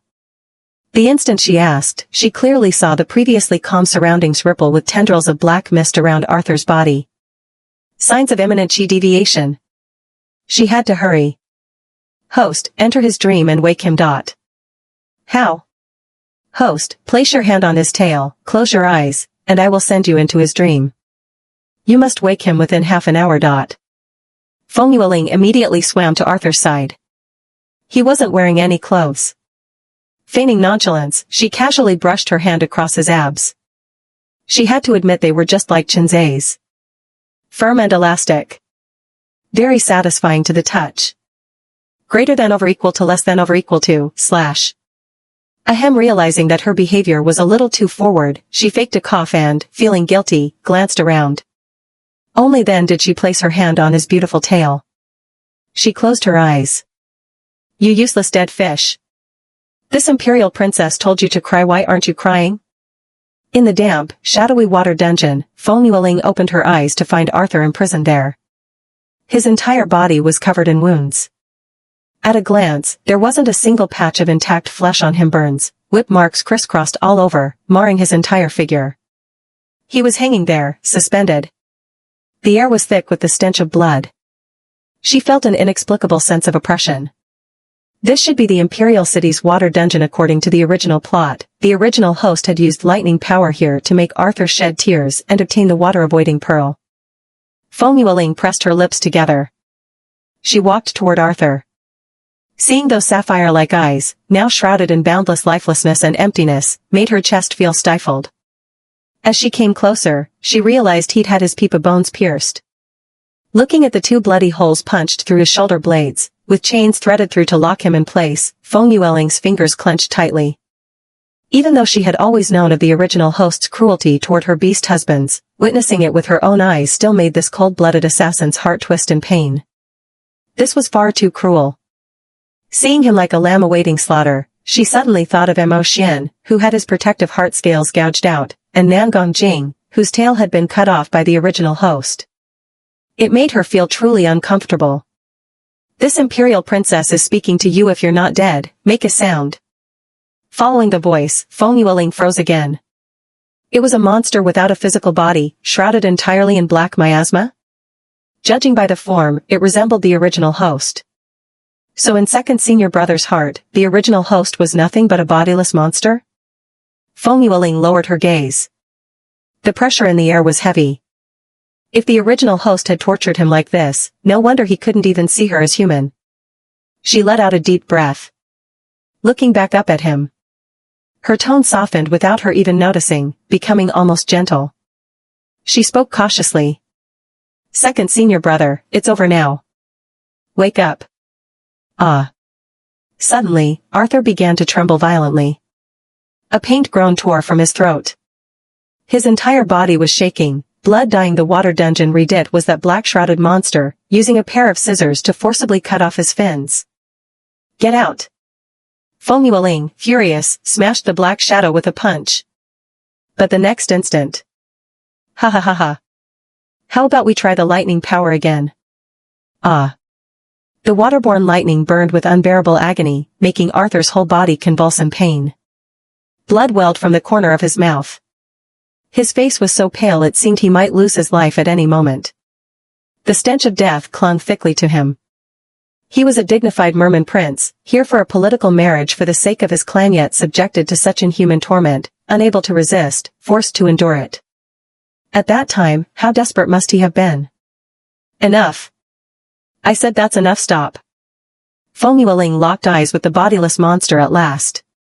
As the black haze dispersed, the figure truly was the original host, staring at her with venom.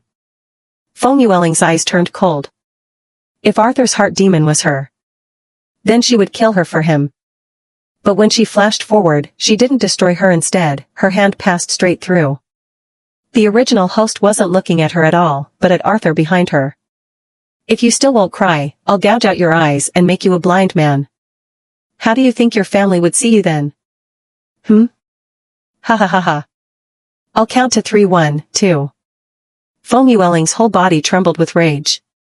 How could the original host be this vicious? She saw with her own eyes as her second senior brother, with a heart already dead, shed blood-red tears. So this was how the water-avoiding pearl's crimson hue came to be. She watched as the pearl that should have landed in the original host's palm. And saw her smile in triumph. See? If you'd cried earlier, we'd be done. Worthless beast, wasting this Imperial Princess's time. Now, you can get lost. Feng Yueling closed her eyes briefly. She felt something suddenly fall into her hand. Turning, she saw. There was no trace of the original host. Looking at the pearl in her palm. Her gaze sharpened. The water-avoiding pearl? She didn't want it. Host, this is a past event. It has nothing to do with you. Please focus on waking up the target, Arthur. Feng Yueling froze. Because Arthur's hand was clamped tightly around her neck. His sapphire eyes were now filled with endless blood-red light, his entire body exuding dense black miasma. His fingers were stained with blood. Her eyes flicked to his other hand. 10 fingernails had been ripped out entirely. Her chest ached sharply. The people before her all had flesh and blood: her nominal father, Shura, her beast husbands, and this man before her. Second senior brother. You still dare call me that, Your Highness the Imperial Princess? How's my water-avoiding pearl serving you well?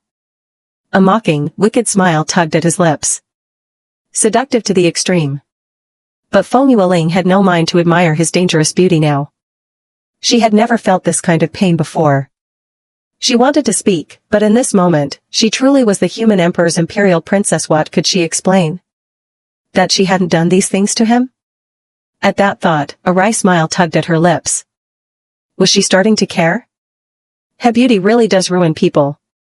After a long, heavy silence in her chest, she lifted her gaze again, all calm composure restored. The past was beyond her reach. She could neither take part nor change it. What was done was done. Words were useless. Feng Yueling grasped Arthur's hand and said coldly, with complete disdain.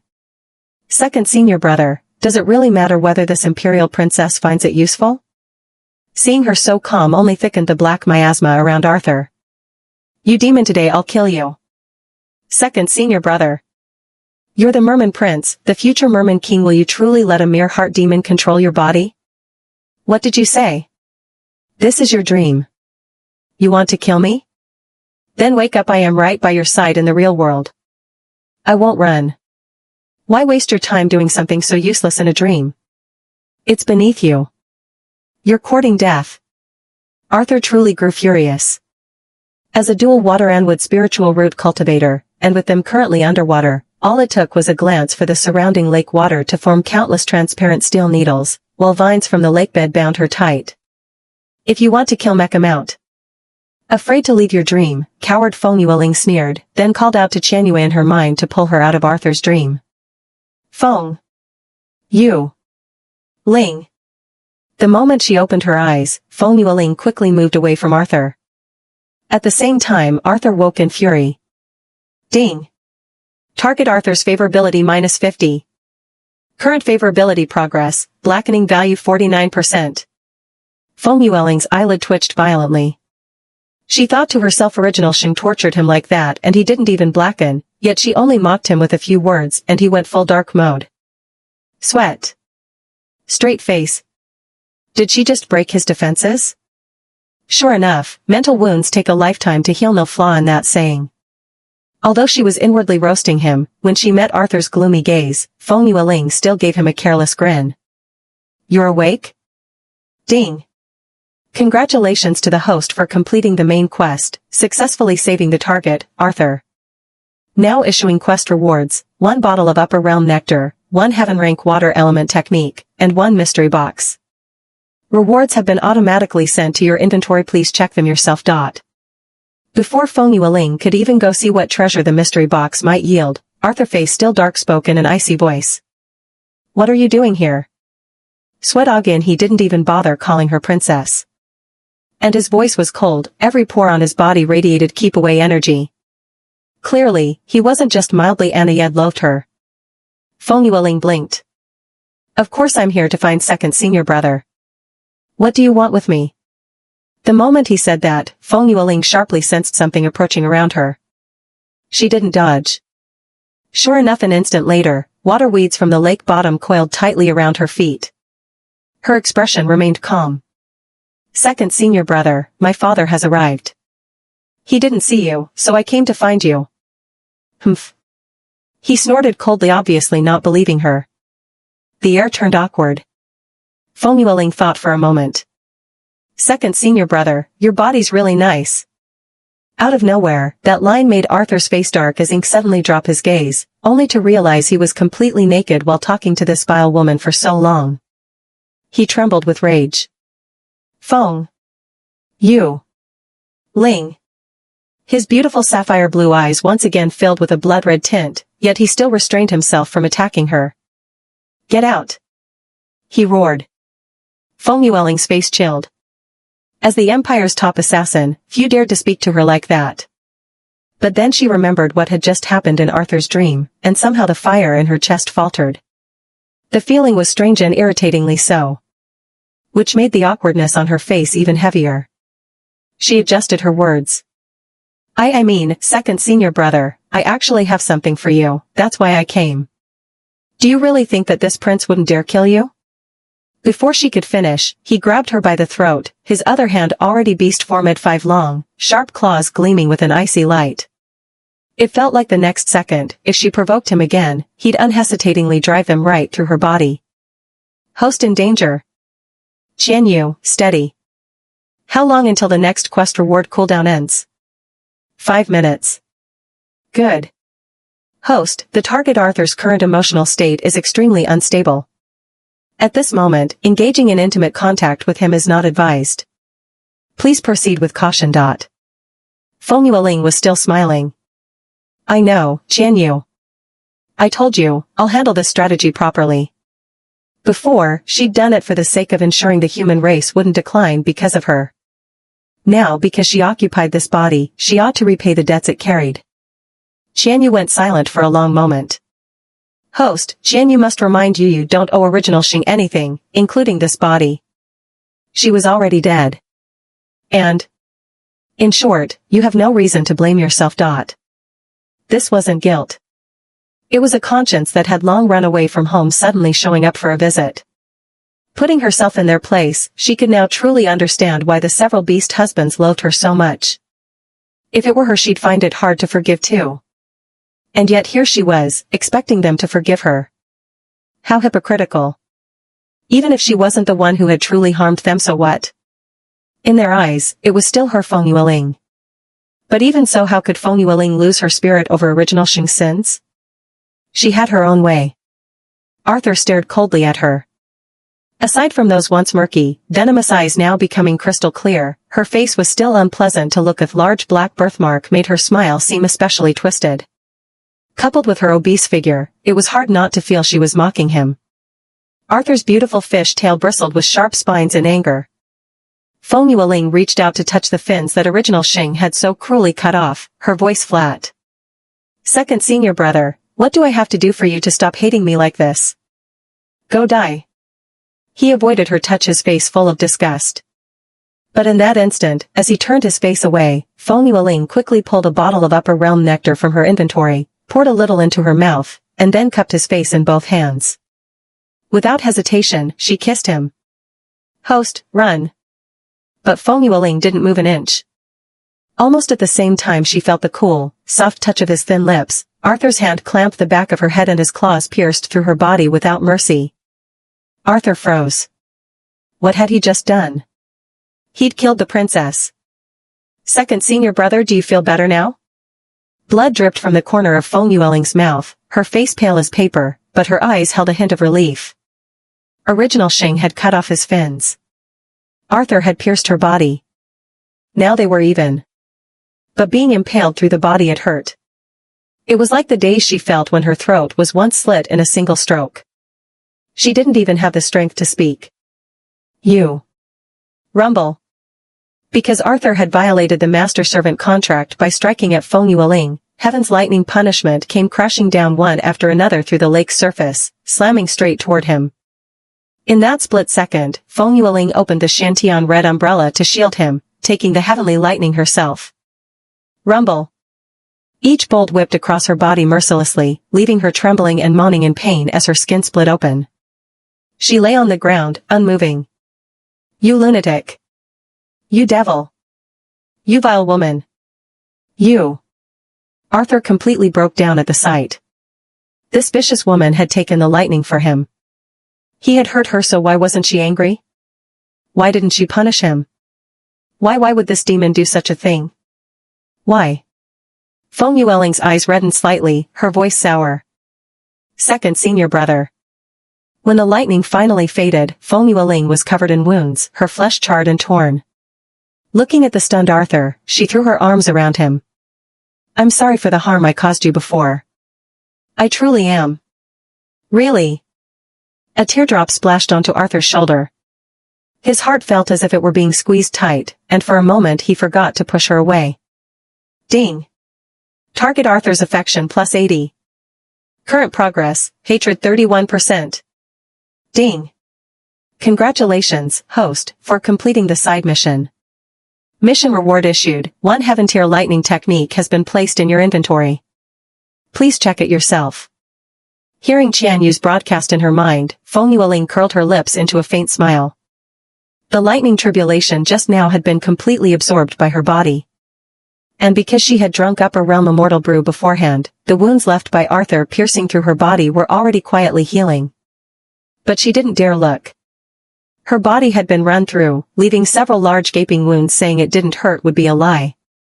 She could also feel her cultivation on the verge of breaking through again. As expected, lightning tribulation was a great thing for improving her cultivation. But even so, she didn't immediately break through. Instead, she looked at Arthur with a sorrowful expression. "Second senior brother, do you still blame me?" She admitted she was shameless. She took advantage of someone when they were vulnerable. But if not for the Upper Realm Immortal Brew from the system shop, Arthur's claw strike earlier would have killed her without question. So how could she suffer such a fatal injury for nothing? It really hurt. She could barely breathe. Without her cheat, she really would have died completely, utterly dead. But without cheats, how would Feng Yueling ever dare do such a thing? Apparently, her actions had scared not only Arthur, but Qianyu as well. Qianyu had been repeatedly warning her in her mind. At that time, she didn't know if it was because of the pain or what, but she had actually muted Qianyu's voice. "Qianyu? Host, Qianyu is still here. You are the host Qianyu chose to bind with. You should trust Qianyu. Please don't do something like that again. You have already successfully captured the favor of several targets and leveled up. Qianyu now has enough energy to give you cheats. You don't need to risk your life." Qianyu. For some reason, she was truly touched. "From the moment Qianyu bound with you, host, we have been on the same side. I understand. I won't do it again." "Good." Feng Yueling smiled faintly. Then she gathered her thoughts. If she didn't use this chance to raise favorability, when would she? Arthur's eyes flickered with a trace of struggle. Feng Yueling gave a self-deprecating smile. "I see. Even if I die, second senior brother will never forgive me. My death is of no consequence." "Don't say that." He had never wanted her to die, truly. Just now, he had only lost control for a moment. He thought she would dodge. "Second senior brother, did you know I came here today just to give you this?" As she spoke, she took a heaven-tier water technique from her inventory and handed it to Arthur. Then, coughing weakly, she conveniently collapsed into his arms. "Your Highness, are you all right?" Arthur felt that the heaven-tier water technique in his hands was strangely hot. How could the princess, a supposed useless good-for-nothing, have a heaven-tier technique, much less water element?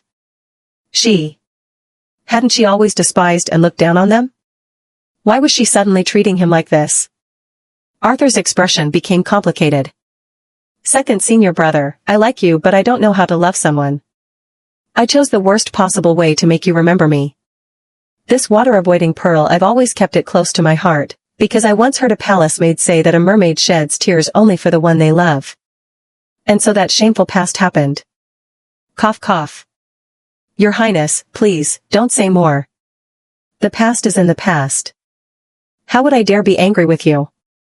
Feng Yueling was a bit puzzled. What was going on? She had gone this far, yet his favorability still hadn't increased. Suddenly, she remembered. After absorbing lightning power, her body could heal itself automatically. Her expression instantly turned a bit awkward. When she looked up again, Arthur was staring at her intently. "When did your Highness acquire cultivation?" His tone no longer carried the worry from earlier, only coldness. Feng Yueling felt guilty, but didn't get up from his arms. Instead, she deflected the question, "Second senior brother, haven't you noticed changes in your own body?" Arthur glanced at himself and his breath caught.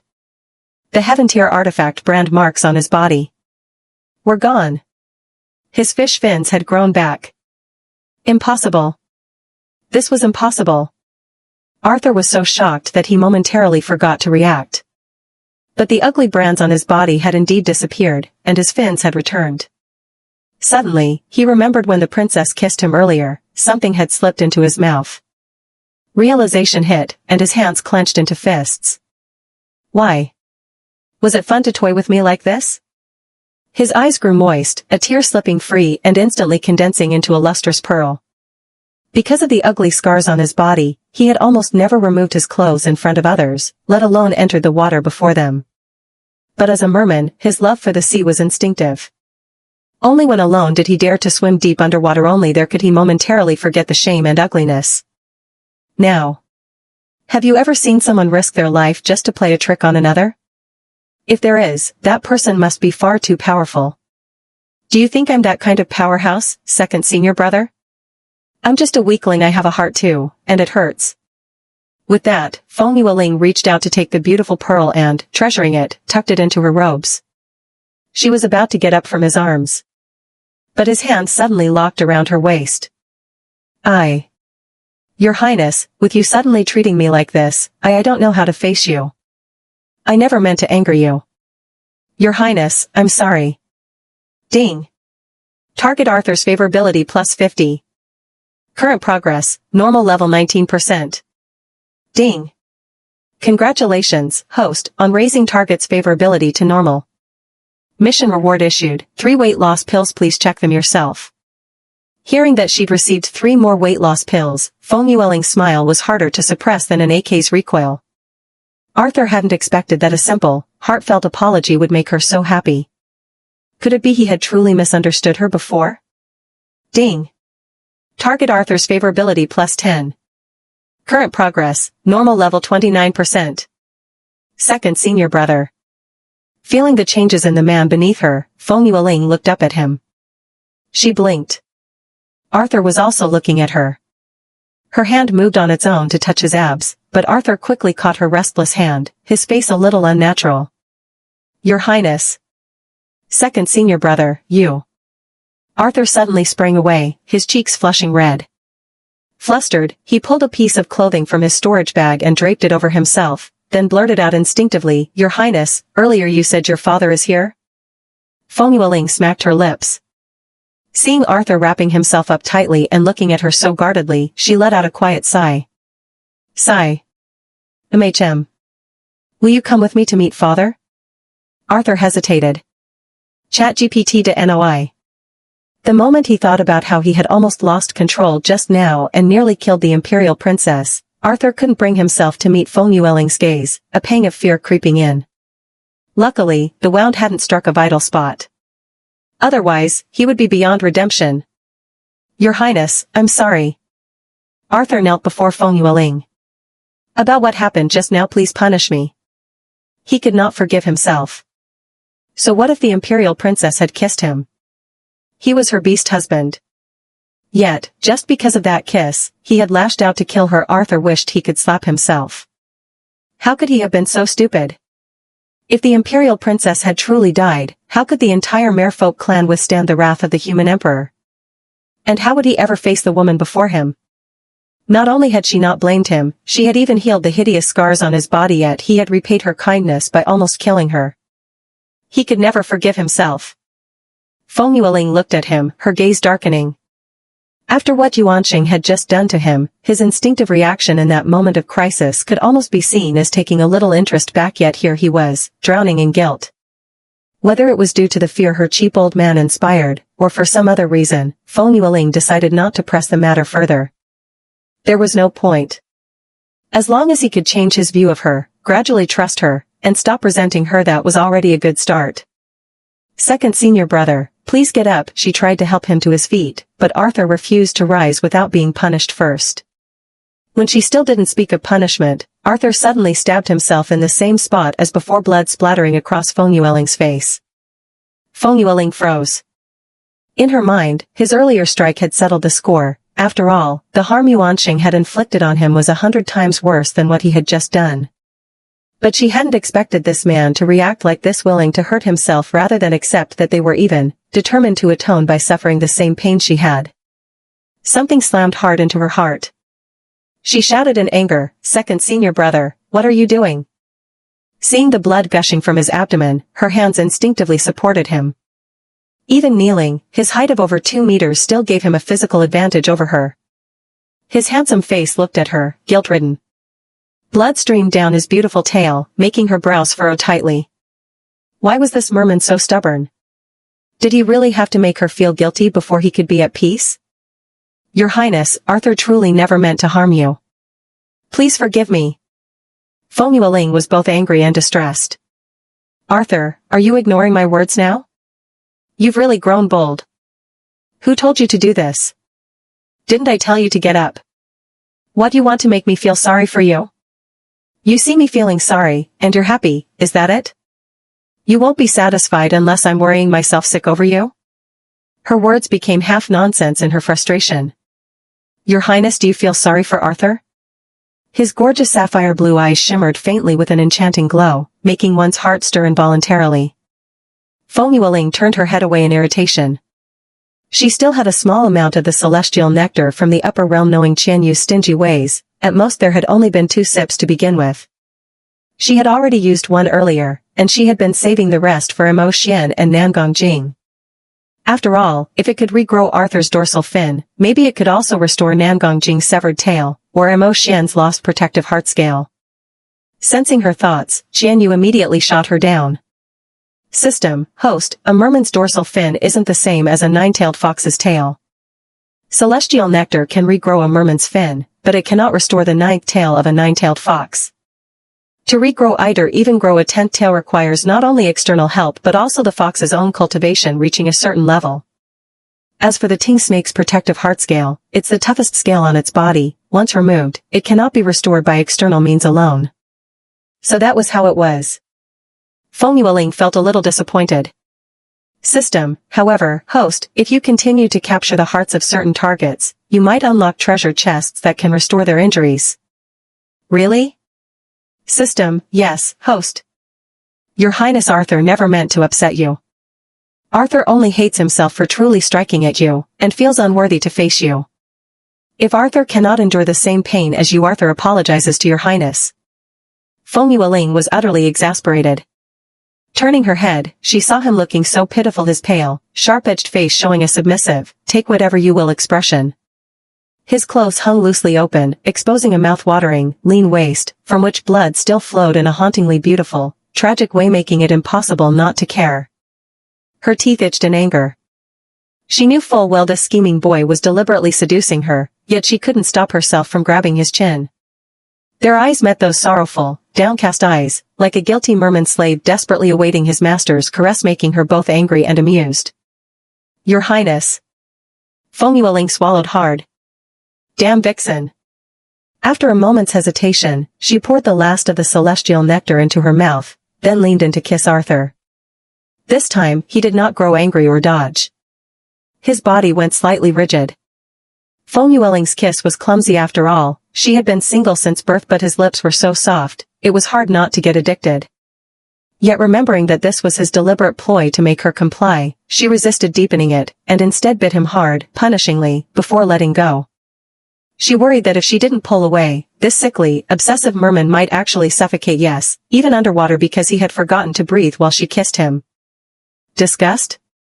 No more hurting yourself. I have so few good things, I don't even use them on myself, and I used them all on you. She was furious. Truly. System, ding.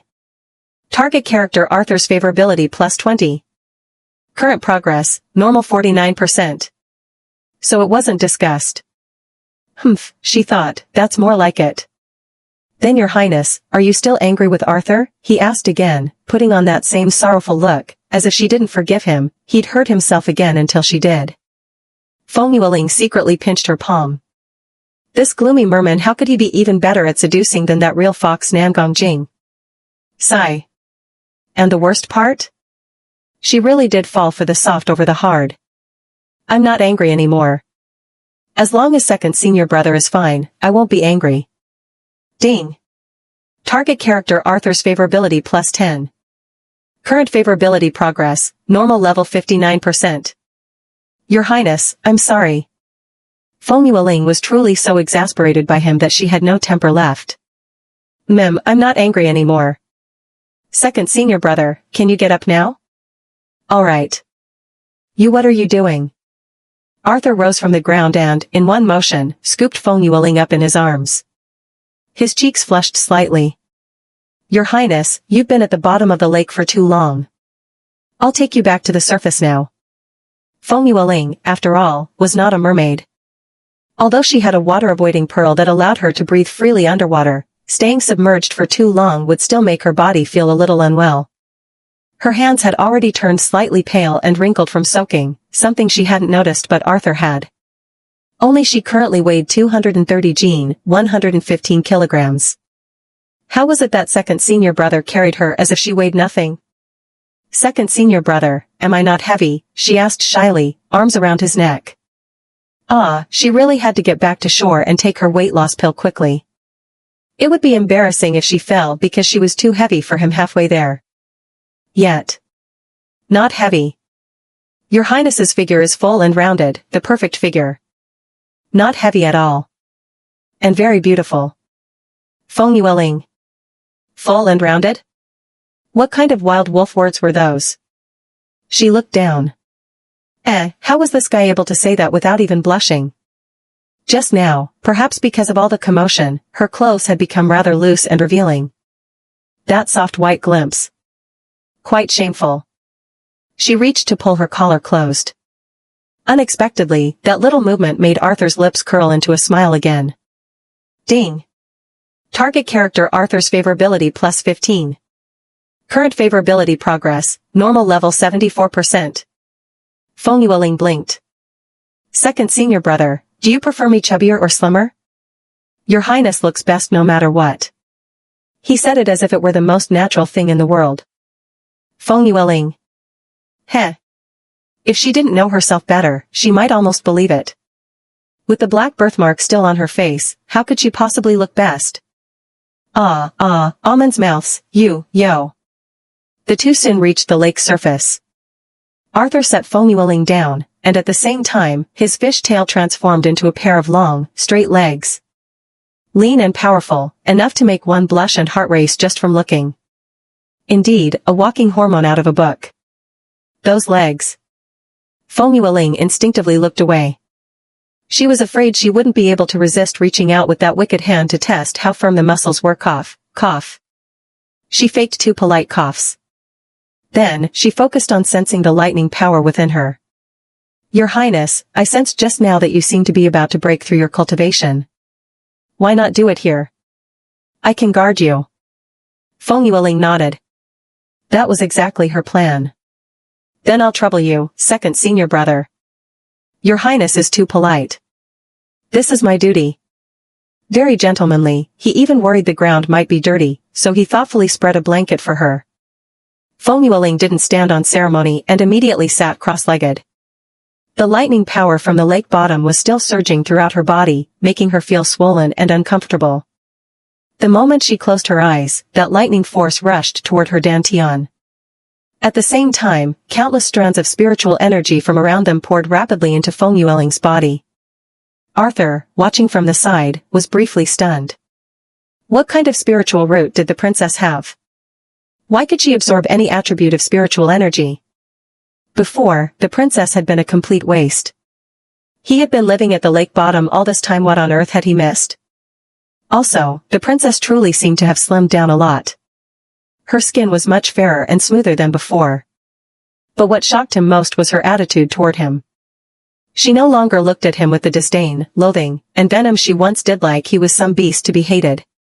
Instead, her clear, crystalline eyes now held worry, care, surprise, and a trace of helplessness. The princess helpless toward him? He had never seen her like this. It was like a dream. Not his was a dream he wouldn't have even dared to have. She pitied him? The princess, who once couldn't wait to torture him to death, actually pitied him? The merfolk were born able to sense others' pheromones. Their emotions could not be hidden from a merfolk who was near. Just now, the princess really did pity him. She was even willing to let him pierce through her body to make up for the harm she had caused before. He could feel it. And that was why he had been so shaken. The princess wanted to make amends to him? If it had been the old princess, that one strike just now would have gotten his head chopped off for sure. But now, she was so good that he could hardly believe that moment had truly happened. The princess was still the princess, but she had changed. She was showing him with her actions that she was different from before. He had never even dared to hope she might look at him differently, let alone treat him well. Even if she tortured him to death, he would never strike back. No matter how much he hated or despised her, for the sake of the merfolk, he would never kill the princess.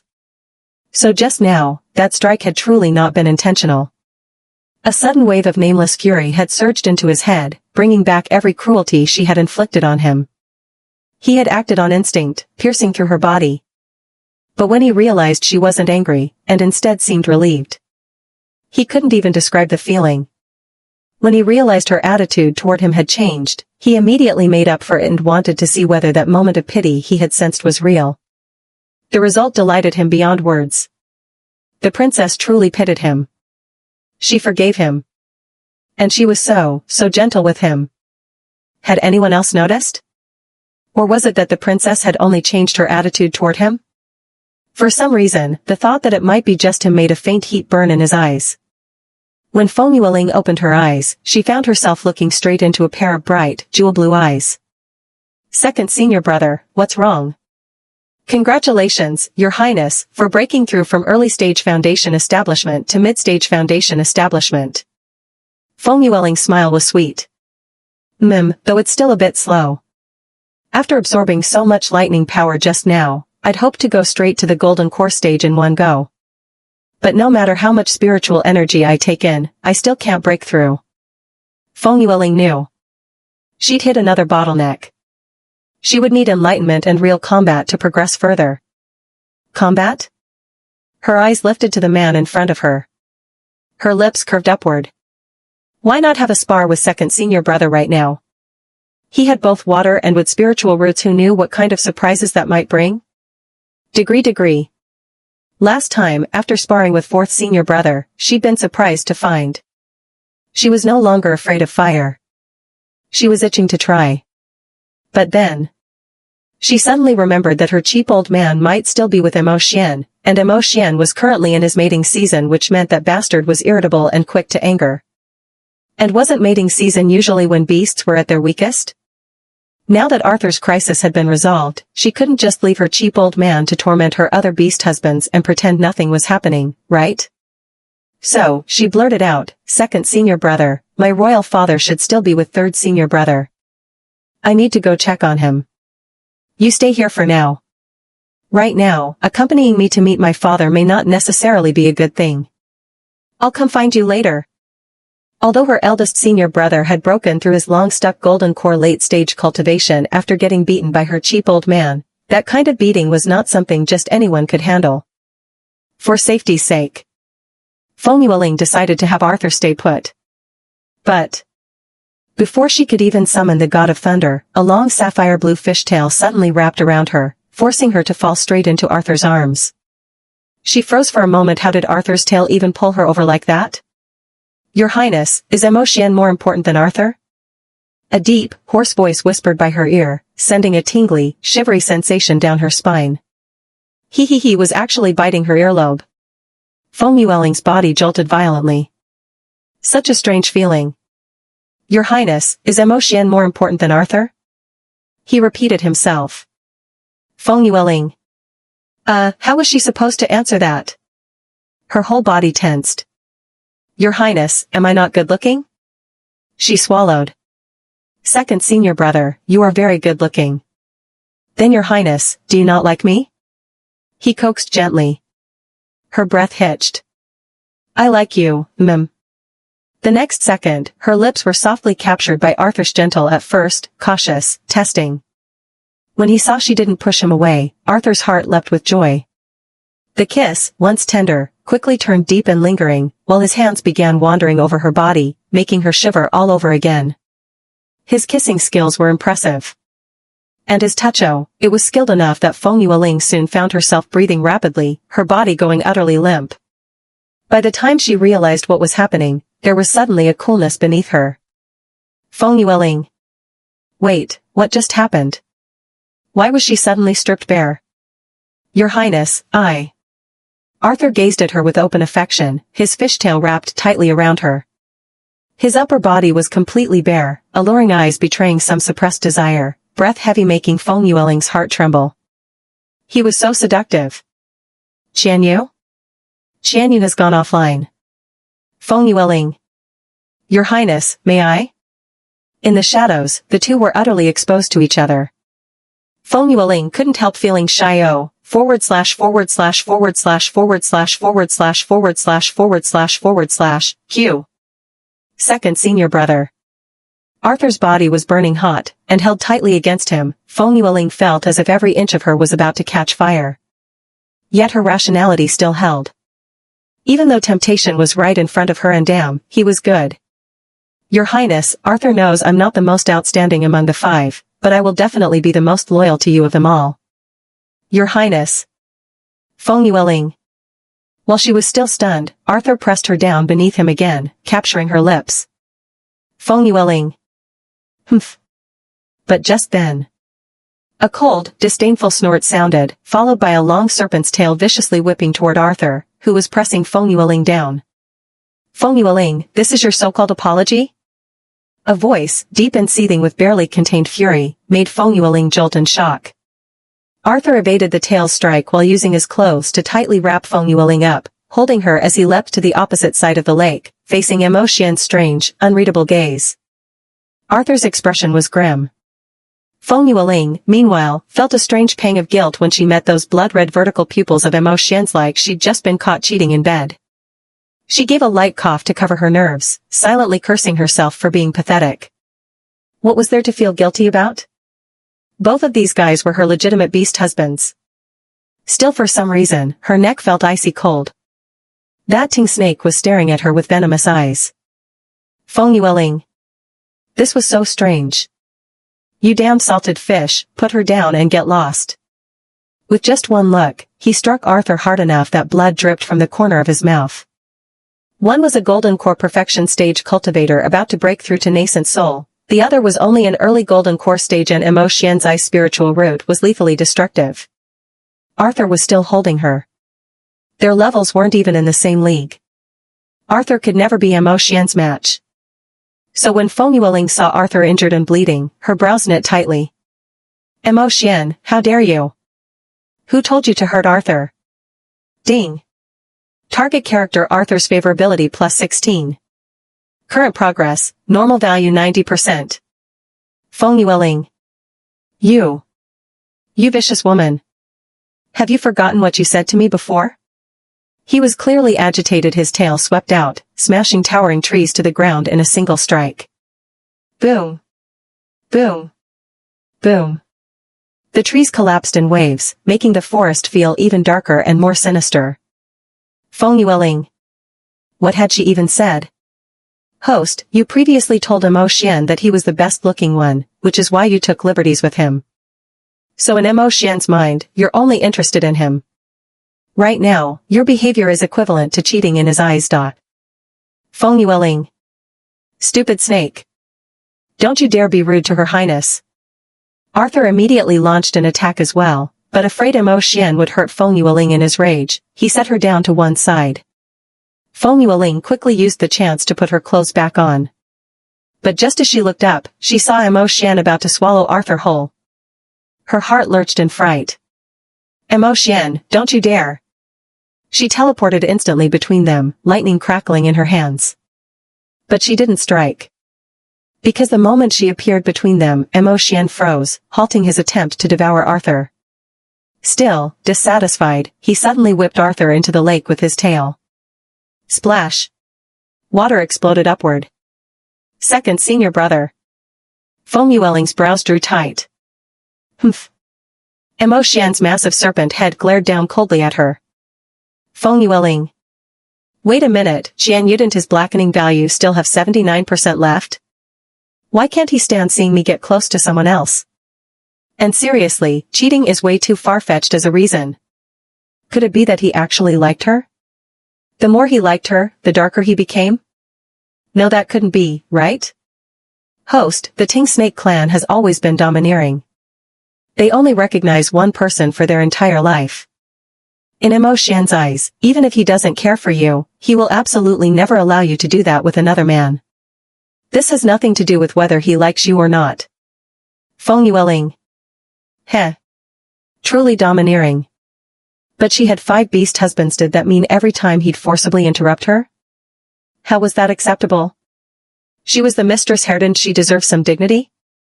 Although she hadn't been fully ready just now, Mo Xian sure knew how to pick a location. How had he even found her here?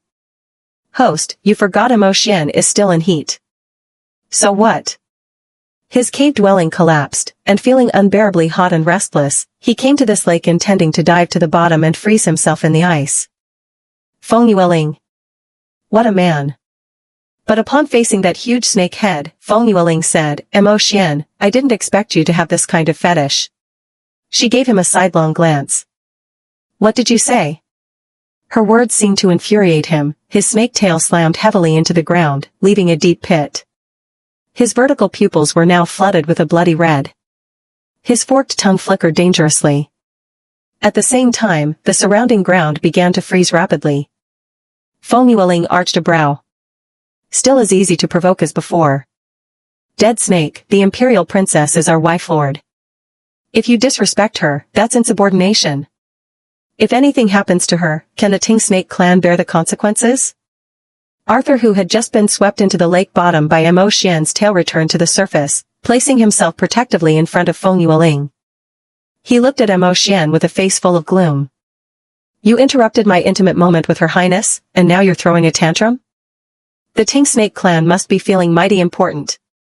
Arthur's words struck directly at Xian's sore spots, completely provoking him. If it weren't for the family, would he have endured the repeated abuse from this cruel woman in front of him? The truth was, only the restraints and obligations had made Xian tolerate her again and again. Even so, he was barely able to suppress the chaos within himself, much less when faced with the shameless Merman. Xian had never placed Arthur in his eyes. Now, seeing him dare to provoke, he had no intention of showing mercy. You're courting death. Feng Yueling frowned. But Arthur and Xian gave her no chance to intervene. The two began fighting again. This time, in order not to involve her, Arthur used his spiritual power to form a transparent, rainbow-hued water bubble, enclosing Feng Yueling securely inside and floating her above the lake. Arthur, Xian won't harm me. Come back. The bubble, though looking like vapor, couldn't be pierced by hand at all. In her urgency, Feng Yueling used Rijin to burst it. And to avoid falling into the lake, she stepped lightly on her sword and accidentally learned sword flight on the spot. She froze in surprise. Your Highness, Arthur can protect you. Heh, overestimating yourself. Barriers rose around the two fighters. Even after breaking Arthur's shield, Feng Yueling couldn't get close, only watch as Arthur was completely overpowered by Xian. She saw Xian's tail almost sever Arthur's fishtail, making cold sweat bead on her forehead. Luckily, Arthur barely dodged in time. But Arthur was no match for him, and Xian was determined to teach him a harsh lesson, striking without mercy. She truly feared Xian would beat Arthur to death, and grew anxious. Xian, stop. Second brother is no match for you. Stop. No response. I said stop. Don't touch him. That's enough. Do you hear me? Still no response. PFF. Arthur was sent flying by another blow of Xian's tail, coughing up a mouthful of blood before going limp. In that split second, as Xian's massive tail was about to pierce through Arthur's body, Feng Yueling's pupils shrank sharply and she shouted, Slave. Your mistress commands you down. Down. Down. Down. Thanks to their master-servant contract, her desperate command instantly froze Xian mid-attack. Then his massive body came crashing to the ground. Bang! Bang! Bang! 3 heavy impacts in a row gouged a deep pit, leaving the whole snake sprawled flat. Furious, he transformed into human form, teeth grinding audibly. Feng Yueling. Feng Yueling quietly exhaled in relief. Then she flashed to Arthur's side, pulling him away from Xian. Once they were at a safe distance, she quickly fed Arthur a blood-stopping pill and a flesh-regenerating pill. Your Highness, cough cough. You'll be fine, Arthur. Feng Yueling's heart ached terribly. She turned and glared fiercely at Xian. Didn't I say you're not allowed to touch him? Can't you hear? Heh. Ding. Target character Arthur's favorability plus 50. Current progress, 40%. Ding. Favorability has reached fondness. Mission rewards issued, immune to all poisons pill ×1, heavenly grade jade bone flute ×1, mountain and river talisman pen ×1. Immune to all poisons pill usage, swallow with warm water. Once taken, host's body will be immune to all poisons. Feng Yueling paused. Not bad. But didn't she still have an unopened blind box? Thinking of this, she quickly told Qianyue to open it. Ding. Congratulations, host, you've received 1 million in cash. Feng Yueling. Heh. Money, what use was that to her right now? Host, it is useful. Once you've successfully captured the remaining 2 targets and reach the next level, the system store will unlock. You can then buy whatever daily items you need, with cash and points at a 1-to-1 ratio. Also, when you finish the mission and return to the real world, the cash in your inventory will be transferred to your bank account together with the billion yuan prize money. Feng Yueling silently nodded. Finished, save it for buying male models later. Feng Yueling. What do you want now, Mo Xian? Seeing Mo Xian walking toward her with a dark expression, the badly injured Arthur immediately blocked her with his body. Feng Yueling frowned. Down. Bang. Watching Mo Xian's extraordinarily handsome face darken like the bottom of a pot, yet forced to obey her command, Feng Yueling's lips curled in a wicked smile. This had to be a new skill unlocked. Sure enough. Ding. Congratulations, host, you have unlocked a new skill, primary beast control technique. Reward issued, spirit nurturing grass ×10. Spirit nurturing grass effect, a spiritual herb for great demon clans to increase cultivation. Can be boiled in water for moderate effect, or refined into pills for double effect. Feng Yueling. This time, Mo Xian was truly so furious he was about to jump out of his skin. But because of the master-servant contract, he couldn't resist Feng Yueling for the time being. Feng Yueling blinked. Third senior brother, tell this princess right now, are you still going to fight second senior brother? She reached out and hooked a finger under his thin chin, forcing Mo Xian to meet her eyes. She had only meant to tease him. Unexpectedly, she miscalculated. Feng Yueling. I should never have believed your nonsense. Compared to your tricks before, this little game of yours doesn't even come close. I warn you, stop this pointless act immediately. His eyes were blood red. Clearly, he felt offended. Warning. Warning. Detected risk of target Mo Xian's favorability decreasing. Host, please handle with caution. He avoided Feng Yueling's touch. Her hand, still hanging in midair, was suddenly caught in a slender, jade-white palm. Your Highness, thank you for saving Arthur's life. From this day forward, Arthur will not leave your side. You needn't take third junior brother's words to heart. Arthur then kissed her hand, smiling with polite warmth, his whole demeanor exuding cultured elegance. Your Highness, let us leave here. It was obvious he didn't want to bother with Mo Xian.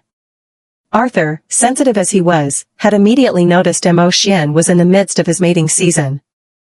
At such a dangerous time, he absolutely did not want the princess staying with that stinking snake. So he wanted to take Feng Yueling away. Feng Yueling glanced at Mo Xian, whose expression was dark as night, and asked Qianyue in her mind. Do we have anything that could make him feel better? What does host mean? Something to ease his mating season, anything? Host yourself is the optimal remedy. Feng Yueling. Qianyue, I mean something other than that sort of thing. There is, host. Give it to me. Host will need to use points to exchange for it. Since your system shop hasn't been unlocked yet, the exchange rate is 10:1. It's not cost effective. That's fine. I've got 1 million in cash, right? Help me convert 100,000 into points to get something that can ease Mo Xian's mating season. Understood, host. Ding. Successfully deducted 100,000 yen from host's account. Exchanged for rare charm fruit ×1. Item has been placed in host's inventory. Usage, consume directly. Temporarily suppresses the intense mating impulses brought on by mating season. Ding. Host's account balance, 900,000 yen. Host profile updated. Host, Feng Yueling. Identity, Princess of the Human Emperor. Age, 18. Appearance, 10 ugly. Figure, obese, 230 gene is almost equal to 115 kilograms. Cultivation, foundation establishment, mid-stage, supreme thunder spiritual root restored. Skills, 9th Dan black belt, teleportation, purple thunder slash, beginner beast taming technique. Treasures, heart guarding scale, water avoiding pearl, thunder god, red soul whip, heaven tier jade bone flute, mountain and river talisman brush. Magic tools, profound heaven red umbrella, immortal binding rope, illusionary immortal bell. Cultivation techniques, chi guiding method, entry, beast taming, premium, thunder technique, heaven tier. Charm, personal charm 56, external charm 0. Balance, 900,000 yen, cash. Recommendation, forced weight loss, restore other spiritual roots, increase combat power. Inventory updated, weight loss pill times 3, universal antidote pill times 1, spirit taming herb times 10, rare charm fruit times 1, hemostasis pill times 1 bottle, flesh regrowing pill times 4 bottles, weight loss pill times 2 bottles, beauty pill times 2 bottles, marrow cleansing pill times 1, essence stabilizing pill times 1 bottle, foundation pill times 2, core formation pill times 1. Nascent soul pill times 2, tribulation avoidance talismans times 5, core formation stage, life-saving talismans times 3, nascent soul stage plus, explosive talismans times 8, deity. Transformation stage plus. Feng Yueling had been looking at her once empty inventory, now gradually filling row after row, feeling genuinely moved finally, some progress. But looking closer, it still didn't seem like enough to split among all her beast husbands.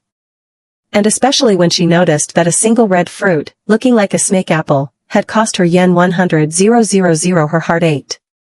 So expensive. This price was basically like buying a luxury good. Still, pain aside. When she handed it to Imo Xian, there was not the slightest trace of regret on her face. I wasn't trying to toy with you. I only shouted just now out of urgency. Eat this fruit, it'll help with your current condition. Third senior brother, we're all in Qingyun sect now. We're not just allies, we're also fellow disciples. We should help each other out, especially since Arthur is our second senior brother. What you just did was too much. This princess will consider it your first offense and let it slide this time. With that, she shoved the rare charm fruit into Imo Xian's hand. And also gave him a bottle of nascent soul pills. Don't you dare throw it away. Seeing that he clearly intended not to accept it and was even about to toss it, Feng Yueling ground her back teeth in irritation. Worthless slave, what, are you afraid of me? Too scared to even eat the fruit and pills I give you? Afraid you'll die, so you're going to throw them away? Humph. Also, the provocation did work on this prideful tsundere snake. Sure enough, ice crystals formed all over Imo Xian from anger, but upon hearing her words, he didn't hesitate to crunch the rare charm fruit in 2 bites, swallowing it down. Then, without ceremony, he tossed the entire bottle of nascent soul pills into his mouth like candy and swallowed them all. Feng Yueling's eyelid twitched violently. This black snake, straight face. If he didn't break through to peak core formation now, she'd be surprised. And indeed. In the next instant, with the rare charm fruit easing his condition, the burning heat and urgent, shameful need to find a female vanished. In its place, the barrier in his body that had been suppressing his breakthrough split open with a sharp pop. He was going to break through to nascent soul.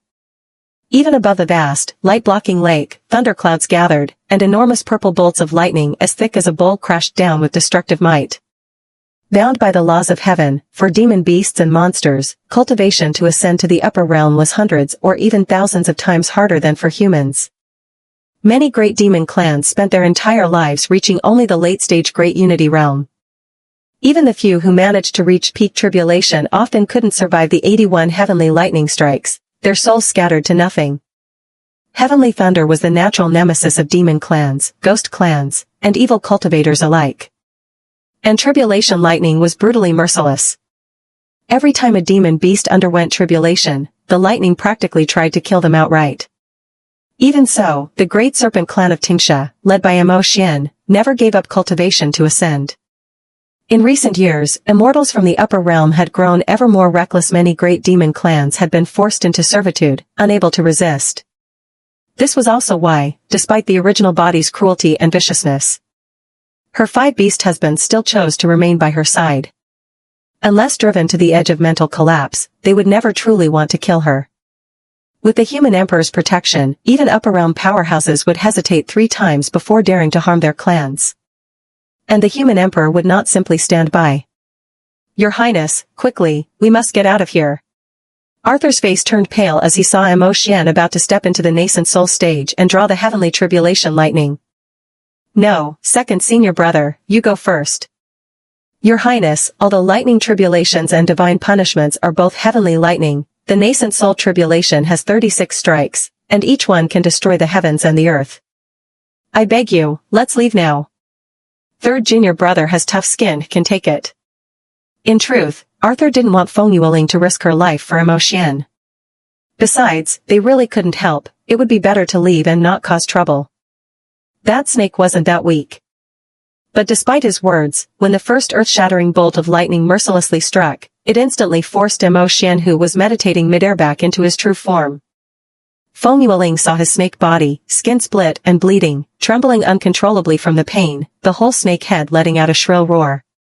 She shoved Arthur aside without hesitation. Second senior brother, third senior brother might be violent in temperament, but he's also my husband. I can't just leave him, she said, and flung out the Shantian red umbrella to block the second bolt for Emo Xian. This lightning was definitely nothing like the tribulation she had experienced during her epiphany. Her umbrella did successfully block the heavenly lightning, but at the same time, it was shattered into pieces, emitting a loud hum. Feng Yueling painfully recalled it into her storage. Seeing the third bolt about to strike, she charged forward. Your Highness! Arthur rushed toward her.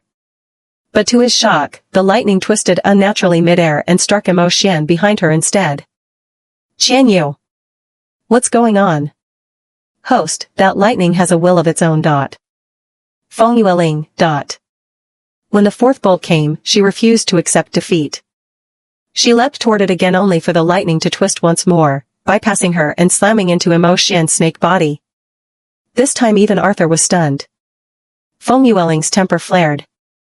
At the same time, she couldn't help feeling puzzled. Emo Xian was supposed to be powerful, both in the original storyline and now. Although heavenly lightning restrained demon beasts, it shouldn't have forced him into his true form with just the first strike. She remembered his scales being as hard as iron.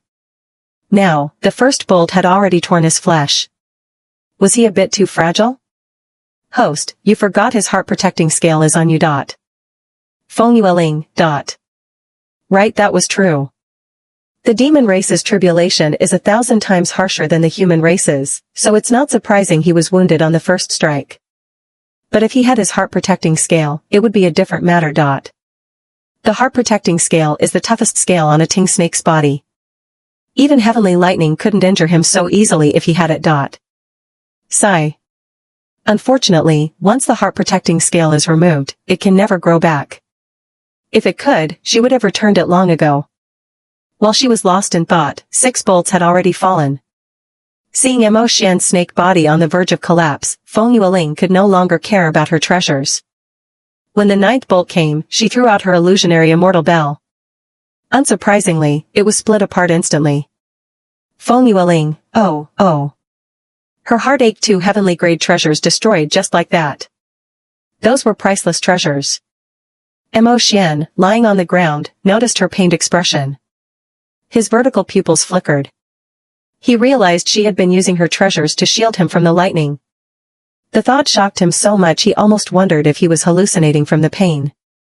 After all, the vicious princess, that greedy and insatiable woman, how could she possibly bear to use her treasures to save someone else? She valued treasures above her own life. But he hadn't been mistaken. Not only had she given up 2 treasures for him, she had also thrown herself over his body. To take the lightning for him. No. Just as Feng Yueling lay on his snake body, ready to look up and take the next strike, his tail whipped and flung her to an open spot. With a deafening boom, Emo Xian's body shuddered under the blow. What are you doing? She shouted. Lowly servant, don't you always wish for my death? Stay out of this, let me take it. But again, his tail sent her flying away. Feng Yueling was nearly driven mad. She had a strong feeling the lightning wouldn't harm her, frightening as it looked. Even though this heavenly lightning was far stronger than what she had faced before, she felt strangely close to it. Perhaps it was because she was a lightning spirit root. Whatever the reason, she wasn't afraid at all. And if this lightning could help her cultivation, there was no way she would pass up the chance, especially after losing 2 treasures. If she didn't get some compensation, she wouldn't be able to sleep. But Emo Xian didn't know this. And misunderstood her intentions. Just as she was about to go in alone and catch the heavenly lightning with her bare hands, something suddenly flew out from her body, radiating a piercing ghostly light that wrapped around her completely. Even the provoked lightning couldn't touch her. What was happening? It's the Ting Snake's heart-protecting scale. Even though it can never return to its master's body, it can still act according to his will. Emo Xian wants to protect you, host. Feng Yueling froze. The heart-protecting scale was protecting her? Yes, host. If he could control it, then why hadn't he summoned it back to shield himself from the lightning? She pressed her lips together, feeling stifled. The final bolt loomed far thicker than any before, capable of destroying everything. The terrifying pressure and the deafening roar shook the entire sky. The black night lit up like day. As it struck, her thunder god halberd suddenly shot forward. Startled, she tossed out the heavenly grade jadebone flute she had intended to give Arthur. Thunder god, get back here. But the thunder god swatted the jadebone flute back to her and charged head-on into the lightning. Thunder god. Wrapped in the heart-protecting scale, Feng Yueling couldn't move beyond its boundary. She stamped her feet in frustration. No one was listening to her. Her fingers clenched tight. She truly loved the thunder god. It was the first divine weapon in this world to willingly acknowledge her as its master. So when she saw it throw itself into danger without hesitation, cold sweat beaded on her forehead. They said treasures moved with their master's heart. The god of thunder must have sensed that she was worried Emo Xian would be struck to the brink of death without his heart-protecting scale, but also that she couldn't bear to throw out another magic treasure to shield him from the heavenly lightning. That was why he had charged forward instead. Thinking of this, her brows furrowed tightly. Finally, with a flash of white light, the last bolt of heavenly lightning that seemed ready to devour everything vanished. In its place was the god of thunder, radiating an incomparably dazzling light. His entire sword body had shed its mottled, rusty iron color, turning into a sky-blue blade beautiful, sparking with electricity, crackling with arcs of lightning. He rushed toward Feng Yueling in the opposite direction. Feng Yueling angrily kicked him twice. If you don't behave, you can go right back where you came from. The god of thunder's whole blade trembled, twisting comically, but Feng Yueling knew it was actually trying to flatter her. She angrily knocked it twice more. Only when the god of thunder kept bowing and nodding, promising it wouldn't happen again, did she let it go. Your Highness, third brother has passed his tribulation successfully. Arthur, watching the life-giving rain fall after the tribulation, finally walked up to Feng Yueling to report. Feng Yueling simultaneously looked toward Emo Xian. Feeling that the crisis was over for her, the heart-protecting scale returned to its original form and automatically slipped back into her chest. With the barrier in front of her gone, she could see much more clearly now. That post-tribulation rain truly was a divine healing elixir before her eyes. The bloody cracks all over Emo Xian's body slowly closed under its touch, while his whole form was bathed in a white glow. She promptly pushed Arthur over as well so he could get some of it. Your Highness. Ding. Target character Arthur's favorability plus 10. Current favorability progress, 50%. That favorability came rather out of nowhere. Host, he thought you'd be angry at him earlier, he had intended to take you away. But instead of being angry, you worried about his injuries. Feng Yueling couldn't help but chuckle. Emo Xian, now successfully promoted to the nascent soul stage, had returned to human form, his aura more formidable than ever, wind rising around him without cause. But the instant he opened his eyes, they went straight to Feng Yueling. Ding. Target character Emo Xian's favorability plus 80. Current favorability progress, hatred 99%. Ding. Target character has successfully advanced to hatred. Task reward issued, repairing host's fire spirit root. Feng Yueling. She instinctively probed her dantian, and sure enough, a tiny sprout-like fire spirit root had appeared inside. But the slightly taller lightning spirit root grabbed it in one go. It startled both the fire spirit root and Feng Yueling herself. The fire spirit root trembled in fear. What are you doing? No bullying the small. But then, the lightning spirit root suddenly burst into tears. Good heavens, what was this about? Its loud wailing left Feng Yueling completely dumbfounded. Other people's spirit roots all behaved themselves, why was hers having emotional breakdowns? Qianyue, what do I do? Host, let it absorb some lightning energy. Alright, stop crying. I'll get you some lightning to eat later, okay? She had already intended to absorb some of the tribulation lightning, but instead of getting any, she'd lost 2 magic treasures to it. At least the god of thunder had managed to absorb some. After this incident, Feng Yueling finally understood, the god of thunder, like her, wasn't afraid of lightning and could absorb its power. And seeing how difficult Mo Xian's tribulation had been, her other beast husband's tribulations wouldn't be easy either. She really needed to collect more magical tools and treasures for emergency to help them ascend more smoothly. Thinking of this, she glanced at the lightning spirit root in her dantian. That one was a proud sort. Upon hearing Feng Yueling say this, it lifted its chin high and stopped crying, shoving the fire spirit root to the side until it had no space at all. Looking at the pitiful thing, Feng Yueling couldn't help but sigh. She would have to absorb some fire elemental energy too. While Feng Yueling was conversing with the 2 spirit roots in her dantian, Arthur and Mo Xian thought she was zoning out, especially Mo Xian.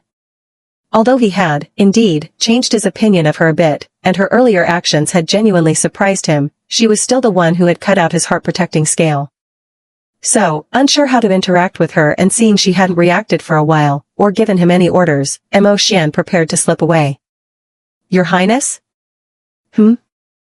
Your Highness, are you alright? Host, your father is coming this way. Huh? Before Feng Yueling could react, the human emperor appeared before them. Seeing her with Arthur and Mo Xian, her cheap father frowned. Aling, what are you doing here? Feng Yueling. Arthur greets the human emperor. Mo Xian greets the human emperor. Why had her cheap father come here? He didn't find Mo Xian in his cave, so he went to Nangong Jing's place and beat him up. Then, noticing the tribulation lightning here, he guessed Mo Xian might be around. At least one of you has reached nascent soul stage, not all useless. With that, all 3 of them disappeared before Feng Yueling's eyes. Father. Feng Yueling knew once again her cheap father didn't want her to see him beating up 2 of her beast husbands, so he had separated her from them. Qianyue, I haven't seen Wen Wuheng. Don't tell me my cheap father beat him too? Yes, host. Your father treats each of your beast husbands equally. Huh. She pitted her stash of pills. Oh, right, where's Chower? Is she okay?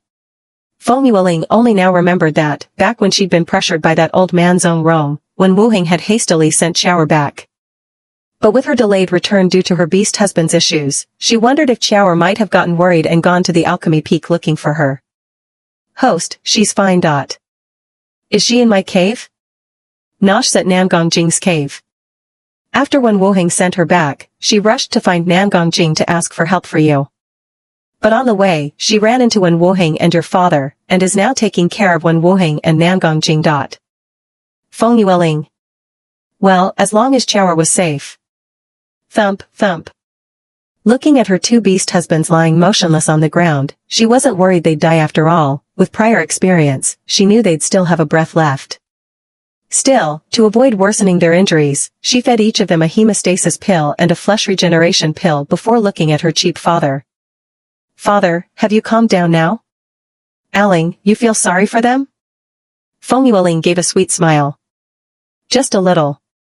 After all, they're my husbands, and in the future, they'll join me and father in protecting the Tianqi kingdom. It's only natural I feel for them. But compared to them, father is, of course, the most important. No one can take father's place in my heart. The human emperor was instantly moved to tears. Aling, my good daughter. Father. The 2 of them wiped their tears without a care for anyone else's presence. At first, when Mo Xian, descendant of the Ting Snake Great Demon clan, heard Feng Yueling say that they would one day become the guardian gods of the Tianqi kingdom, he'd felt somewhat stirred. After all, both the human race and the mighty figures of the upper realm had always looked down on their demon race. But when he heard the latter half of her words, his expression darkened again. Arthur, on the other hand, reacted in the opposite way. He was deeply moved, those sapphire blue eyes of his widened slightly, and when he looked at the young girl's smile, he couldn't help but smile along with her. The princess, she had truly changed. Yueling, in just the blink of an eye, your cultivation has increased again? Feng Yueling nodded proudly. With such a mighty and imposing father, how could your daughter possibly lag behind? Ha ha ha ha. My daughter is indeed extraordinary. Mo Xian. Your Highness, Human Emperor, ahem. Arthur, feeling slightly better, was about to stand when the Human Emperor waved a hand dismissively. Enough, I never expected the likes of you to accomplish much anyway. What I told you. Have you both taken it to heart? The two immediately straightened their expressions, especially Mo Xian. Rest assured, Your Majesty, Mo Xian will not disappoint you. Arthur as well. Good. Xian Yu, what did my cheap old man say to them? He told them to take good care of you, host, and also gave them a bit of a warning. Feng Yueling understood. Yueling, you truly won't come back to the Imperial City with your father? The Human Emperor fixed his gaze on her, as if trying to hear her true thoughts. Half a year apart. His daughter had grown up and become sensible. But that only made him feel even more ashamed as a father. Even his own daughters coming and going was subject to ministers swearing oaths on pain of death. Just thinking of it filled him with displeasure. So, what he cared about most now was Feng Yueling's own wishes. What did his daughter truly think? Father, I won't go back just yet. Since I've already come to Qingyun's sect, how can I return to face the people of the Imperial City without learning some real skills? I want to become as strong as father. Good. As expected of my good daughter. In that case, father will find you a new master to guide you well. Feng Yueling froze. Father, I already have a master fairy Luo Chen, you've met her. The Human Emperor gave a cold snort. That so-called master of yours has never truly cared about you. If she'd put even a little thought into your training, your cultivation would be far beyond foundation establishment by now. No matter. My precious daughter is naturally worthy of a better master. I'll take you to meet one right away. Before he could lead her away to meet this new master, a hurried 1,000-mile transmission talisman landed before him. Your Majesty, an upper realm immortal has come with ill intent. We cannot make the decision ourselves. Please return at once. An immortal incursion? How could that be? Hadn't she already changed the original plot? Why was the upper realm still moving against the Human Emperor? Feng Yueling clenched her fingers tightly. Father, I'll go back with you. The Human Emperor paused, looking at his daughter who had just said she would stay, now changing her mind the moment the talisman arrived. Tears welled in his eyes again. His precious girl now worried for her old father. He laughed heartily. My daughter need not worry. A mere few grand ascension stage immortals can't do a thing to me. Yueling, your father must return for now. Take good care of yourself. Father. Yueling, when next we meet, I hope your cultivation will surprise me even more. With that, the Human Emperor tapped a finger to her forehead. She felt something being implanted into her sea of consciousness, making her whole body tremble. If anything happens to the princess, the families of you two will be buried with her. Mo Xian understands. Arthur understands. Father. Watching her cheap old man tear open the void and vanish in an instant, Feng Yueling furrowed her brows. Xian Yu, why has the upper realm come to attack? Host, the upper realm has feared the Human Emperor for a long time. Even though you've changed the original plot, how could those lofty deities tolerate him standing as their equal? But host, in your current state, you wouldn't be of much help if you went back. And don't worry this time, the Human Emperor will handle it. It won't escalate into all races uniting to hunt him. Hearing this, Feng Yueling finally relaxed. What exactly did my cheap old man put into my sea of consciousness just now? A wisp of the Human Emperor's divine sense. Ah. It's to protect you, host.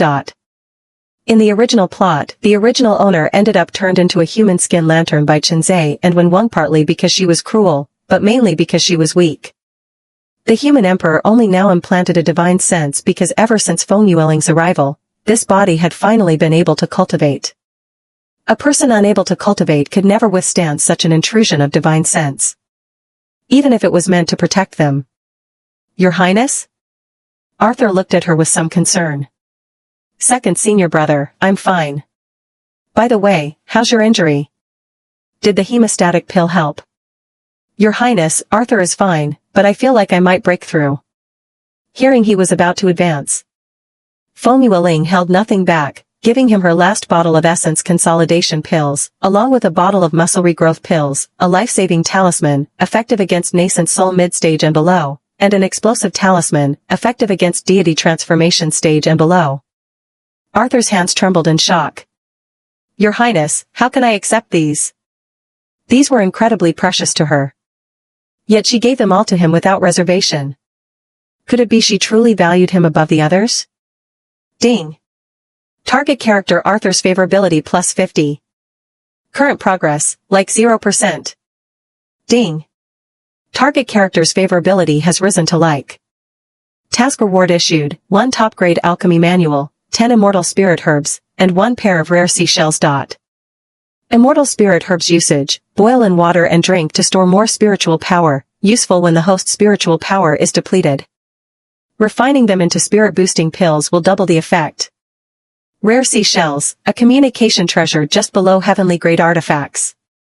No matter if the two users are separated by heaven and earth, one can hear the other's voice through their shell. A rare communication tool in the immortal realm. Basically the immortal world version of a cordless phone. If she'd received them just a second earlier, she could have given them to her cheap old man, and then she could have learned news from the Imperial City at any time. Still, compared to the rewards, what mattered most right now was increasing her cultivation. Whether it was her own or that of her beast husbands, they all needed to grow stronger quickly. With the upper realm eyeing them like a blade hanging over her head, Feng Yueling felt far from safe. So, seeing Arthur still hesitating to accept the items, ChatGPT to NOI. This woman had definitely already thought of how she was going to punish him. Go on, tell me what are you going to do to me this time? Host, he thinks you're going to punish him.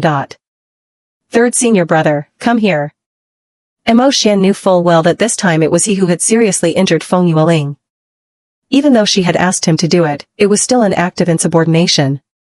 So when he heard her tell him to come over, for once, the usually defiant Mo Xian didn't refuse. He strode over to her in big steps. Kneel. Mo Xian stood over 2 meters tall. Even though Feng Yueling still weighed 230 jin and was 165 centimeters tall, certainly not short next to him, she seemed almost petite. It was uncomfortable having to crane her neck to look at him. Mo Xian dropped to one knee immediately. Does the Imperial Princess require me to take my beast form? Eh? Oh.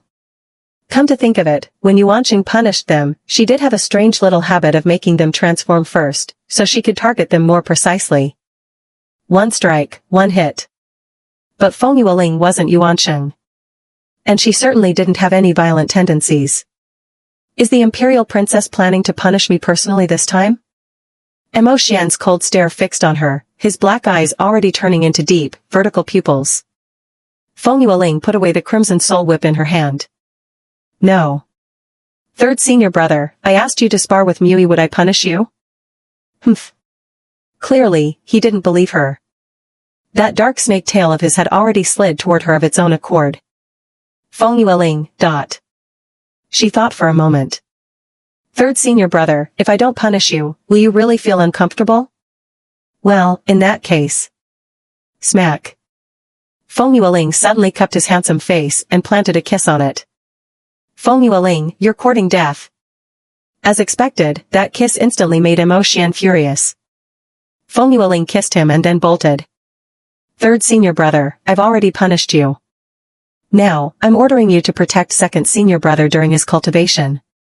You're not allowed to leave this as an imperial order. Staring at the vanishing figure, Mo Xian froze. She really didn't punish him? His hand brushed over his lips, where he could still feel the lingering softness from just now. His face darkened. That fickle, unfaithful woman. Ding. Target character Mo Xian's favorability plus 15. Current favorability progress, dislike 64%. When Feng Yueling returned to the mid-mountain villa on the alchemy peak and heard Qianyue's report in her head, the corners of her lips couldn't help lifting.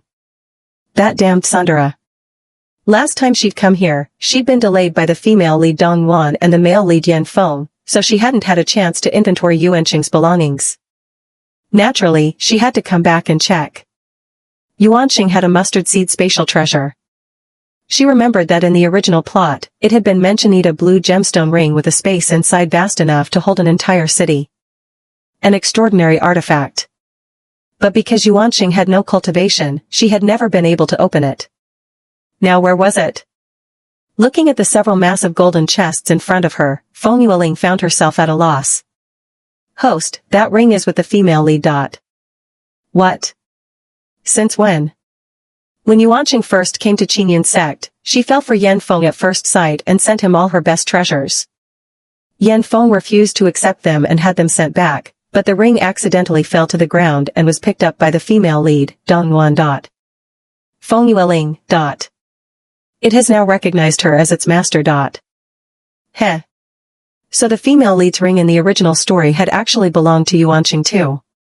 She was too tired to even complain at this point. But thinking about it, it wasn't all that surprising. After all, nearly everything the female lead had of any real value came from Yuanqing. Sixth junior sister? Sixth junior sister, are you here? HM? Oh, you're here. Why didn't you answer me? Feng Yueling turned and found herself meeting a pair of bright, clear eyes.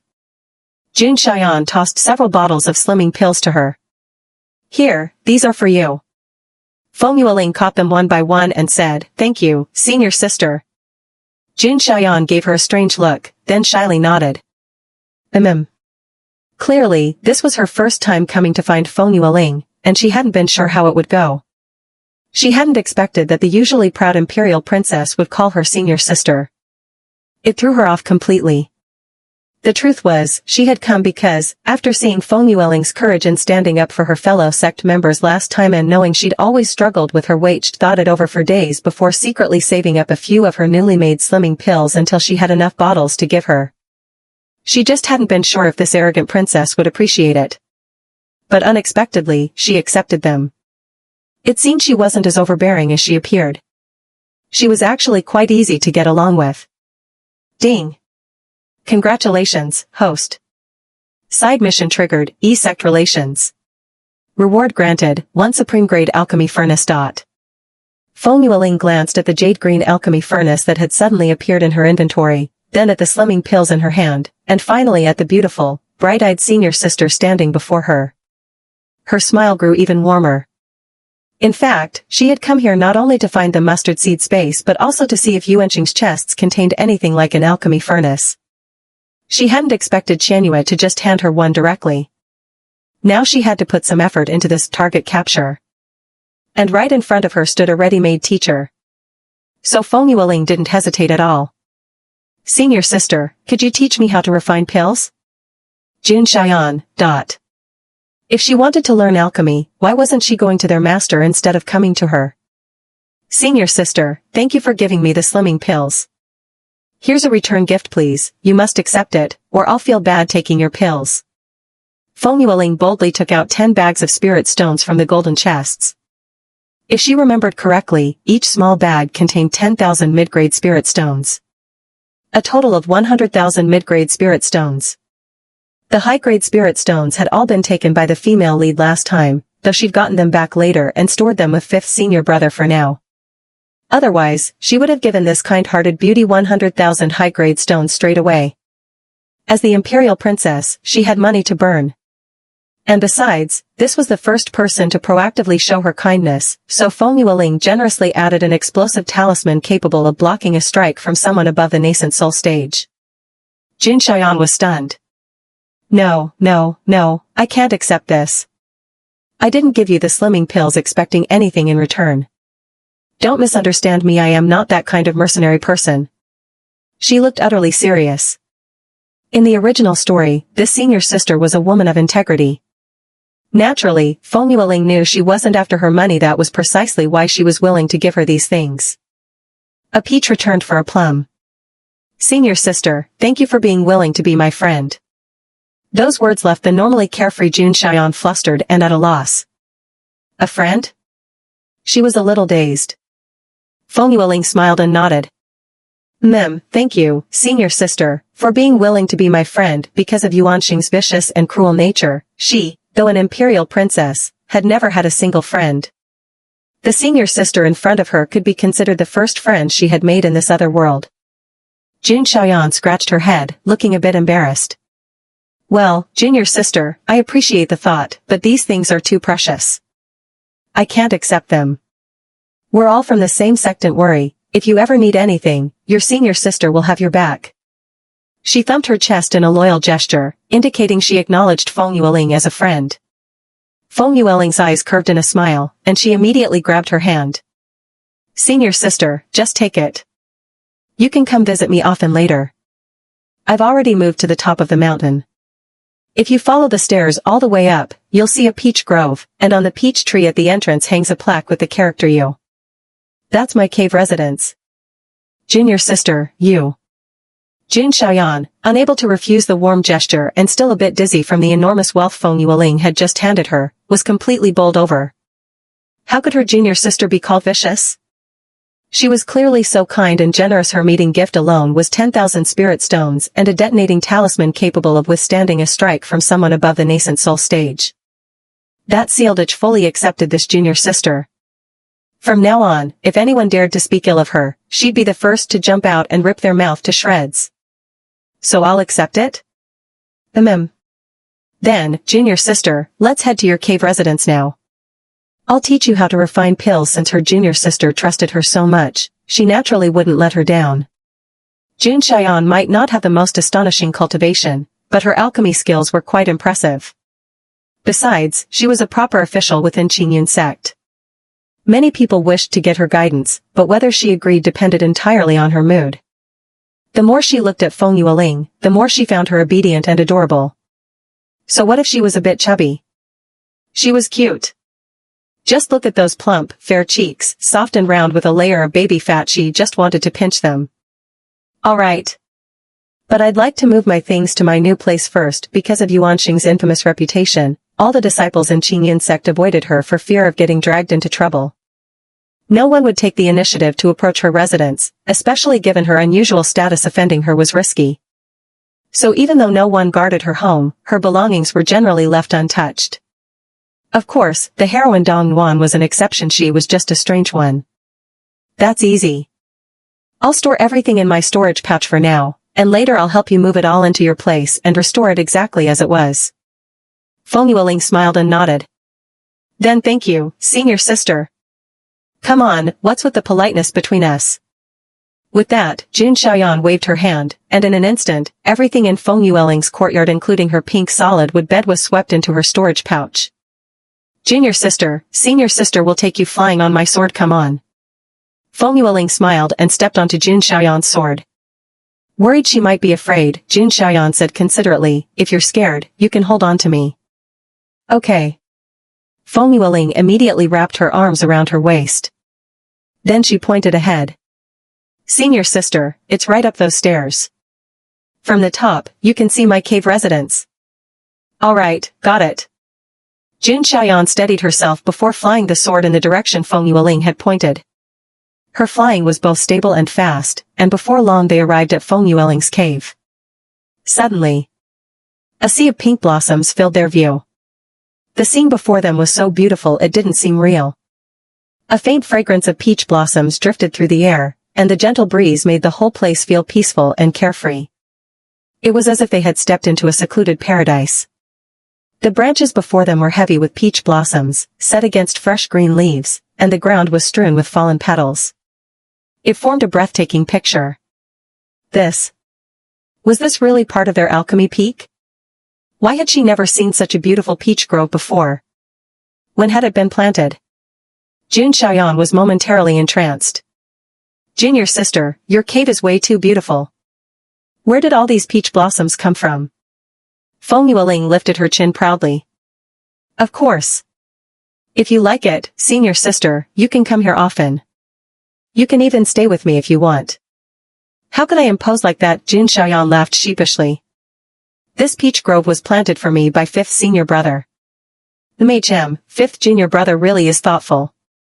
Oh right, junior sister, can I make an impolite request, she asked hesitantly. Feng Yueling looked at her. What is it, senior sister? Well, could I pick your peach blossoms to make wine? Feng Yueling's eyes lit up instantly. A fellow enthusiast. Of course. Do you also like peach blossom wine? You do too, junior sister? Feng Yueling nodded hard. How about this then, do you like it? As she spoke, Jin Xiaoyan took out from her storage pouch osmanthus wine, pear blossom wine, grape wine, mulberry wine, fruit winnie, an assortment of homemade fruit wines. Feng Yueling couldn't help swallowing at the sight. Senior sister, you made all these yourself? Of course. Do you want some? Feng Yueling nodded frantically. Ever since she came to this other world, she had spent all her time either working on her targets or cultivating. She had even cut off all indulgence in food and drink in order to lose weight. Now, faced with so many bottles of homemade wine, Feng Yueling found it hard to control herself. Where else could she find such a perfect drinking buddy? Then once we've got your place set up and you've learned alchemy, we'll drink until we drop, how about that? She immediately packed all the bottles away. Feng Yueling had wanted to sneak one, but Jin Xiaoyan was faster. All right. Business first, after all. Junior sister, you just sit here and wait for me. I'll finish setting up your place and then come teach you alchemy. In front of Feng Yueling's cave, Jin Xiaoyan arranged a bamboo gazebo with a solid wood table and 4 matching chairs, along with a teapot and cups. Clearly, these were things from her own storage pouch that she thought suited the place. Feng Yueling thought the arrangement was quite nice. Since she seemed to enjoy decorating the cave, Feng Yueling let her be. Looking at the teapot, Feng Yueling immediately took out 3 slimming pills and swallowed them with tea. Ding! Congratulations to the host for successfully losing 90 pounds. Current weight, 140 pounds. And indeed, her body instantly felt lighter and far more comfortable, clean and full of energy. At last, she no longer felt that clumsy heaviness from all the fat. Feng Yueling felt blissfully happy. Thinking for a moment, she immediately popped into her mouth the slimming pills she'd just gotten from her senior sister, along with the 2 bottles her beautiful master had given her before, this time really eating them like jelly beans. She bit down with a crunch. Ding! Congratulations, host, you have successfully lost 3 gene. Current weight, 137 gene. Feng Yueling's lips curved. She'd slimmed down for real this time. Her dress had become much looser, hanging slackly on her, it clearly no longer fit. Glancing into her backpack, she decided to toss back the 100 poison immunity pill as well. Ugh. She wasn't sure if it was because she'd eaten too many slimming pills at once, or because she'd eaten them too quickly, but she suddenly felt like she was going to throw up. Feng Yueling quickly poured herself a cup of tea to calm her stomach. Looking at the 100 poison immunity pill still in her hand, she thought for a moment and decided forget it, she'd take it next time. Right now she really couldn't stomach any more pills. Junior sister 6, you. When she looked up, she saw her senior sister staring at her in surprise. How did you slim down so much all at once? My slimming pills, are they really that potent? She had just finished setting up Feng Yueling's cave dwelling. Looking at Feng Yueling's face, which had still been soft and chubby with baby fat just a moment ago, she saw that it had suddenly slimmed down a lot. There was still a touch of baby fat, but compared to earlier, it was clearly less. And the flesh on her body had visibly diminished as well. However, where there should be curves, not a bit had been lost. That proud figure, tsk, even as a woman she couldn't help feeling a little moved. She sized Feng Yueling up and down, gesturing at her figure. Junior sister 6, did you eat all those bottles of slimming pills? Yes, senior sister. I feel so much lighter now. The senior sister rubbed her fingers slightly. Oh, she really wanted to pinch her little junior sister's soft baby chub, but she restrained herself. Junior sister 6, your clothes don't fit now. I happen to have a set I think would suit you perfectly. As soon as she finished speaking, the white dress on Feng Yueling's body transformed into an ice blue wide-sleeved fairy gown, making her skin look even fairer and highlighting her now strikingly curvaceous figure. Her lips were red, her teeth white, her eyes like black obsidian. Quietly enchanting, with a natural heart-stealing allure she herself was unaware of. A small, delicate nose. Long lashes like butterfly wings. Truly beautiful. If the black birthmark on her face were removed, she would undoubtedly be a beauty. What's this technique you used, senior sister? Teach me. Ah? Junior sister 6, what do you mean? The dress, how did you change it instantly? Junior sister 6, you're too adorable. Her senior sister laughed, and couldn't resist giving her baby chub a quick pinch. When she realized what she'd done, she was so embarrassed she wanted to dig a 3-bedroom apartment into the ground and hide in it. Thankfully, Feng Yueling didn't get angry. She quietly let out a breath of relief. It's simple like this. Channel your spiritual power to your fingertips. For example, if I wanted to dress this peach tree in a red wedding robe, see?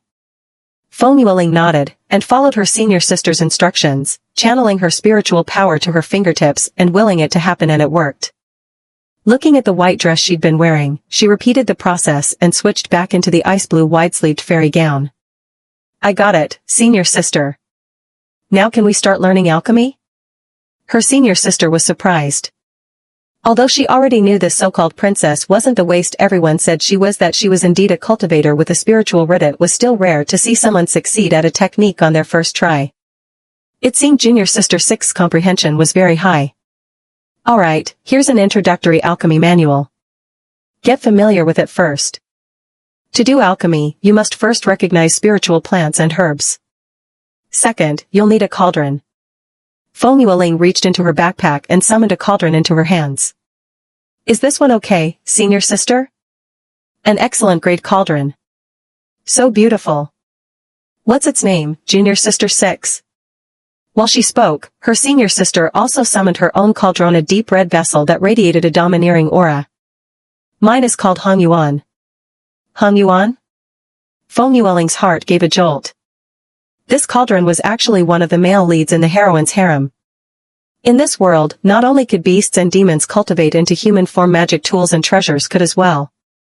Before long, this cauldron would cultivate into a man. A seductive man named Hong Yuan, utterly loyal to the heroine. Junior sister 6? How long have you had this cauldron, senior sister?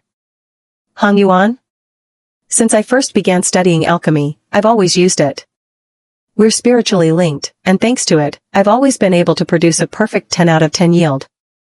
Thinking carefully, her senior sister's cultivation was at the peak of foundation establishment. So why, in the original plot, had she still been defeated by the heroine Dong Yuan, who was only in the late foundation stage at the time? And how had she fallen into the other's trap?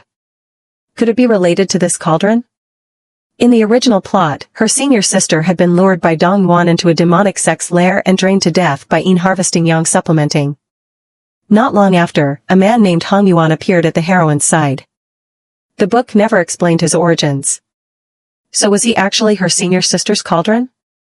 Junior sister 6, what's wrong?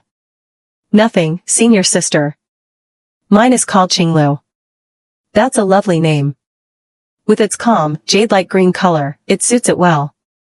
Feng Yueling thought so. Tush decided on that name the moment she saw it.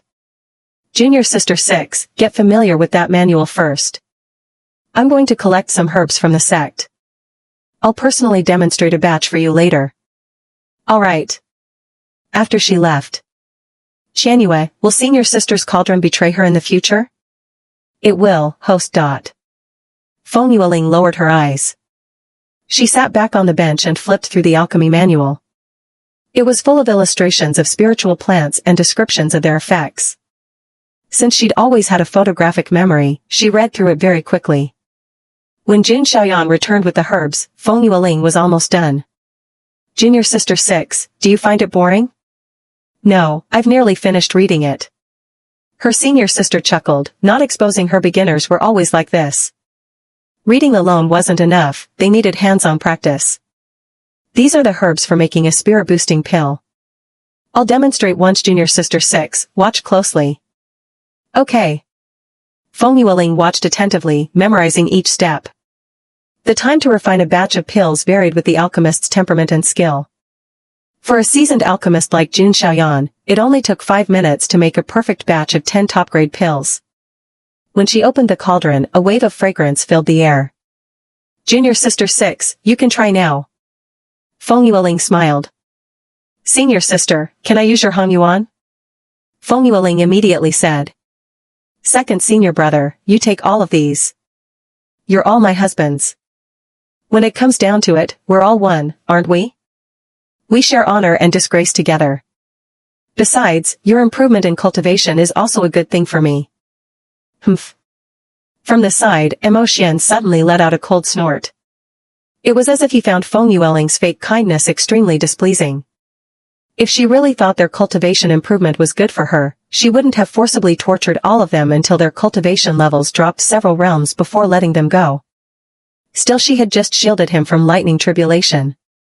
Thinking of this, Mo Xian's expression turned green, then pale, then green again, overall just very awkward. Feng Yueling glanced at him from the corner of her eye. Mo Xian, did you forget the promise you just made to my father? Mo Xian's body stiffened. This woman was still as annoying as ever. Watching Arthur accept the items, then immediately sit cross-legged to break through from early golden core to mid-golden core right on the spot, Feng Yueling finally walked over to Mo Xian's side. Third Senior Brother, I have something for you too. Here, this is for you. Feng Yueling handed him a bottle of regenerative pills and an explosive talisman, above nascent soul stage. She didn't give him a life-saving talisman because Mo Xian had already reached the nascent soul stage, and a talisman for mid-nascent soul and above wasn't that precious to him. Also, she had to keep one for herself. If she learned how to draw talismans in the future, she could be generous without worry. Mo Xian originally didn't want to take it. But for some reason, when he recalled the fruit she had given him before, and that bottle of core formation pills, he turned his head and silently accepted it. Ding! Target character Mo Xian's favorability plus 20. Current favorability progress, discussed 79%. Ding! Target character Namgong Jing's favorability plus 10. Current favorability progress, blackening 69%. What happened? It's because of the hemostatic pill you gave earlier. When Wu Hing gave it to Namgong Jing, and after taking it, his opinion of you improved a bit. Originally, Feng Yueling still felt a little distressed over those pills, but hearing that, she suddenly stopped caring. Though now she had only one hemostatic pill left. If only she could refine pills herself. Looking at the few bottles left in her inventory thanks to her own spending spree, Feng Yueling drooped for 2 minutes, then quickly perked up again. She looked at Mo Xian with shining eyes. Third Senior Brother, since you've accepted my gift, how about we spar a bit? Mo Xian's face darkened. What was this wicked woman up to now? In his heart, although his opinion of her had slightly improved because of what she'd done earlier, he still thought she was that vicious waste of a person. A waste wants to spar with him? Another new way she's come up with to torment him? Heh. Overestimating herself. The disdain in his eyes said it all. Feng Yueling naturally didn't bother arguing. They were all her beast husbands, so of course she should pamper them. Seeing his scorn, Feng Yueling didn't hesitate to summon her red soul whip and infuse it with her lightning power. Without mercy, she lashed it toward Mo Xian. Pa. If Mo Xian hadn't dodged in time, the crackling scorch on the ground would have been on his skin. Shocked, he blurted out. When did you gain cultivation? Feng Yueling blinked. Third Senior Brother, that's not important. What's important is that if you keep underestimating your opponent, you'll be beaten miserably by me. Pa. Pa. But Mo Xian was Mo Xian. He grabbed her red soul whip with his bare hand. Even though the lightning power and the whip's innate fire attribute burned his palms so much that the smell of scorched flesh filled the air, he didn't flinch. Didn't expect the noble princess to be a dual lightning and fire spirit root. Feng Yueling smirked. Third Senior Brother, you have a good eye. With that, she summoned the Thunder God Sword, instantly riding her sword into the air, and gave him a fierce kick, forcing Mo Xian to release the whip. Seeing that Feng Yueling had quietly mastered sword flight without him knowing, Mo Xian stopped underestimating her. Feng Yueling, let's make it clear first, if I beat you to tears, you're not allowed to complain to your father. Of course. I've never been one to cry. Humph, you said it yourself. Noble princess, watch closely. In an instant, countless ice spikes shot toward her. He thought that would be enough. Given Feng Yueling's cruel personality, she'd surely be startled and curse him. Unexpectedly, she teleported directly behind him and punched him hard. Mo Xian, you're really not taking me seriously. Seeing he was still treating this like child's play, Feng Yueling immediately got serious. Lightning surged on her fists, burning his back. Before he could react, she kicked him hard, then lashed him with her whip. Then she drew the Thunder God sword for the first time. Rumble, rumble, rumble. The blade crackled with visible arcs of lightning, exuding an intimidating force. But just as she was striking, the battered Mo Xian vanished, and the ground rapidly froze over. Feng Yueling curled her lips. That's more like it. What she didn't expect was that this sparring with Mo Xian didn't push her into mid-foundation establishment. No matter how badly the serious Mo Xian injured her, no matter how close her spiritual energy came to rampaging, there wasn't the slightest sign of a breakthrough, making her expression turn ugly. Qianyue, what's going on? Last time when she fought Yan Feng, she advanced to foundation establishment just like that. Why, after fighting Mo Xian for 2 whole days and nights, was there still no sign of breaking through? Host, your method of leveling up through combat experience has reached its saturation point. Relying on accumulated battle experience to improve your cultivation won't work anymore. Then what do I do? Host, you can try other methods, such as taking pills. But she only had 1 bottle of golden core pills left. She also had 1 bottle of nascent soul pills, but they were useless for now. What she had left were regenerated pills, beauty pills, marrow cleansing pills, foundation establishment pills. Oh right, she still had 2 bottles of foundation establishment pills. Thinking of this, she immediately dumped both bottles into her mouth. Crunch crunch, she chewed them like candy. Looking at the golden core pills in her hand, Feng Yueling hesitated. She hadn't even reached late foundation establishment yet. Taking the golden core pills now would be pointless. If she had to rely on pills to improve, aside from the foundation establishment pills, she could also take spirit-boosting pills to strengthen her cultivation. Oh right, hadn't she just obtained 10 stalks of immortal spirit grass? Maybe she should try refining pills herself. Mo Xian, watching her expression shift from gloomy to beaming, felt his whole serpent body go numb. Seeing her covered in wounds from his beating, yet still smiling at him. He just knew it. Of course. Without hesitation, Jun Xiaoyan pushed Hong Yuan over in front of Feng Yueling. Feng Yueling rolled her neck, kicked her legs, and loosened up every bone in her body before spreading her palm. At once, crackling sparks of lightning power flickered from her hand. She used her lightning to heat up the furnace in an instant, making Jun Xiaoyan on the side break out in a cold sweat. If 6th junior sister refined pills like this, the chance of an explosion was a full 100%. That was not how she had taught her. But Feng Yueling didn't panic in the slightest. When she felt the furnace trembling slightly from her lightning's heat, she withdrew it. Then she waited for it to cool before repeating the process. Seeing Jun Xiaoyan's face full of hesitation, Feng Yueling only began her first batch of pill refining after the 3rd round of cooling the furnace. Following exactly what Jun Xiaoyan had just taught her, she first put some spiritual herbs into the furnace, then used a small flame, then a large flame. The steps weren't wrong, but suddenly bang. Before Feng Yueling could even probe with her divine sense to check if the pills inside had taken shape, she was blasted away. The furnace clanged loudly as it toppled to the ground, and the smell of burnt, charred paste could be detected from far away. Feng Yueling was left covered head to toe in soot. 6th junior sister. Your Highness. Your Highness. Your Highness. Pfft. Cough, cough. The 4 of them shouted in unison, utterly shocked. Explosions were the most common accident for beginners in pill refining, but someone who could blow the furnace so hard it was still buzzing afterward? Feng Yueling was the first. Your Highness, are you alright? When Wu Hing and Qiaoer had been worried about Feng Yueling, so once Nangong Jing had mostly recovered, they followed him back to find her. The princess had said she wanted to arrange her cave dwelling, so they assumed she'd be inside. Sure enough, she was the rebut. She'd been blasted away. The sight frightened Qiaoer badly. When Wu Hing was also worried. Your Highness, are you hurt? He gently took out a handkerchief to wipe her face, and was the first to notice Feng Yueling had lost a whole size again. Your Highness, you've gotten even thinner? Your Highness, are you sure you're alright? Nan Gongjing asked as well. 6th junior sister, are you hurt anywhere? Jun Xian didn't even spare a thought for her poor furnace and rushed forward to check on her. Feng Yueling waved a hand. It's nothing. I'll try again. A 6th junior sister, maybe I should demonstrate one more time for you? Jun Xian thought perhaps she hadn't been clear after all. Who heats a furnace like that? But Feng Yueling's expression was deadly serious. Senior sister, I can do it. It's just that you might not have enough spiritual herbs. Could you help me get a bit more?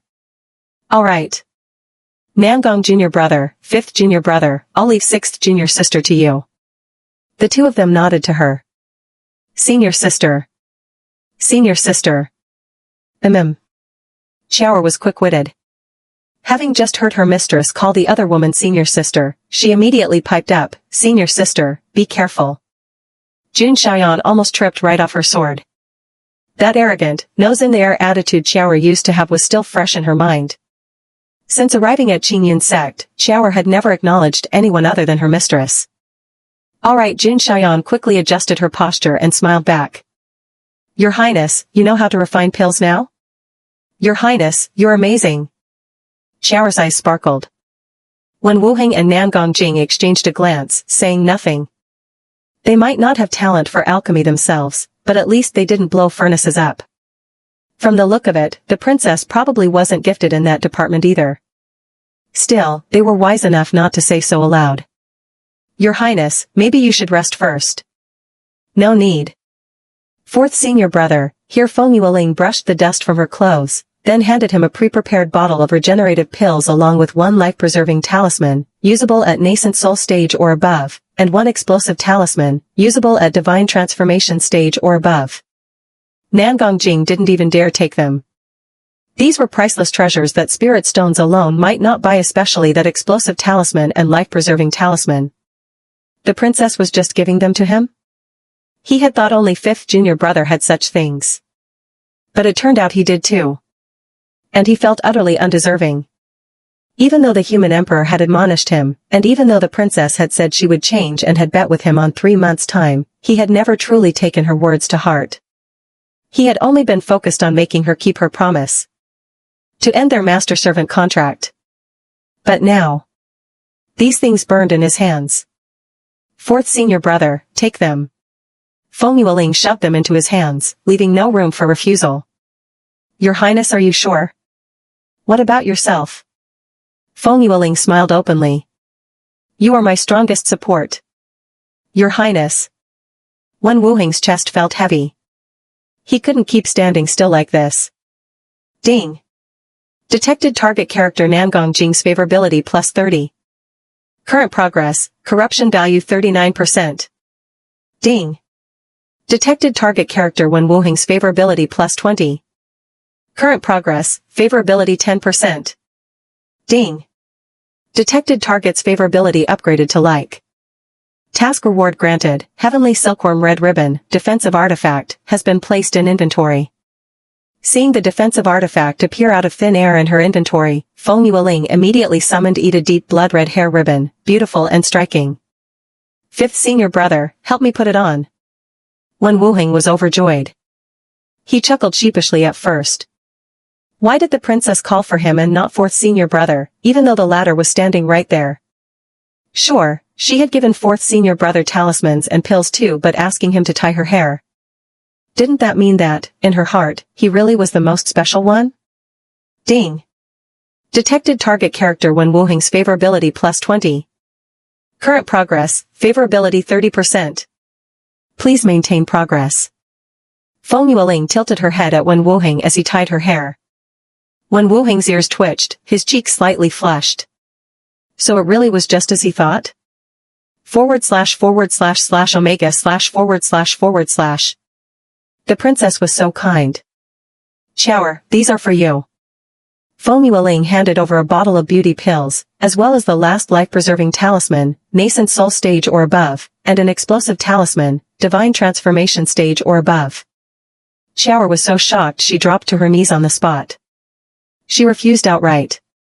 Since following Yuan Sheng, she had stayed in the Imperial City. Though she had no spiritual roots, she knew well how priceless these were to cultivators. All the more so for someone like Hera Mortal. To Chower, it was a waste to give her such treasures. But Feng Yueling didn't see it that way. She said softly, if something happened to you, how could I, your mistress, cultivate in peace? Be good. Chower's eyes were firm. Your Highness, Chower will definitely be someone useful to you. Feng Yueling smiled and patted her head. You're already very useful now. Your Highness. Chower's eyes were red again. That's enough, Your Highness.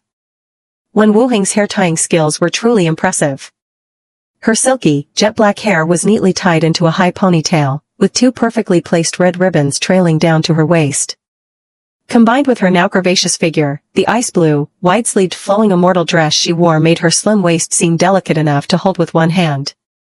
Her skin was smooth and fair, her soft, chubby cheeks adorable and charming even from the side. Yet, when she glanced sideways, there was also an air of heroic spirit about her enough to make anyone's heart skip a beat. Wen Wuheng was momentarily stunned on the spot. Thank you, 5th senior brother. 4th senior brother, 5th senior brother, if you have other things to do, go ahead. You don't need to watch over me. Then, she began refining pills again. Ding. Detected, target character Namgong Jing's favorability plus 10. Current favorability progress, corruption value 29%. Feng Yueling glanced at him. Namgong Jing looked at her with a complicated expression.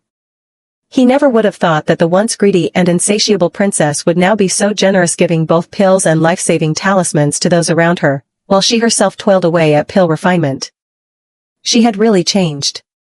It wasn't just empty talk. She truly wanted to protect them. And he was wavering. Your Highness, how about I help you as your assistant? When Wuheng's thoughts weren't as tangled as Namgong Jing's. He simply liked the current princess and trusted her wholeheartedly.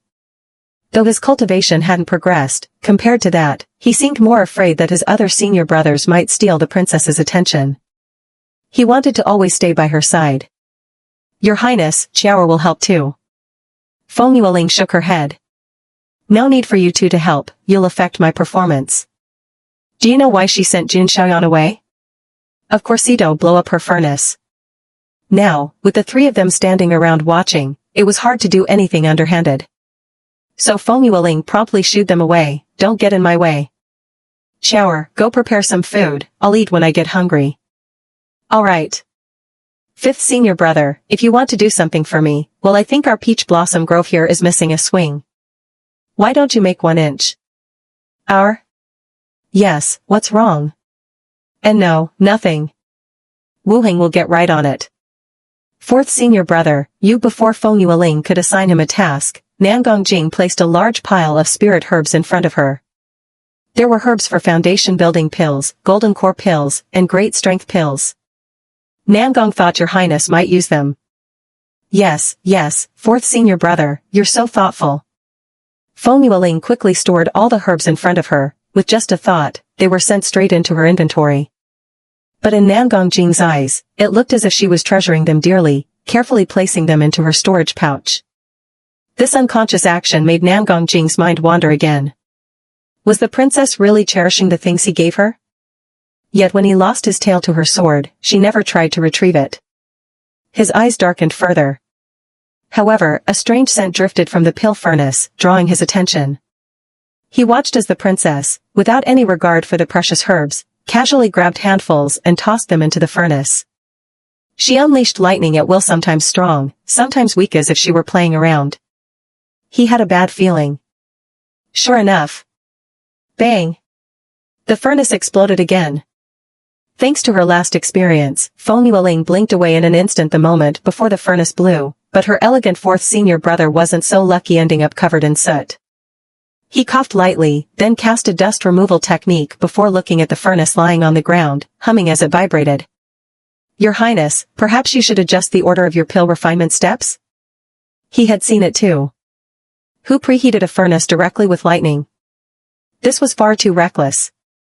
He was starting to doubt her. Did she really want to learn pill refinement, or was she just passing the time? Feng Yueling replied seriously, 4th senior brother, you don't understand. Nangong Jing. Fine, he didn't understand. To avoid another blast, this time Nangong Jing stood farther away. Feng Yueling grinned, increasing the power of her lightning. The furnace was scorched to the point of making a sharp zizzy sound of discomfort, clearly a bad one. Because she had spotted her senior sister. This Hongyuan furnace belonged to Jun Xiaoyan, and at the moment, it was clearly sending out distress calls. Jun Xiaoyan looked troubled. What should she do? But she had already agreed to let her 6th junior sister use it. Feng Yueling closed her eyes, pretending to sense whether the herbs inside had formed. Jun Xiaoyan sighed and silently placed the herbs she had just received in front of her. Since she didn't put them in the furnace, there was nothing to explode, only the passive scorching of the lightning. But a Hongyuan furnace that was on the verge of developing a furnace spirit would not willingly endure Feng Yueling's abuse. It tried to roll away. Feng Yueling immediately lifted the lid, tossed in a huge handful of herbs, and blasted it with fierce fire. Bang! This explosion was louder than the previous two. The bright red furnace rolled toward Jun Xiaoyan's feet. Just as she bent down to pick it up, Feng Yueling snatched it away with a show of anger. I refuse to believe I can't master pill refinement. Jun Xiaoyan's hand grabbed only air. She was about to speak, but when she saw her 6th junior sister's dark expression, she held her tongue. And so, Feng Yueling spent the whole day blowing up furnaces. Seeing the once bright red furnace now blackened with scratches, Jun Xiaoyan couldn't help feeling distressed. 6th junior sister. Feng Yueling finally spoke. Senior sister, do you also think I have no talent for pill refinement? She lowered her head, looking sorrowful. Your Highness, no, it's not like that. No one can refine perfect pills right from the start.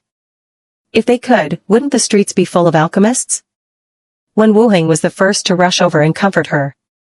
Seeing this, Jun Xiaoyan couldn't bring herself to ask for Hongyuan back. She quickly changed her words, of course not, 6th junior sister. 5th junior brother is right, try again. Feng Yueling suddenly looked up, beaming. Off to the side, Nangong Jing watched her wicked smile and her tireless furnace blasting with a thoughtful expression. Why did he feel that the princess wasn't really refining pills? Finally. Rumble. On the 3rd day, Feng Yueling, without sleep or rest, had scorched the Hongyuan furnace with lightning until it was cracked. The sky suddenly darkened with thunder and lightning. Qianyue, what's going on? Host, you've overplayed your hand. The furnace is about to develop a spirit. What? Huh. So she had actually helped it? She'd successfully drawn the tribulation lightning over for Itans. It endured the 9 bolts of heavenly lightning. The furnace could cultivate a spirit of its own and take human form. In its dreams. In a flash of thought, Feng Yueling blocked the tribulation lightning with her own body, speaking out without hesitation. Hongyuan, my senior sister treasures you the most. Even if I'm struck by lightning, I would never allow you to be struck. Don't worry, I'll protect you. Then, with one kick, she sent the furnace just beginning to crack open a thin seam flying far away, while summoning the thunder god to join her in resisting the tribulation lightning. It looked like she was protecting the furnace. But in reality, all the lightning heaven sent down was being devoured by her and her sword. The furnace could not even get close because of the barrier Feng Yueling had placed, and could only whirl angrily in place, trying again and again to break through. She glanced at the lightning spirit root in her dantian, happily swaying side to side, before looking back at the furnace. It rammed the barrier over and over. Its whole body trembled. Even without a mouth, Feng Yueling could tell. It was cursing up a storm. Meanwhile, since Jun Xiaoyan was still officially part of the sect's staff, she had a fixed daily workload. She couldn't stay with Feng Yueling for 3 days straight, so after the first day when Yueling began butting heads with the furnace, she had to leave to refine pills. As for Nangong Jing, seeing Feng Yueling treat pill refining like child's play, he'd guessed a little of what was going on, but lost interest and went back to his cave to cultivate. Wen Wuheng, on the other hand, seeing Yueling so diligent, didn't dare slack off either. Right now, he was in her cave dwelling, sitting in meditation at a critical moment in breaking through. Even hearing the commotion outside, he didn't dare stop, lest he risk a chi deviation. Xiaoer, exhausted from the past few days, hadn't heard a thing despite all the noise outside. She was sleeping like a rock. Your Highness. You. Wen Wuheng, holding his breath and concentrating, was on the verge of breaking through to late foundation establishment when his concern over the sounds outside unsettled his mind. In the end, he had to stop for fear of losing control. Worried that if he didn't check, his distraction might indeed cause a deviation, he went out. Only to see Feng Yueling shielding the furnace from 9 bolts of lightning. He immediately spoke up to explain. Your Highness, you must never block a spirit artifact's tribulation lightning. Otherwise, it's tantamount to cutting off its path to advancement. Feng Yueling's eyes widened in mock surprise. Then I'll give it back to it right now, 5th senior brother, you don't understand. I was worried it would be damaged by the lightning, so I blocked it. I didn't expect it to backfire. Your Highness, no. But before he could stop her, Yueling's 10-fold violet lightning slash came crashing down on the furnace. Crack! The furnace split open. Once a lustrous, glowing red all over, it instantly dimmed. That strike had wounded its very core. Hiding the delight in her eyes, Feng Yueling studied the faint lightning still lingering on her palm. She felt she was beginning to grasp how to better control this powerful force. That last strike had even faintly taken the shape of a sword. Looking at the ruined Hong Yuan on the ground now no different from scrap metal, Feng Yueling was very satisfied. Good. Half of her senior sister's impending disaster was now gone. When she went with her later on to train, she'd have one less worry. Yueling, what are you doing? Unfortunately, this scene had been witnessed by Luo Chen, who had come to inform them they were to gather in the sect square for the grand competition. Feng Yueling looked embarrassed. Master, I accidentally blew up senior sister's alchemy furnace while refining pills. Your disciple didn't mean to. Master. Wen Wuheng also bowed respectfully to Luo Chen. Master, Her Highness truly didn't mean it. Luo Chen frowned at the sight of the battered and ruined artifact. This was the furnace Xiaoyan had always treasured. How had it ended up in Yueling's hands? If that girl knew her furnace had ended up like this, she'd be heartbroken. She gave Yueling a look hard to put into words. Forget it. With a wave of her hand, Luo Chen put the furnace away. Yueling, I see you have no talent for alchemy. Don't waste time on it. I'll send your senior sister's furnace to Shanbao Peak to see if it can be repaired. This can't be hidden from your senior sister. I'll tell her myself. You two go to the sect square now. Yes.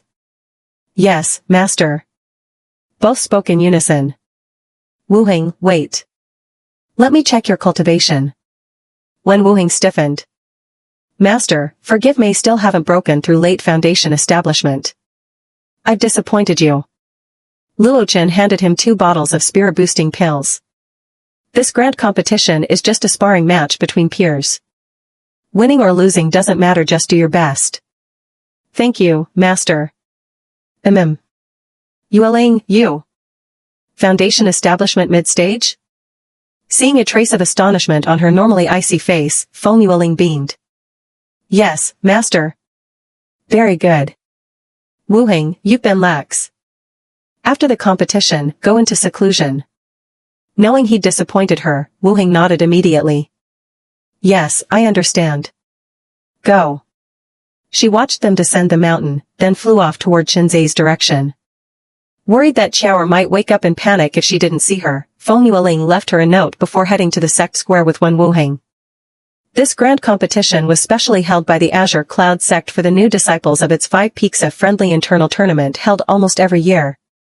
Its purpose was, first, to let disciples of all 5 peaks get to know each other, and second, to ensure fairness. When the 9 desolate secret realm opened, the winners from each peak could not only receive prizes but also enter the secret realm with the inner sect disciples. The 9 desolate secret realm only opened once a year, and only for those at or below the golden core stage. Therefore, every year's grand competition was fought between disciples of the 5 peaks below nascent soul, drawing lots for sparring matches. To prevent excessive harm between sectmates, the sect explicitly required everyone to stop short. Still, even with this rule, it was common for disciples from different peaks to carry personal grudges into the matches. After all, as the number 1 sect of the Tianqi continent, each peak of Azure Cloud had over 100 disciples. For example, Myriad Sword Peak alone had that many. And that didn't even count the talented inner sect disciples. Normally, inner sect disciples looked down on the outer sect disciples, nothing unusual there.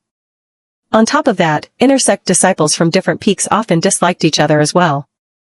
Among them were Myriad Sword Peak's intersect disciple Miao Yi and the heroine Dong Yuan. Those two couldn't stand Feng Yueling. So even if they all came from the same sect, in real combat, it was not uncommon for disciples of one peak to cripple the cultivation of disciples from another. The various peak masters could only sigh helplessly about it. Especially this year. The already strained relationship between the Alchemy Peak and the 10,000 Swords Peak had grown even more tense because of Feng Yueling alone. In private, everyone was as jittery as fighting cocks, worried that the disciples of these two peaks might stir up trouble during the upcoming grand competition. That was why Luochen personally came to instruct them. For this competition, just do your best. Winning or losing wasn't important. After all, they were all people from the Imperial City. Strictly speaking, they weren't true inner disciples of Alchemy Peak, just nominally affiliated. Moreover, the true inner disciples of Alchemy Peak were part of the sect's official ranks. Absolutely nothing could be allowed to happen to them. So this time, the ones representing Alchemy Peak were Feng Yueling and her 4 beast husbands.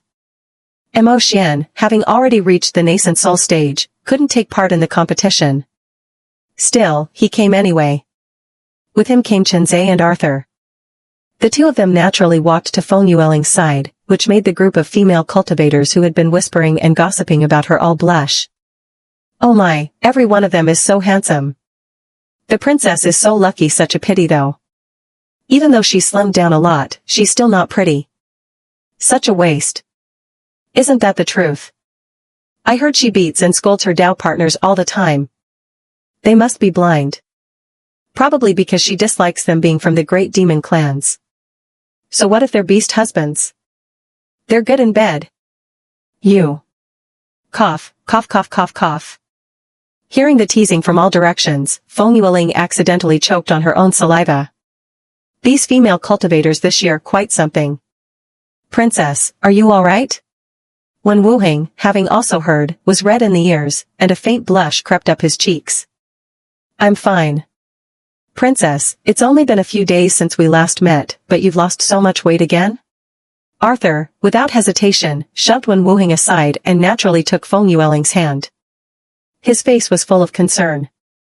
Wen Wuhing jumped in outrage. Second senior brother, what are you doing? I was the one standing on the princess's left first. Standing on Feng Yueling's right, Chenzhe _. Not far away, Mo Xian let out a disdainful snort. That dead fish. The last to arrive, Nangong Jing, rubbed his nose. Princess, maybe you should just stand in the middle? Feng Yueling. For the first time, all 5 beast husbands were gathered together. Why did it feel a bit weird? Senior sister Feng, long time no see, I hope you've been well.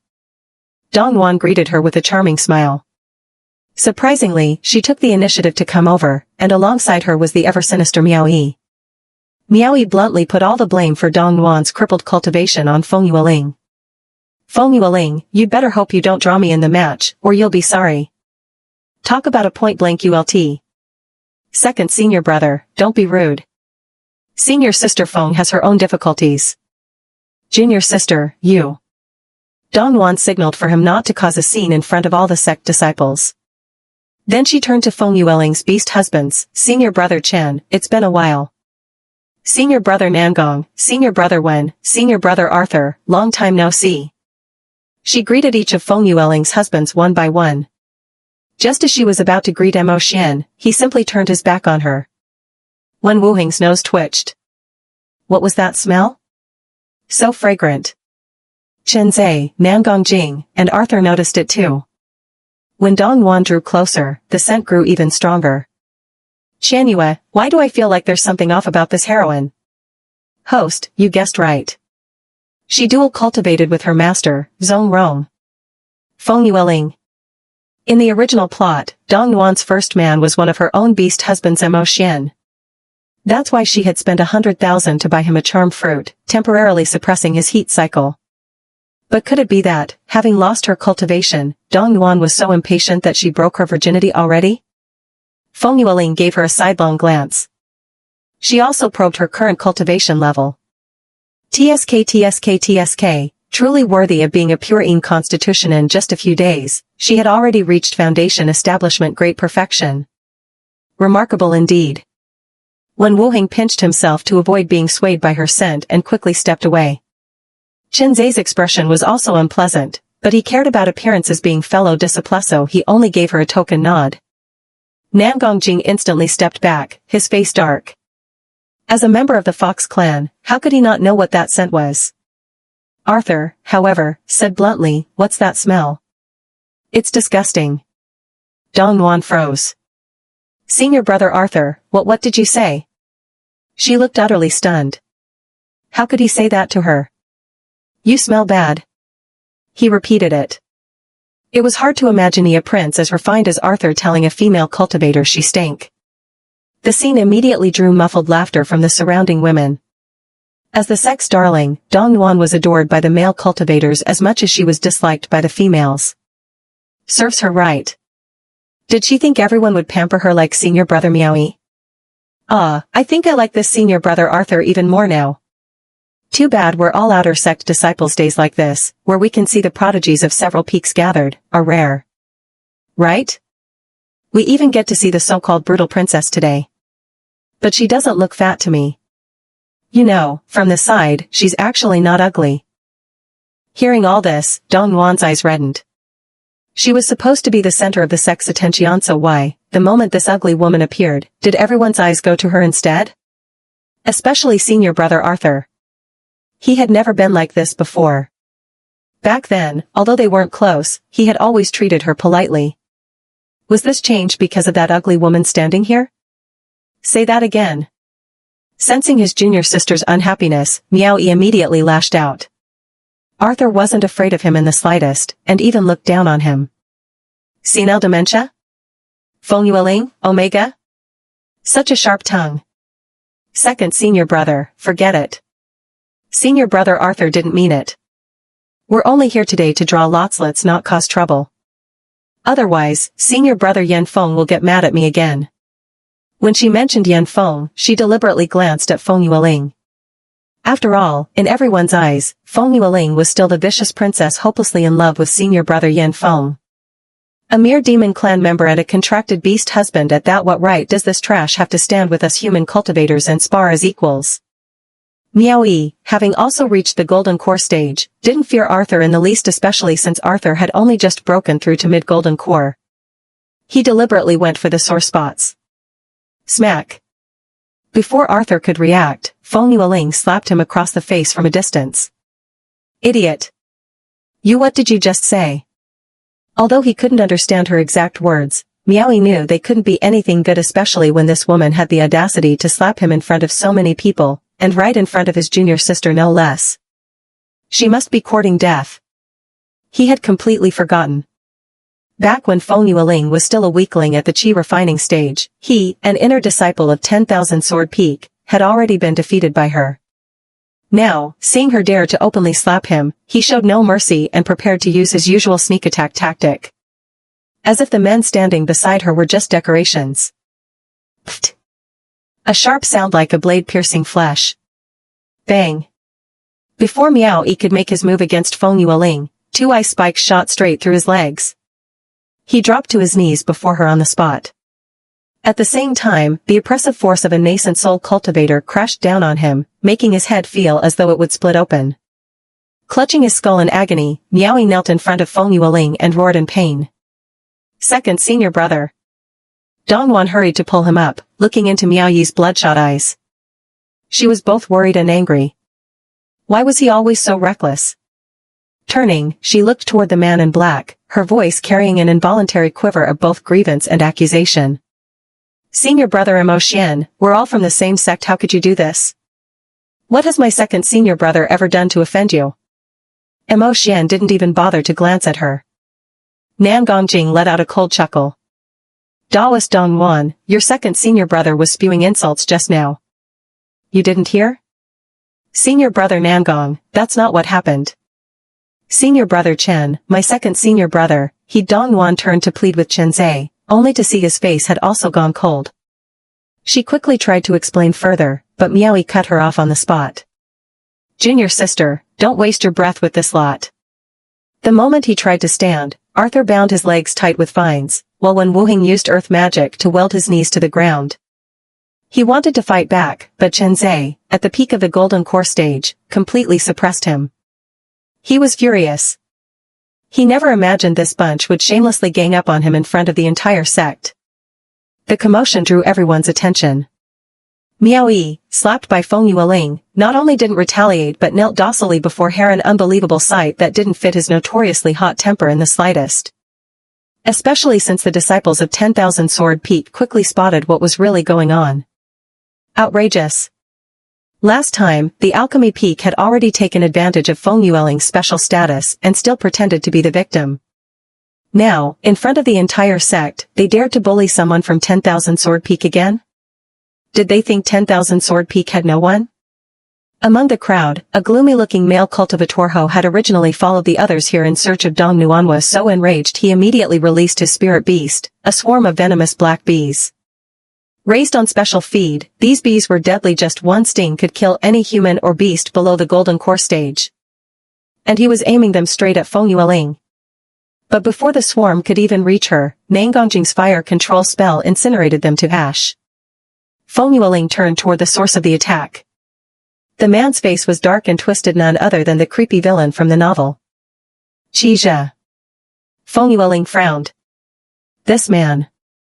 In the original story, he was a supporting villain and also one of Dong Yuan's harem members. Due to an unfortunate childhood event, he had unexpectedly evolved from an ordinary defective 5-element root to a terrifying mutated dark spiritual root. He not only wielded unique dark element spells and deadly curses, but also possessed formidable beast-controlling abilities. In the original plot, Qizhe despised the heroine's 5 beast husbands, and since they were all part of her harem, she already fearful of him became even more repelled. The time he spent with her grew shorter and shorter. In retaliation, he often used them as test subjects for his cruel curses. The 5 beast husbands suffered greatly under his torment. At one point, he even tried to use beast control techniques to make Mo Xian, the most powerful of them, his spirit pet. Not only that, Qizhe frequently spied on the heroine, earning her deep disgust, and often indulged in shameless fantasies about her. While he indeed possessed some strength, he was also an unabashed love-obsessed pervert, utterly devoted to Dong Yuan. So, seeing him target her just now, Feng Yueling immediately understood this shadowy, crawling lapdog had acted out of jealousy. When their eyes met, Qizhe didn't even bother to hide his disdain for her. Seeing his bees fail to harm Feng Yueling, he angrily flicked his sleeve and walked toward Dong Yuan along with the others. Second senior brother. Led by Chen Zhe, the men quickly surrounded Feng Yueling protectively, a sight that made Dong Yuan bite her lip hard, her eyes full of unwillingness. Third senior brother, where's senior brother Yan? Though Qizhe was skilled in spellcasting and beast control, he was only at the late foundation establishment stage. Dong Yuan didn't believe he could get her revenge, so her first question was about Yan Feng's whereabouts. This immediately soured Qizhe's mood, and when he was unhappy, he tended to target the original 5 beast husbands. But now would he aim at her first? After all, the person Dong Yuan hated most at the moment was none other than Feng Yueling. Even so, she still had to remind her 5 beast husbands. Stay away from this shadowy, crawling pervert. Ding. Target character Arthur's favorability plus 20. Current favorability progress, like 20%. Your Highness. She was worried Arthur might take Miao Yi's earlier words to heart. After all, on the Tianqi continent, there was a strong hierarchy of disdain. Beast folk and demonkind were regarded almost like demonic cultivators. In fact, sometimes even lower. While humans feared demonic cultivators, they often looked down on beast folk and demons with outright contempt. Some even took pleasure in enslaving them. Disciples of all peaks, hear my order. Just as the crowd began drifting toward Feng Yueling's group to gawk, and she was about to speak to her 5 husbands, Elder Daoqing, dressed in bright red, appeared in the center of the plaza. Stroking his beard with a smile, he looked at the neatly gathered inner and outer sect disciples and was clearly very pleased. Greetings, sect master. With the sect leader himself present, everyone immediately stopped what they were doing, including Qizhe, who had been about to make a move, as well as Feng Yueling's beast husbands, who promptly withdrew their restraints from Miao Yi. Miao Yi tried to stand, but his knees throbbed in agony. Looking at his bleeding legs, he quickly swallowed a hemostatic pill before Dong Yuan helped him shakily to his feet. Mo Xian now stepped forward. The two sides continued to face each other coldly, neither willing to back down.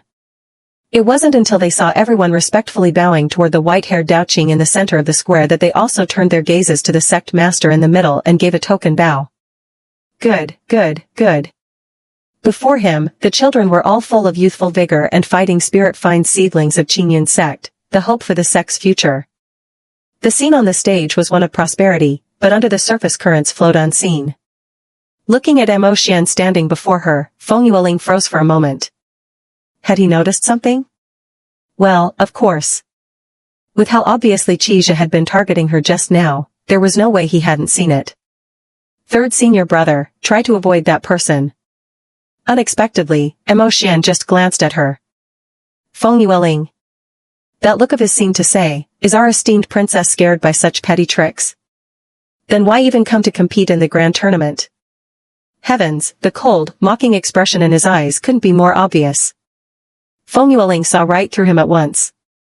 Straight face. Qianyue, how much money do I have left? Host, your current account balance is 900,000. Cash in some points for 6 high-grade talismans that specifically counter curses from cultivators above the golden core stage. Because the system store is not set to automatic mode, the exchange rate remains at 10:1. Does the host wish to proceed? Feng Yueling gritted her teeth. Do it. Ding. Congratulations, host, you have successfully exchanged for 6 anti-curse talismans, golden core and above. They have been placed in your inventory. Your updated account balance is now 300,000 cash. Feng Yueling, oh. Money flowing away like water.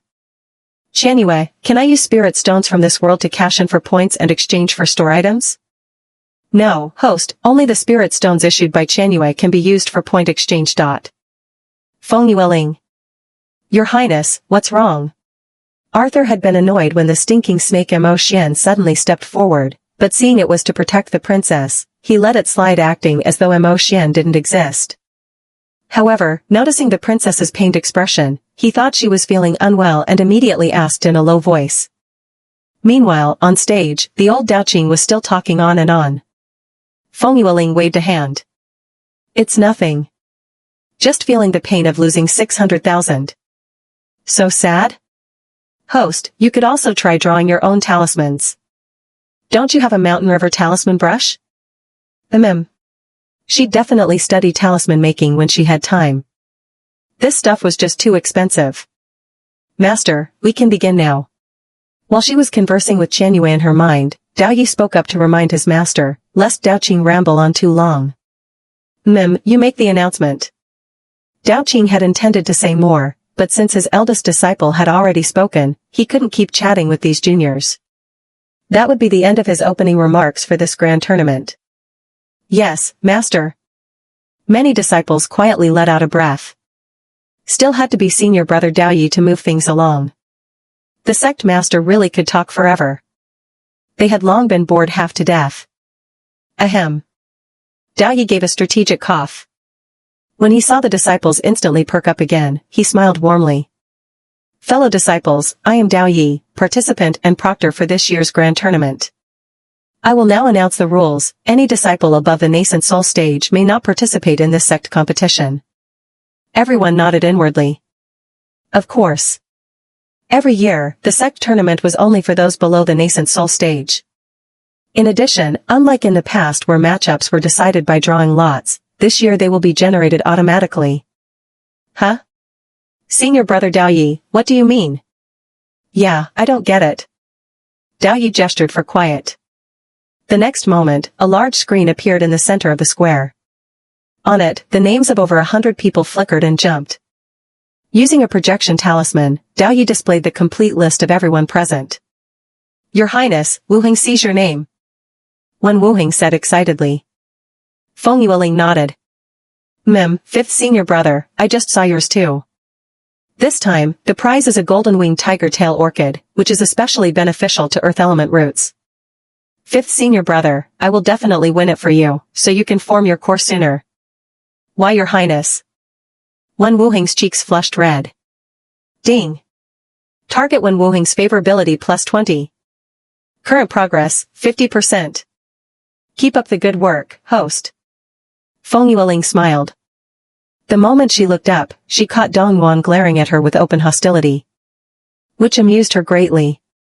She was doting on her own beast husband, and this woman was blushing on his behalf? Arthur, ever attentive, said, Your Highness, Arthur will also help 5th junior brother get the golden-winged tiger-tail orchid. You needn't worry. Wen Wuheng. Oh, now you're all talkative, huh? Qinzai and Nangong Jing, seeing the not-so-subtle rivalry, showed no special reaction. But Mo Xian, who had never been fond of the princess, grew darker and darker in expression. To ensure fairness, each matchup will be decided on the spot. No matter the opponent's cultivation level, anyone who wins 3 matches in a row will directly advance. That introduced an element of luck if a foundation establishment early-stage cultivator faced 3 consecutive qi refining opponents, they could advance without much danger. Hearing this made those without confidence in their own cultivation perk up immediately. Furthermore, the top 30 will each receive 200 high-grade spirit stones, 10 teleportation talismans, 3 bottles of hemostatic pills, and 3 bottles of spirit-boosting pills. The top 10 will additionally each get a golden-winged tiger-tail orchid to aid earth element core formation, plus the right to accompany the inner sect disciples to the 9 Desolation secret realm when it next opens. Great! Great! Great! The outer sect disciples were full of fighting spirit. This effectively gave them 30 guaranteed slots. Such a good opportunity naturally drew cheers. Then let this year's sect grand tournament officially begin. As soon as Dao Yi finished, he activated a spell, and the hundreds of names on the screen began spinning rapidly. So fast the eye could hardly follow. When the movement stopped, 2 names stood out clearly. Alchemy Peak Disciple Feng Yueling versus Treasure Peak Disciple Lei Jiukui. Your Highness, it's your name. Alright, will the 2 contestants please come to the center of the square? All other disciples may watch from the air by sword flight, but do not interfere in their match. The disciples of Qingyun sect all summoned their life-bound flying swords, taking to the air and forming dense layers above the square, though leaving plenty of open space so as not to affect the duel below. The sight was so spectacular that Feng Yueling couldn't help but glance around. The disciples of each peak stood in neat, uniform lines, yet it was easy to distinguish them at a glance. At first sight, the colors seemed almost the same, mostly white and light blue skirts, but each peak had its own distinct embroidery patterns. For example, the disciples of their alchemy peak had a 7-colored pill embroidered on the hem of their robes. Sword Peak had a sharp sword. Treasure Peak had a delicate pagoda. Charm Talisman Peak had talisman patterns. It was all clear at a glance. To an outsider, it would look as though they had rehearsed for this, the formation so orderly and unified. After a brief moment of awe, Feng Yueling quickly reminded herself of the matter at hand. Senior brother, 3rd brother, 4th brother, wait. This, keep it on you. That's an order. She handed each of them one of the 6 spell rebound talismans she had just exchanged for, putting one on herself in front of them. Mo Xian frowned, unwilling to take it. Qinzai also looked puzzled. Nangong Jing said nothing. Arthur and Wen Wuheng, however, accepted them without hesitation. Since the imperial consort gave them something, it must be a good thing. If she said to keep it, then there must be a reason. Just take it, just listen. Feng Yueling was very satisfied with the 2 men's obedience. In the future, she would give good things to these 2 beast husbands. First, she liked the obedient ones. As if she would harm them? Nangong Jing, recognizing the talisman as a spell rebound talisman and recalling Sword Peak's Qijia, accepted it. But he still felt wary. Although the woman before him was now very different from the one she had been, she had once laid similar traps for them to fall into. One could never be too careful. Qinzai also accepted his. Alright, Imperial Consort, be careful. Just do your best. I know, senior brother. Mo Xian, I told you to keep it. Mo Xian impatiently shoved it into his chest. Only then was Feng Yueling satisfied. Seeing that Gouging hadn't put the talisman in a close-fitting spot like the others, she could only sigh helplessly. Out of 5 beast husbands, he was the most suspicious. But since they were about to compete, she couldn't delay everyone for her sake. After the men left, the square before her remained empty. Her opponent still hadn't arrived. Today was the sect grand competition. She was the first contestant of the day. After thinking for a moment, although she was very fond of the ice blue wide-sleeved fairy skirt her senior sister had given her, she still changed into Alchemy Peak's distinctive Taoist robe before Lei Jiukui came on stage. It was a gesture of respect for the competition. The gesture indeed earned the praise of Elder Daoqing. Not bad, not bad. Just then, the other 3 peak masters arrived late. Since Feng Yueling was standing in the middle of the square, when they flew over, they came face to face with her. Unexpectedly, in addition to Zhong Rong and Yan Feng, Elder Lei Yuan and his daughter Lei Jiukui, and her own master Luo Chen, the senior sister Jun Ziyanho had been refining pills at the alchemy pavilion had also come. When she saw Feng Yueling, Jun Xiaoyan felt a surge of emotion. She wanted to cry but couldn't. Feng Yueling gave her an awkward smile. Senior sister. Jun Xiaoyan had already learned from their master that her red abyss furnace had been blown up by her 6th junior sister, completely ruined beyond repair, unlikely to ever be restored to its former glory. The pain was suffocating. But she couldn't bring herself to blame Feng Yueling. She hadn't come to lecture her, but because she knew Feng Yueling was representing Alchemy Peak in the competition, so she had signed up to attend as well. After hearing from their master about the drawing of lots for today, she followed along only to find that the competition was starting right away. 6th junior sister, ah. She let out an involuntary sigh. Senior sister, I will definitely make it up to you. Feng Yueling was sincere. She was determined to replace the furnace with an even better one. Otherwise, she would never have risked blowing up the one that had such dangers. TCH, useless, you even managed to blow up the top-grade alchemy furnace someone's been using for more than 10 years. You really are something. The speaker was none other than her opponent for this match, Lei Jiukui. At 17, the girl was at the age of arrogance and conceit. Her coral pink hair was eye-catching. Like the original Feng Yueling, she was famous Lei Jiukui for being a prodigy in the cultivation world, and Feng Yueling for being the infamous Imperial Princess of the human race. Ugly as a yiksha, fat as a ball. Cruel in means, violent in temperament. A complete good-for-nothing, who took pleasure in tormenting others. Not a single redeeming quality. Unlike the girl before her, pretty and demure, blessed with extraordinary fortune. Lei Jiukui possessed a once-in-a-century space spirit root. Cultivators with a space spirit root could comprehend the power of space and even master the power of time, capable of casting heaven-defying techniques like time acceleration, deceleration, and reversal. But because of restrictions imposed by the laws of heaven, their cultivation speed was also particularly difficult to improve. At present, her cultivation was at the peak of the qi refining stage. Even so, she was an exceptional figure.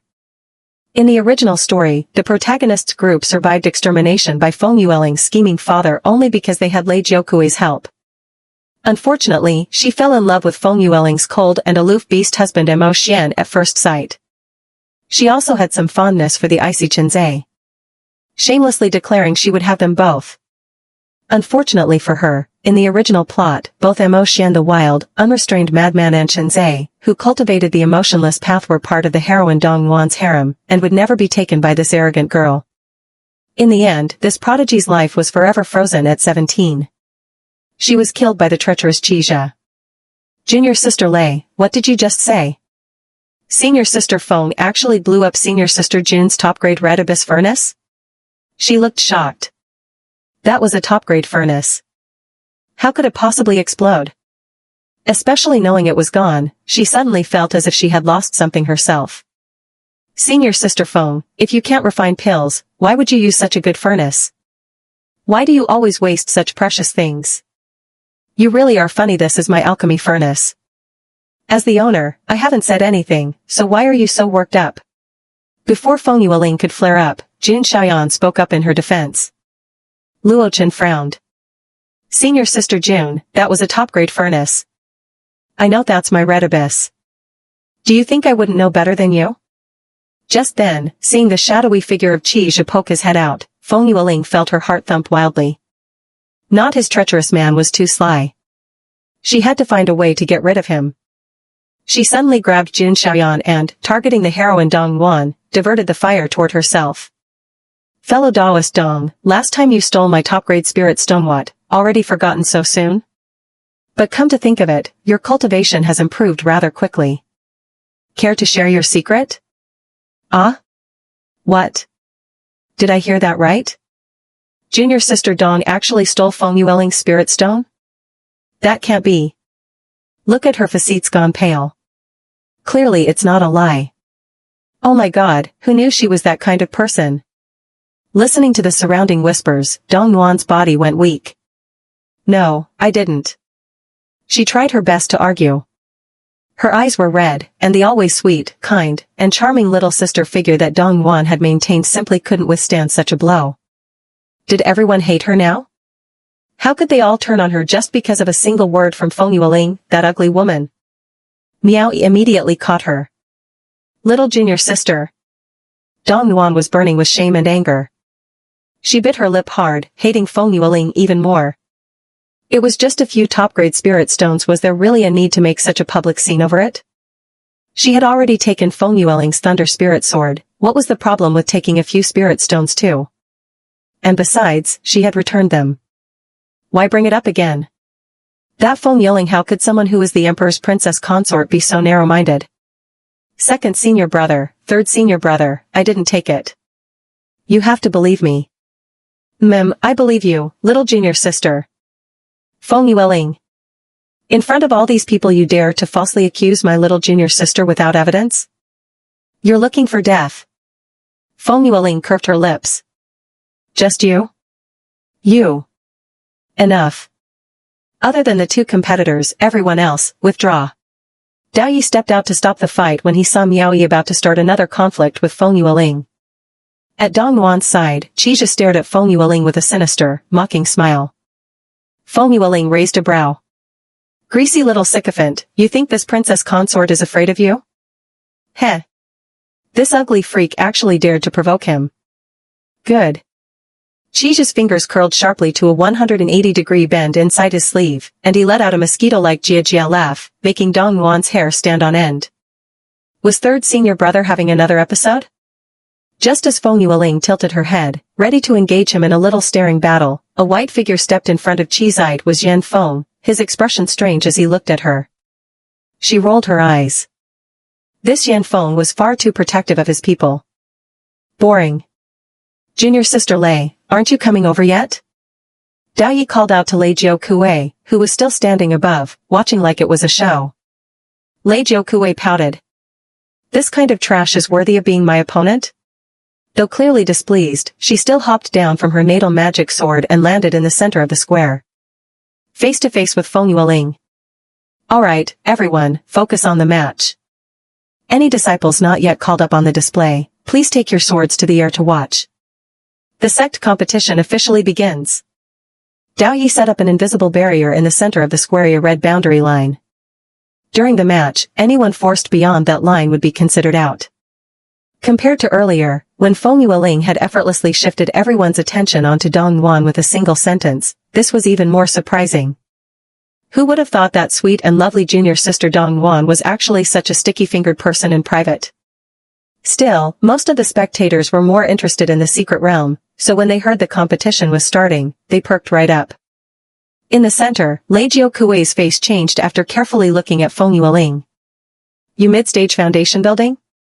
How is that possible? Wasn't this woman supposed to be a waste? Had her information been wrong? Feng Yueling blinked. Don't worry, as your senior sister, I'll be sure to take care of my little junior sister. Che, who needs you to take care of me? I just want to see why the Red Soul didn't choose me and instead picked you, an ugly freak. Just mentioning it made Lei Jiukui fume. At the age of 9, she had set her heart on the Red Soul. Her father, Lei Yuan, had also intended to cultivate it as her natal treasure. But for 9 whole years, the Red Soul refused to recognize her as its master. And now, she had just left seclusion only to learn from her father that the Red Soul had willingly recognized Feng Yueling as its master. Furious, she rushed here and just her luck, her opponent was the ugly freak herself. Perfect. She would show the Red Soul just how wrong it had been. Immediately, she unleashed her spatial power, locking Feng Yueling in place, planning to kick this ugly freak right off the stage in one blow. First round elimination. But gone. Every disciple watching from above on their flying swords gasped sharply. What happened? That was junior sister Jiao Kui's signature move, spatial binding. Why didn't it work on Feng Yueling? Even Lei Yuan, on the viewing platform, shot to his feet in shock. Few people could escape his daughter's spatial binding. Junior sister, behind you. Jiang Ning was the first to notice Feng Yueling suddenly reappearing behind Lei Jiao Kui, blurting out a warning. But by the time Lei Jiao Kui reacted, it was already too late. Still, since Feng Yueling had accepted Lei Yuan's welcome gift, she wouldn't really harm his daughter. Besides, she didn't think this spoiled girl had any truly bad intentions. At most, she was just pampered. So she simply leaned in and blew lightly by her ear. Little Kui junior sister, your speed's a bit slow. Lei Jiao Kui froze. In the next instant, she drew her sword against Feng Yueling. Princess consort, watch out. Wen Wuheng's heart lurched in alarm. Feng Yueling not only dodged Lei Jiao Kui's attack. She instantly teleported to her front. The girl was clearly startled. Could she also use spatial techniques? Otherwise, how could she teleport? Shocked or not, Lei Jiao Kui immediately changed tactics. By the law of all things spatial slow. A pulse of light shot straight at Feng Yueling. Princess consort. Not good. The princess consort was hit. Arthur's expression turned grave. Host, your speed will be reduced tenfold. Even Qianyue's voice in her mind grew anxious. Feng Yueling remained utterly calm. Humph, ugly freak, down you go. Seeing Feng Yueling caught in her spell, Lei Jiao Kui confidently stepped up to kick her out of bounds. But before her foot could touch Feng Yueling, she was flung back by the powerful defensive barrier around her. It was the heavenly silkworm red brocade. Feng Yueling gave the brocade a tug. Even slowed tenfold, she had already pulled her hair free as Lei Jiao Kui attacked. A cascade of long, inky hair spilled to her waist, the slowed motion making it look strikingly beautiful from the side. Lei Jiao Kui stomped her foot in frustration. With such a powerful defensive artifact wrapped around her, even slowed, Feng Yueling was untouchable. She's cheating. That's her magic treasure. It's not cheating. Dao Yu spoke up. Humph, it's not like you're the only one with a treasure. I have one too. Lei Jiao Kui snapped, summoning her own treasure, the heavenly mechanism bell. The disciples of Xianbao Peak immediately shielded their hearing and brought out their best treasures to block the piercing, soul-cutting, ear-splitting sound. Those unprepared would suffer. Dang. Just one strike. The sound ripped through eardrums and souls alike, as if knives were scraping inside their ears, making the surrounding disciples wince in agony. Some even bled from the ears. Including Feng Yueling. ChatGPT to NOI. Qianyue, block my hearing. Alright, host. Lei Yuan, your niece Xiao Kui is still just as competitive as ever. Dao Qing stroked his beard, looking down at Feng Yueling, whose eardrums were bleeding from Lei Jiao Kui's heavenly mechanism bell. Her face was pale. He couldn't help but sigh. Lei Yuan chuckled. Senior brother, it's just a friendly spar, nothing serious. Although he said that, he was actually worried for his own daughter. Deep down, of course he hoped his daughter would win. But at the same time, he was afraid that if she lost, Feng Yueling might bear a grudge against her. What could he do? He was really troubled. From the moment the two started sparring, his face had been wrinkled up like a bitter melon. It was uncomfortable. And now he had to be teased by his senior brother, Epsilon Sadface Omicron, Psi. On the stage. Humph, ugly freak, if you beg for mercy now, I'll be generous and let you step down with dignity. Lei Jiao Kui said arrogantly. Fifth junior brother, calm down for now. Arthur noticed when Wu Heng was having trouble holding back and quickly grabbed him. If he intervened now, the princess would lose.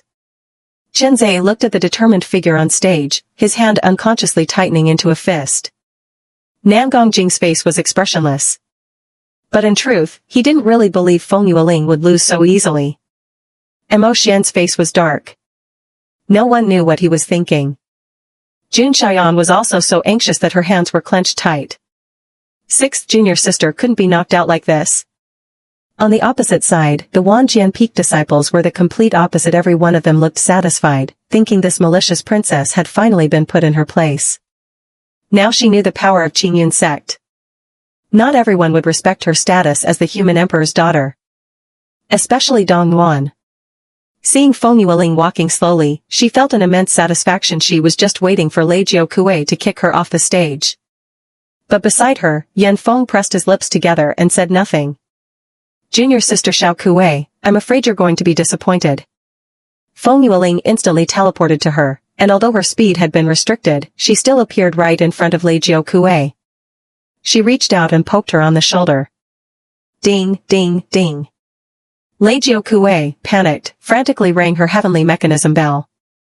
The piercing chime shattered the concentration of the surrounding disciples, but right in front of her, Feng Yueling was completely unaffected.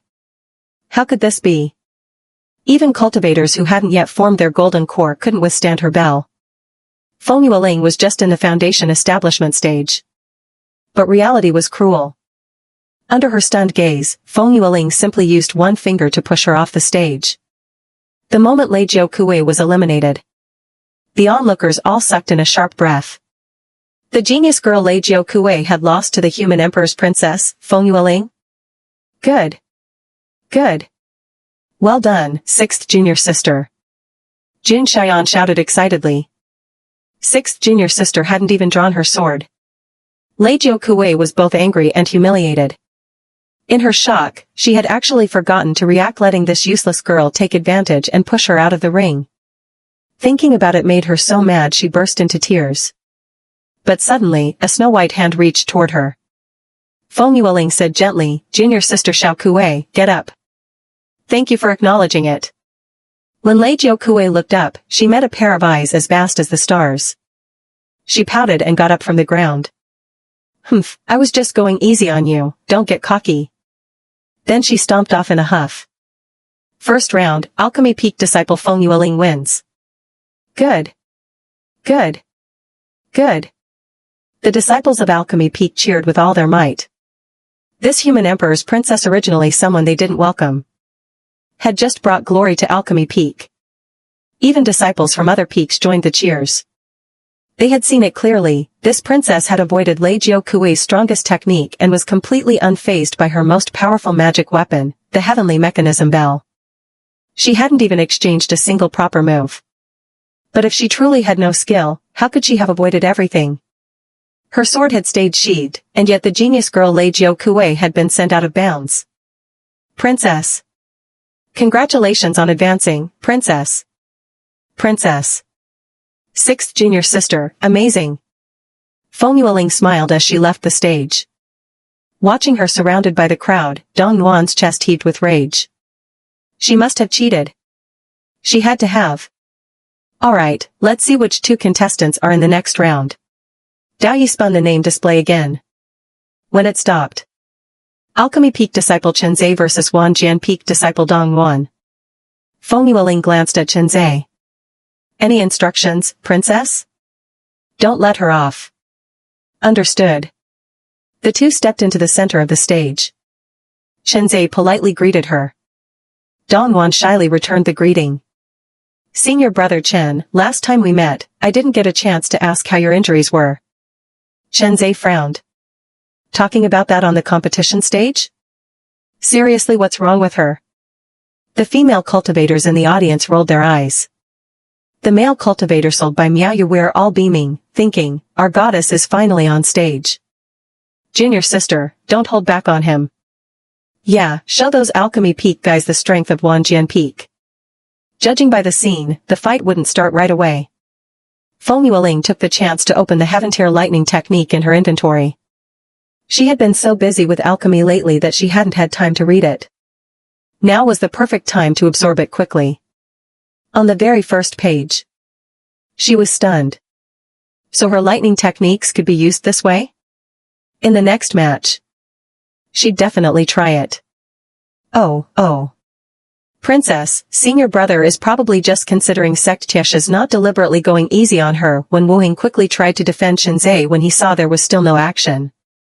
Feng Yueling closed the book. She turned to him. Fifth junior brother, if it were you, what would you do? Wen Wuheng didn't hesitate. I'd fight, of course. Exactly. This seemingly gentle Chenzhe was so considerate of others' pride that it made female cultivators think they had a chance with him. That habit needed to change. Arthur subtly tried to stir things up. Princess, senior brother has always been like fish, very gentle with every female cultivator in the sect. Namgongjing gave him a sideways glance. Since when was this fish so invested in the princess? Mo Xian, bored, was just about to leave.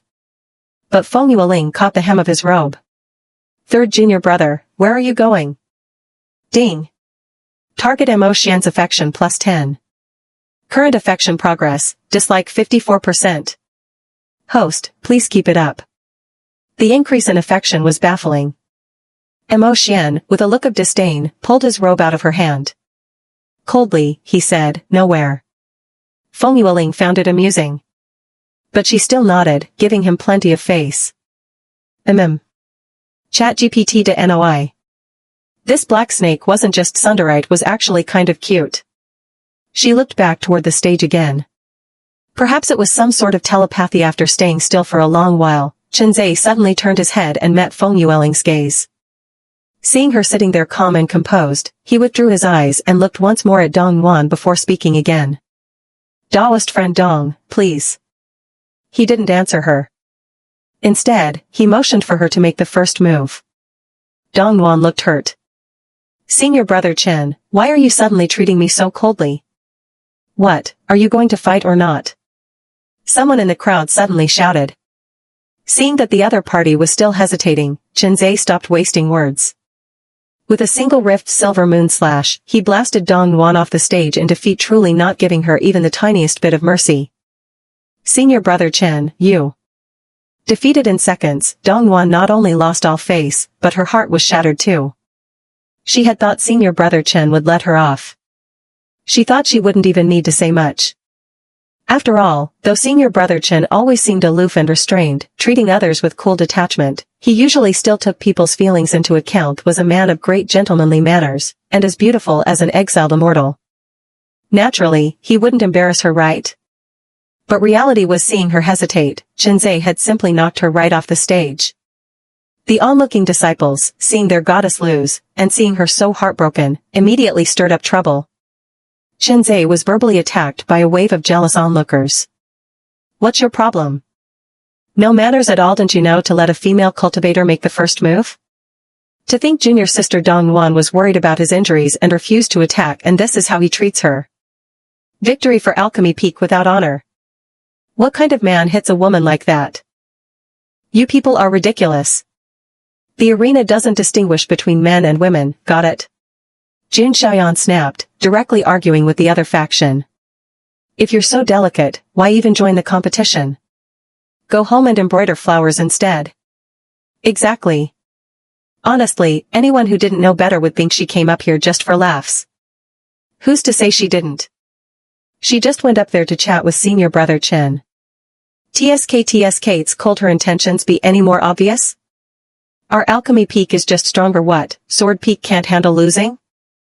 While some male cultivators slandered Chenzhe, it wasn't just Jun Xiaoyan who couldn't stand it. There were also female cultivators who admired Chenzhe, who stepped up to defend him. But Chenzhe was never bothered by such things. Until... a beast is still a beast. What did you say? Say it again. No matter how good his self-control was, Chenzhe would never allow anyone to slander him like that. The male cultivator who insulted him was so terrified by his aura that he wet himself on the spot. Aze, don't cause trouble. If not for Luo Chen stepping in to block his attack in time, that man would surely have died on the spot. Seeing Chenzhe so ruthless toward others, Dong Yuan regained her confidence. After all, he had only knocked her out of the arena, hadn't actually hurt her, had he? She glanced at Feng Yueling again, her look faintly provocative. Feng Yueling frowned. Second round, Alchemy Peaks. Chenzhe wins. Good. Good. The disciples of Alchemy Peak erupted in cheers, while some Sword Peak male disciples who secretly admired Dong Yuan lowered their voices, afraid their goddess might hear. Let's see who will be the next two contestants. Dao Yi once again activated the display of names on the screen. For some reason, it took a long while this time. At last, it showed. Beast Taming Peak Disciple Li Qinqian vs Treasure Peak Disciple Yin Zue. Your Highness, Qinzhe has fulfilled his duty and didn't hold back. Watching the immaculate Qinzhe fly his sword back to her side and say such a thing, Feng Yueling was genuinely surprised. Still, she had always been fair with rewards and punishments. So she immediately rewarded him with a kiss. Seeing your brother did very well. I like it. Qinzhe. Stunned. Mo Xian laughed in disbelief. As expected, nothing this woman said could be trusted. When Wu Hing quietly clenched his fist, she too would win and show her highness that he was no worse than senior brother. Arthur, on the other hand, was a man of action. He simply scooped Feng Yueling up in a princess carry, saying in all seriousness, Your Highness has been standing too long, better watch from Arthur's arms. Feng Yueling. Wow. Enjoying the blessings of all your men. I wish I could be her highness. You? Please. Oh come on, let me dream. Feng Yueling. Realizing what was happening, Qinzhe's face turned to icy frost. Your Highness, Qinzhe follows the path of the emotionless. Feng Yueling nodded. I know. So I ask that you refrain from things like just now. He seemed helpless yet cold, as if truly a bit displeased. But in truth, he was anything but calm inside. Arthur promptly carried Feng Yueling farther away from him. Gouging just felt completely out of place among them all. Touching his nose, he looked left and right. Being publicly princess carried like that made Feng Yueling feel a bit embarrassed, though she was no longer a fatty now. Second brother, I'd better stand. Your Highness, is Arthur unpleasant to look at? Feng Yueling. That strangely familiar feeling again. Does being carried by Arthur shame you? Feng Yueling. Then, sit on Arthur's shoulders. Feng Yueling. No. Too late, Arthur had already lifted her up onto his shoulders. The humiliating posture, the full-on boyfriend strength, good grief, instant social death. Fortunately, the fight below quickly drew everyone's attention away. Beast Taming Peak Disciple Li Qinqian. Treasure Peak Disciple Yin Zue. In a blur, the two combatants had already announced their names. Cold sweat beaded on Li Qinqian's forehead. How did he end up against Yin Zue? Looking at the white-clad man before him, flawless as fresh snow, he wanted to surrender right there. But as an inner disciple of Beast Taming Peak, how could he lose without a fight? All his fellow disciples were watching. He'd fight for his honor, even without hope. Li Qinqian immediately launched an attack, thinking as long as he didn't look into the other man's eyes, he'd be fine. But when the blindfolded Yin Zue pulled off the cloth, Li Qinqian froze on the spot. His body trembled violently, every inch of him steeped in terror. His eyes turned blank and hollow. Ah! He collapsed to his knees, sobbing uncontrollably. His whole mind crumbled. Second brother, it's an illusion. Second brother, wake up. Li Xiaochang, watching from the crowd, was sweating bullets. But no matter how much he shouted, it was useless. Anyone caught in Yin Zue's illusion was doomed to lose. Well done, senior brother. Lei Jiukui, who had disappeared earlier, had somehow returned. Now, seeing Yin Zue step onto the stage and fell his opponent without lifting a finger, she jumped up and cheered. Feng Yueling glanced in her direction. Lei Jiukui awkwardly turned her head away, avoiding eye contact.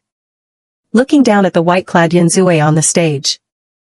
In the original plot, this genius youth was also a formidable figure. For the sake of avenging his junior sister Lei Jiukui, he didn't hesitate to fight his way into the upper realm. What a pity. In the end, he was outnumbered. He met the fate of dying with his Dao extinguished. A truly lamentable ending. Round 3, Shanbao Peak Disciple Yin Zue wins. Seeing that Li Qinqian was on the verge of collapse, Dao Yi immediately announced Yin Zue's victory. Only then did Yin Zue withdraw his illusion technique and once more cover his face with the white cloth. Senior brother, you're amazing. Lei Jiukui immediately ran up to him. Yin Zue's cheeks flushed red. Second brother, are you all right? Li Xiaochang hurriedly flew over on his sword and helped Li Qinqian up from the ground. Li Qinqian hung his head low. Big brother, I've disgraced beast-taming peak. Nonsense. In sparring between sects, there's no such thing as disgrace. Peak Master Baichuan stepped in to comfort him. Master. Enough. You may all leave the stage now. Let's see who the next two contestants will be. Dao Yi once again activated the screen to draw names. This time, they appeared instantly. Alchemy Peak Disciple Feng Yueling versus Talisman Peak Disciple Dao Yi. Your Highness, it's you again. Wen Wuheng was stunned. Dao Yi smiled as warm as a spring breeze. He lifted his gaze to Feng Yueling and said, Junior Sister Feng, we really are fated to meet. Arthur's face darkened. Mo Xian also cast a glance toward Dao Yi down below. Second brother, put me down. Your Highness, it's just a friendly match, don't worry too much about winning or losing. With Foundation Establishment mid-stage Feng Yueling facing Dao Yi at Golden Core Perfection, her chances were slim. That was everyone's thought. Feng Yueling, however, didn't think so. Perfect chance to test out her new move. She patted Arthur's shoulder. Understanding her intent, Arthur set her down on the sword though reluctantly, not wanting her to go. And while at it, he stole a quick kiss from her.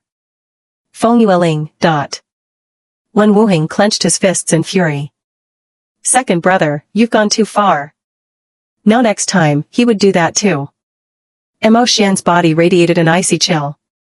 He had always hated Feng Yueling's vicious, duplicitous woman full of sweet words and lies, but seeing her being intimate with another man, he couldn't stop the surge of anger.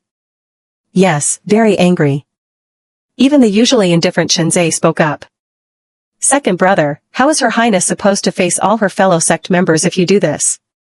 Her Highness is my wife. We are a legitimate, lawful couple. What's wrong with a kiss? Throughout the entire sect no, the whole Tianqi continent who doesn't know that I, Arthur of the Deep Sea Merman, am Her Highness's husband? Feng Yueling, Couldn't argue with that. Seeing the varied expressions of the four men before her, Feng Yueling gave a light cough. Second brother, I'll be going now. Then she flew back down to the center of the square. Junior Sister Feng, please. Dao Yi, clad in red and holding a folding fan, made a gentlemanly after-you gesture while fussing with his hair utterly flamboyant. His manner made Feng Yueling instinctively think of Nangong Jing. She couldn't help but wonder when her suspicious fox of a husband one day fully unfurled his 9 tails, what would it look like? Surely, it would be beautiful. Nangong Jing, feeling her gaze, panicked inside. No way could she read minds? Did she know he was mocking her? He gave a dry laugh. Feng Yueling withdrew her gaze and looked back at Dao Yi. Senior brother Dao Yi, offense intended. With a sudden lunge, she dashed forward, but before she could cast her spell, Dao Yi vanished into thin air. Your Highness, above you! Wen Wuheng shouted. Feng Yueling instantly sidestepped, narrowly avoiding Dao Yi's fire technique.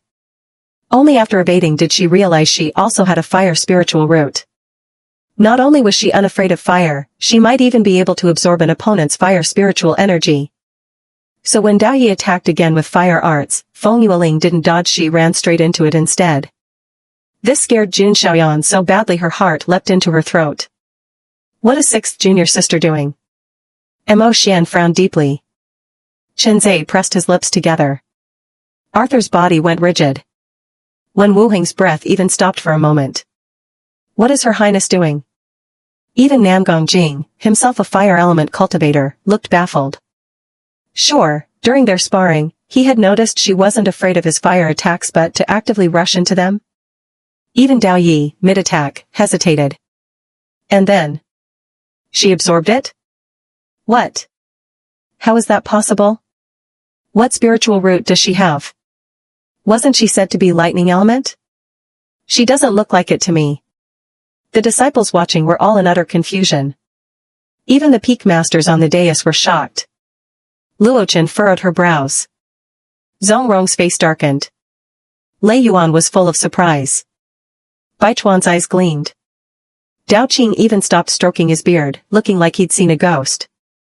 How could this girl absorb the fire techniques of his own top fire element disciple? Feng Yueling, however, was overjoyed. It worked. She could really absorb the spells of another fire spiritual root user. Seeing the little leaf of her fire root unfurl for the first time after absorbing energy made her giddy. She had only been trying it on a whim. Worst case, she'd just take the hit and hit back next time. Ding! Congratulations, host, for successfully activating the hidden skill, Spiritual Energy Absorption Technique. Task reward issued, 10 million gold coins. Please check your inventory. Gold explosion. Feng Yueling was thrilled. Money. Money from all directions. How much is that in RMB cash? 4 million in cash, host. Now automatically converted to RMB, 4 million, cash. Your account balance has been updated, 4.3 million, cash. Feng Yueling felt nothing but bliss.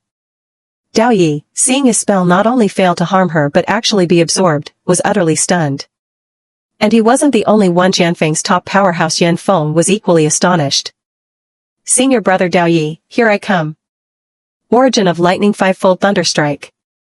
Before her words even finished, the once clear sky turned black with storm clouds in an instant, and 5 bolts of world-shattering lightning struck down toward Dao Yi. Senior brother. Senior brother. Dao Shang and Dao Mo's faces blanched in shock. Dao Qing shot up from his chair. Gasps rang out from all sides, the sound of pure astonishment. So strong. How did she do that? A foundation mid-stage took down a golden core perfection stage. Incredible. She's actually this powerful. Lei Jiukue glanced quietly at Feng Yueling. She had been holding back against her earlier, hadn't she? Had to be, right? Right? So strong, and yet she hadn't landed even one real strike on her. Her 5 beast husbands were equally stunned, especially Qinzai and Wen Wuheng.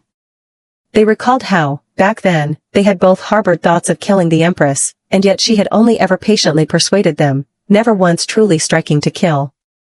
If she had truly wanted them dead at the time, could they have possibly survived unscathed? The Empress truly did favor them. Or perhaps protect them. Ding. Target character Qinzai's affection plus 20. Current affection progress, normal 50%. Ding. Target character Wen Wuheng's affection plus 20. Current affection progress, 70%. Hearing Chen Yue's affection updates, Feng Yueling turned her head toward the two of them. She saw Wen Wuheng looking deeply moved. Qinzai's eyes, on the other hand, had grown far more complicated, flickering faintly, hiding a strong surge of emotion. She couldn't make sense of it. Junior sister Feng, it's been a few days. Your cultivation has clearly improved. As the smoke cleared, Dao Yi, though beaten by Feng Yueling until his whole body was cut and bruised, still caused many female cultivators to blush and have their hearts race when they saw the tight, toned abs on his chest. Thanks to junior sister Feng, they got to enjoy such a view. Especially now, Dao Yi's lips were still curved in a smile that could enchant all beings. It was the kind of smile given out of respect for an opponent. But with his disheveled hair fluttering in the wind, reflecting light across his cold yet devilishly charming face, it only made him seem even more. Those long, narrow eyes. That soul-stealing allure. He had always been handsome.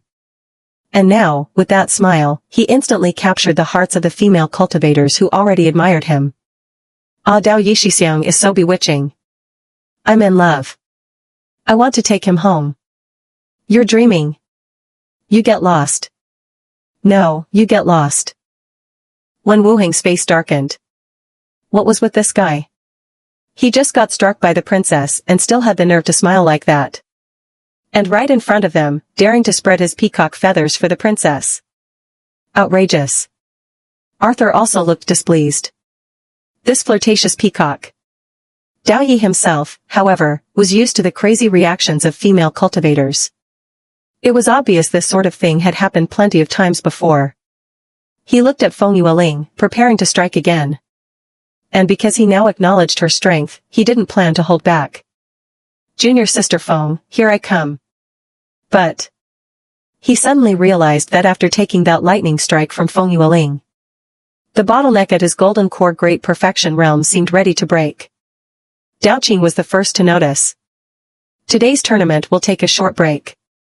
Disciples of each peak, please clear the field immediately. After saying this, he quickly went over to guard his eldest disciple.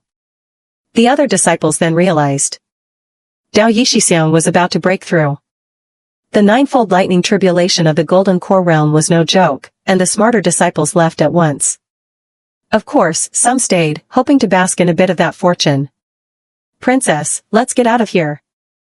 Because beasts and demons are naturally more sensitive to lightning tribulations than humans, Wen Wuheng immediately came to Feng Yueling's side when he realized Dao Yi was about to advance to Golden Core. He wanted to take her away with him. But Feng Yueling shook her head. No, I'm going to wait for Dao Yixi, then continue our match. You all go back first, come back later. Mo Xian gave a cold snort and left. Nan Gongjing also left. Only Chenze, Wen Wuheng, and Arthur remained. Arthur, who had just advanced to mid-Golden Core, needed time to stabilize his realm, so he took the chance to find a secluded spot to meditate. Seeing even second senior brother working so hard, Wen Wuheng, still stuck at late foundation establishment, gritted his teeth and went to meditate as well. Only Chenze stayed behind. Dong Yuan, who had been about to leave, saw Chenze voluntarily stay with Feng Yueling and became furious. She didn't know what she was thinking, but she walked right over in front of Yan Feng, Miao Yi, and Qizhe. Senior brother Chenze, I don't blame you. Feng Yueling, What the heck is wrong with this female lead? Jun Xiaoyan couldn't stand her for a second. Are you sick or something? Senior sister Jun, why are you always targeting me? Dong Yuan's eyes turned red with anger. Qizhe gave Jun Xiaoyan a sinister glare, and Feng Yueling pulled her behind her. This creepy guy could get in anywhere. It made her scalp tingle. She immediately spent 100,000 to exchange for a talisman specifically designed to reflect curse techniques, secretly slipping it into Jun Xiaoyan's hand while lowering her voice. Senior sister, keep this close at all times, don't take it off. Then she turned to Dong Yuan and said bluntly, Daoist friend Dong, can't you see Dao Yixi is about to break through? Please step aside and don't get in the way. Dao Qing, who was busy setting up a defensive formation for Dao Yi, nodded in satisfaction. Dong Yuan, your senior sister Feng is right. Go somewhere else. Master. Dong Yuan bit down so hard she could have broken her silver teeth. Nuaner, you leave first. Master. When even her master told her to leave, Dong Yuan was so angry she could spit blood. Yan Feng was the first to go. Seeing this, Dong Yuan stomped away in rage. Sixth junior sister, let's go too. With everyone else gone, Jun Xiaoyan spoke up. No, senior sister, you and master should go ahead. I still need to stay here. As if she'd miss a free delivery of lightning energy. Luochen didn't know what she was thinking. Seeing that she refused even when Jun Xiaoyan tried to persuade her, he said, don't cause trouble for your senior brother Dao Yi. I know, master. All right. Almost the instant the two of them left. Thunder boomed across the sky. Dao Yi instantly moved into the air to sit in meditation, ready to face the ninefold lightning tribulation. Yet, to everyone's surprise, before Dao Qing could even toss out his defensive artifact, Feng Yueling was already standing in front of Dao Yi. Boom. With a deafening crash, a bolt of lightning struck straight down at Feng Yueling. Chenze froze on the spot. He never imagined the princess would shield Dao Yi from a lightning strike. At the same time, a seed of emotion, one of those that come without warning, began to sprout and grow wildly in his chest. Especially when he saw the princess coughing blood from the strike, usually the calmest and most composed, was uncharacteristically angry. The veins stood out on his long, slender hand. When Dao Yi opened his eyes, the first thing he saw was Feng Yueling, throwing herself in front of him to block the heavenly lightning. The shock made his long, narrow phoenix eyes tremble. His heart thudded heavily in his chest. Her body might not be fragile, but it certainly wasn't made of steel. She had flesh and blood, usually delicate and pampered. Smooth, tender skin. She had never cared for anyone in the Azure Cloud sect besides Yan Feng. So why now was she shielding him from lightning? The disciples watching were all stunned. This. Sixth junior sister. Jun Xiaoyan hadn't gone far, she had only moved a certain distance away from the square. She didn't expect that right after she left, Feng Yueling would throw herself in front of Dao Yi to block lightning. Did she like Dao Yi? Princess. Because Jun Xiaoyan's shout broke his focus, when Wu Heng, who had just entered meditation, snapped his eyes open, only to see Feng Yueling struck by lightning for Dao Ye's sake. It hurt. Pfft. A mouthful of blood burst from his chest. Luochen rushed over to heal him. Wu Heng, how could you lose focus in meditation? Is this what I taught you? His tone held reprimand, and when Wu Heng immediately apologized. I'm sorry, master. He hadn't meant to. It just hurt too much. Feng Yueling had no idea that in merely trying to cultivate her lightning spiritual root with a little lightning power, she had accidentally captured a sincere heart while at the same time wounding the hearts of two of her beast husbands. Because Dao Qing was present, although Feng Yueling managed to snatch the first tribulation lightning strike for herself, she couldn't even touch the rest. Dao Qing smashed them all to pieces with his magic treasures before they got anywhere near her. What a waste. Feng Yueling was heartbroken. Such a fine feast, ruined just like that. She pulled a long face. Junior sister Feng, I didn't expect you to care about me so much. The moment Dao Ye having successfully advanced to the nascent soul stage descended from the sky, he walked straight up to Feng Yueling, took her hand, and looked deeply moved. Feng Yueling, buddy, have you misunderstood something? It wasn't just him. The people around them started chanting, be together. Be together. After all, risking your life to block tribulation lightning for someone wasn't something just anyone would do. Though the female cultivators all admired Dao Ye's handsome face, compared to Feng Yueling's courage, they felt ashamed. The fearless act of protecting senior brother Dao Yi, even at the risk of her own life, deeply moved them. If the Imperial Princess truly loved their Dao Yi this much, then they would give their blessings. After all, they themselves wouldn't dare attempt it. A beautiful man might be nice to look at, but keeping your life was more important. At that moment, Feng Yueling felt two cold gusts from her left and right. She turned to find that Chen Zhe had somehow appeared at her side, and for the first time, he took the initiative to grab her hand. Feng Yueling was baffled. He spoke coldly, Dao Yi, the Imperial Princess is my Dao companion. I advise you to mind yourself. Feng Yueling, When did senior brother suddenly stop being the reserved type? And now he was declaring his claim over her? She looked utterly confused. Before she could react, when Wu Heng rushed over from the right, ignoring the disordered and faintly displeased aura of Luochen behind him. He didn't even greet his master her before charging forward. Sensing his master's displeasure, Jun Xian felt deeply awkward. Meanwhile, when Wu Heng forcefully pried Dao Ye's hand off Feng Yueling and quickly intertwined his own fingers with hers instead. He glared at Dao Yi with open hostility. Stay away from our Imperial Princess. Dao Yi, Feng Yueling, Ahem. Feng Yueling gave a tactical cough. She wasn't sure what was going on, but it seemed she had suddenly become the hot commodity between two of her beast husbands. Well, that was good. Senior brother Dao Yi, my two husbands are right, I am a married woman. I like them very much, so please don't pursue me. Ding. Detected target character Chen Zhe's favorability plus 20. Current favorability progress, normal 70%. Ding. Detected target character when Wu Heng's favorability plus 20. Current favorability progress, 90%. Hearing Chen Yue's broadcast in her mind, Feng Yueling's grin was harder to suppress than an AK's recoil. But then, Dao Yi looked at her with an I understand expression. I know, junior sister Feng, don't worry, then he threw her a flirtatious wink. Junior sister Feng, I don't mind. Feng Yueling, What exactly do you know, huh? Oh. She'd made it perfectly clear, yet this man still wanted to be the third no, the sixth wheel. Look carefully. She wasn't even good looking. Deliberately, Feng Yueling shoved her ugly azanite ghost face closer to Dao Yi. Seeing this, both Wen Wuheng and Chen Zhe unconsciously tightened their grips on her hands. Feng Yueling hurriedly pulled her hands back to reassure them. Senior brother, fifth brother, don't worry. I already have you both, and I definitely won't take concubines. My heart belongs only to you. Why didn't that raise their favorability any further? While she was still puzzled, Dao Yi handed her a thick stack of talismans. Glancing at them, she saw a wide variety: defense talismans, sound transmission talismans, explosive talismans, teleportation talismans, truth talismans, immobilization talismans, demon suppressing talismans, protective talismans, wind summoning talismans. Very generous. For me? Yes, junior sister Feng. Dao Yi had only just entered the nascent soul stage.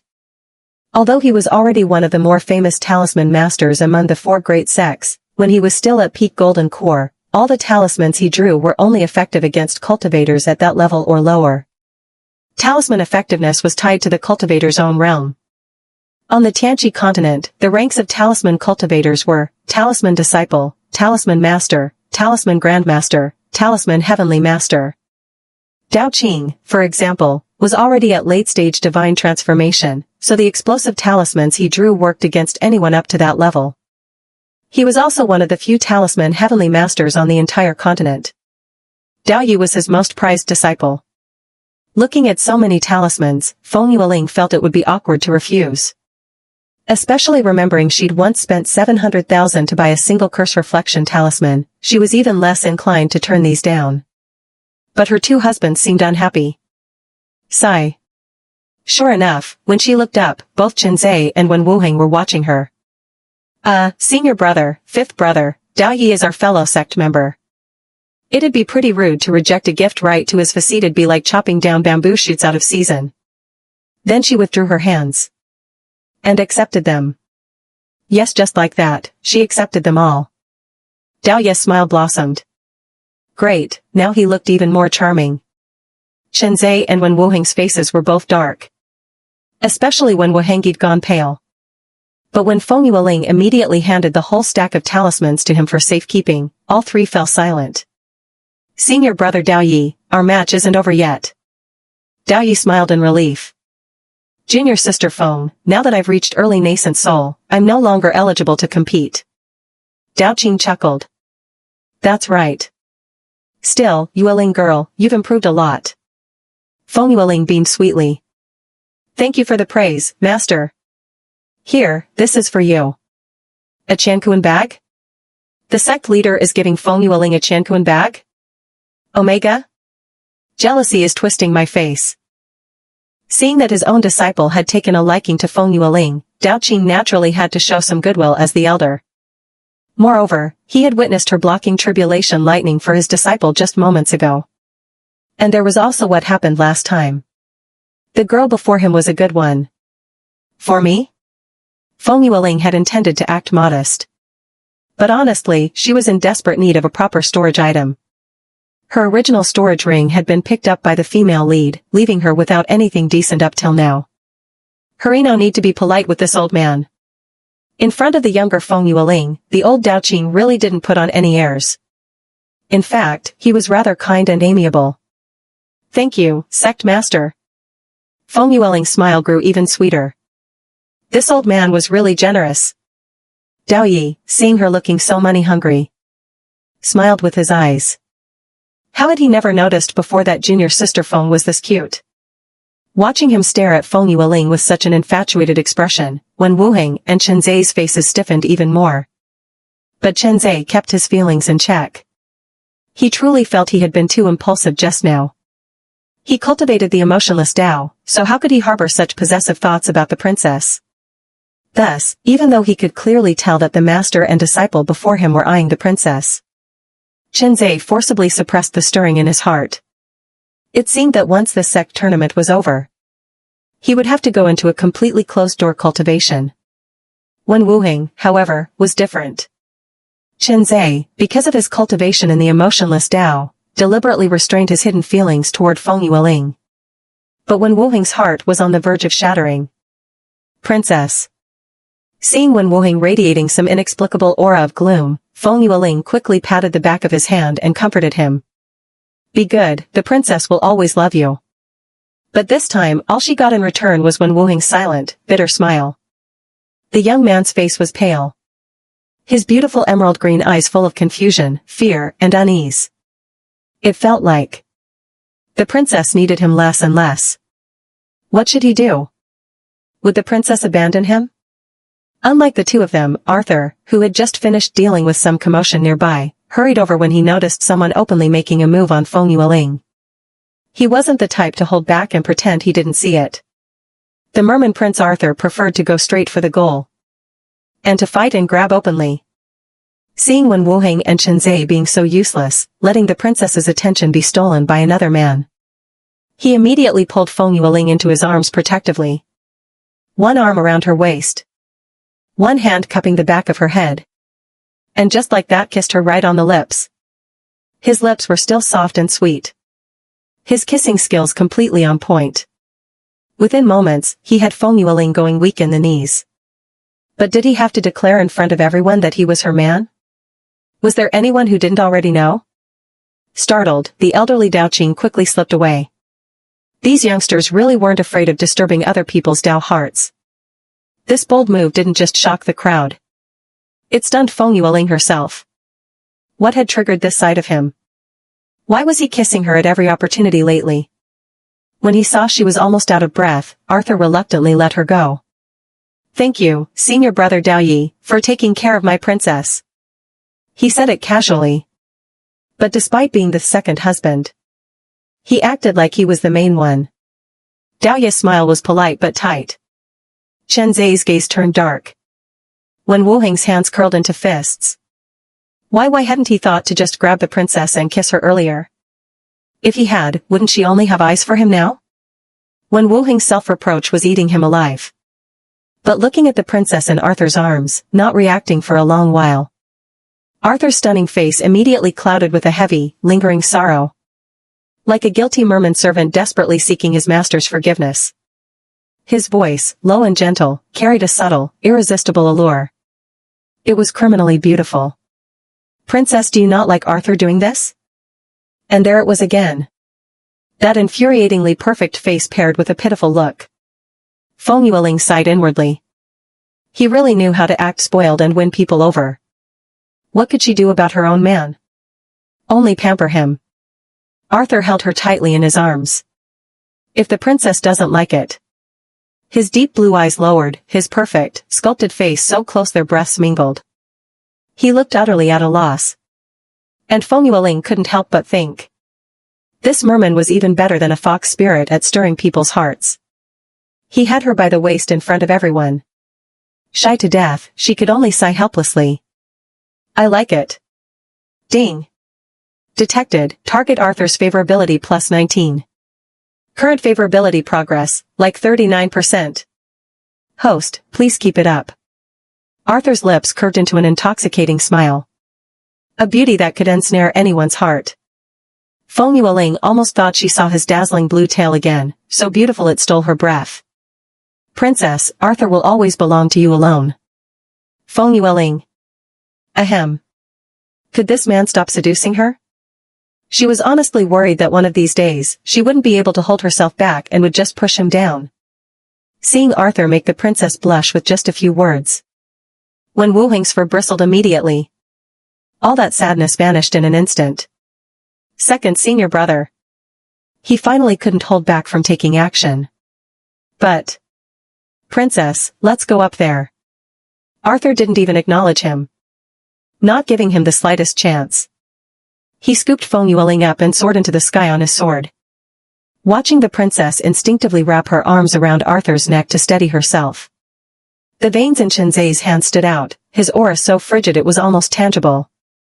Even Dao Yi, equally displeased, quietly moved a little farther away from him. This round Alchemy Peak disciple Feng Yueling wins. Good. Good. Good. The disciples of Alchemy Peak were overjoyed. The princess had truly brought honor to their peak.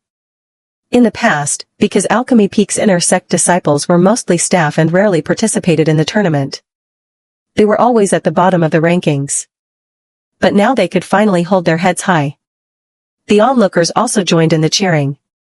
Although there had been a bit of luck involved in Feng Yueling's victory. Her strength was there for all to see. And everyone accepted it. Well, everyone except the disciples of Myriad Sword Peak. Alchemy Peak had won again.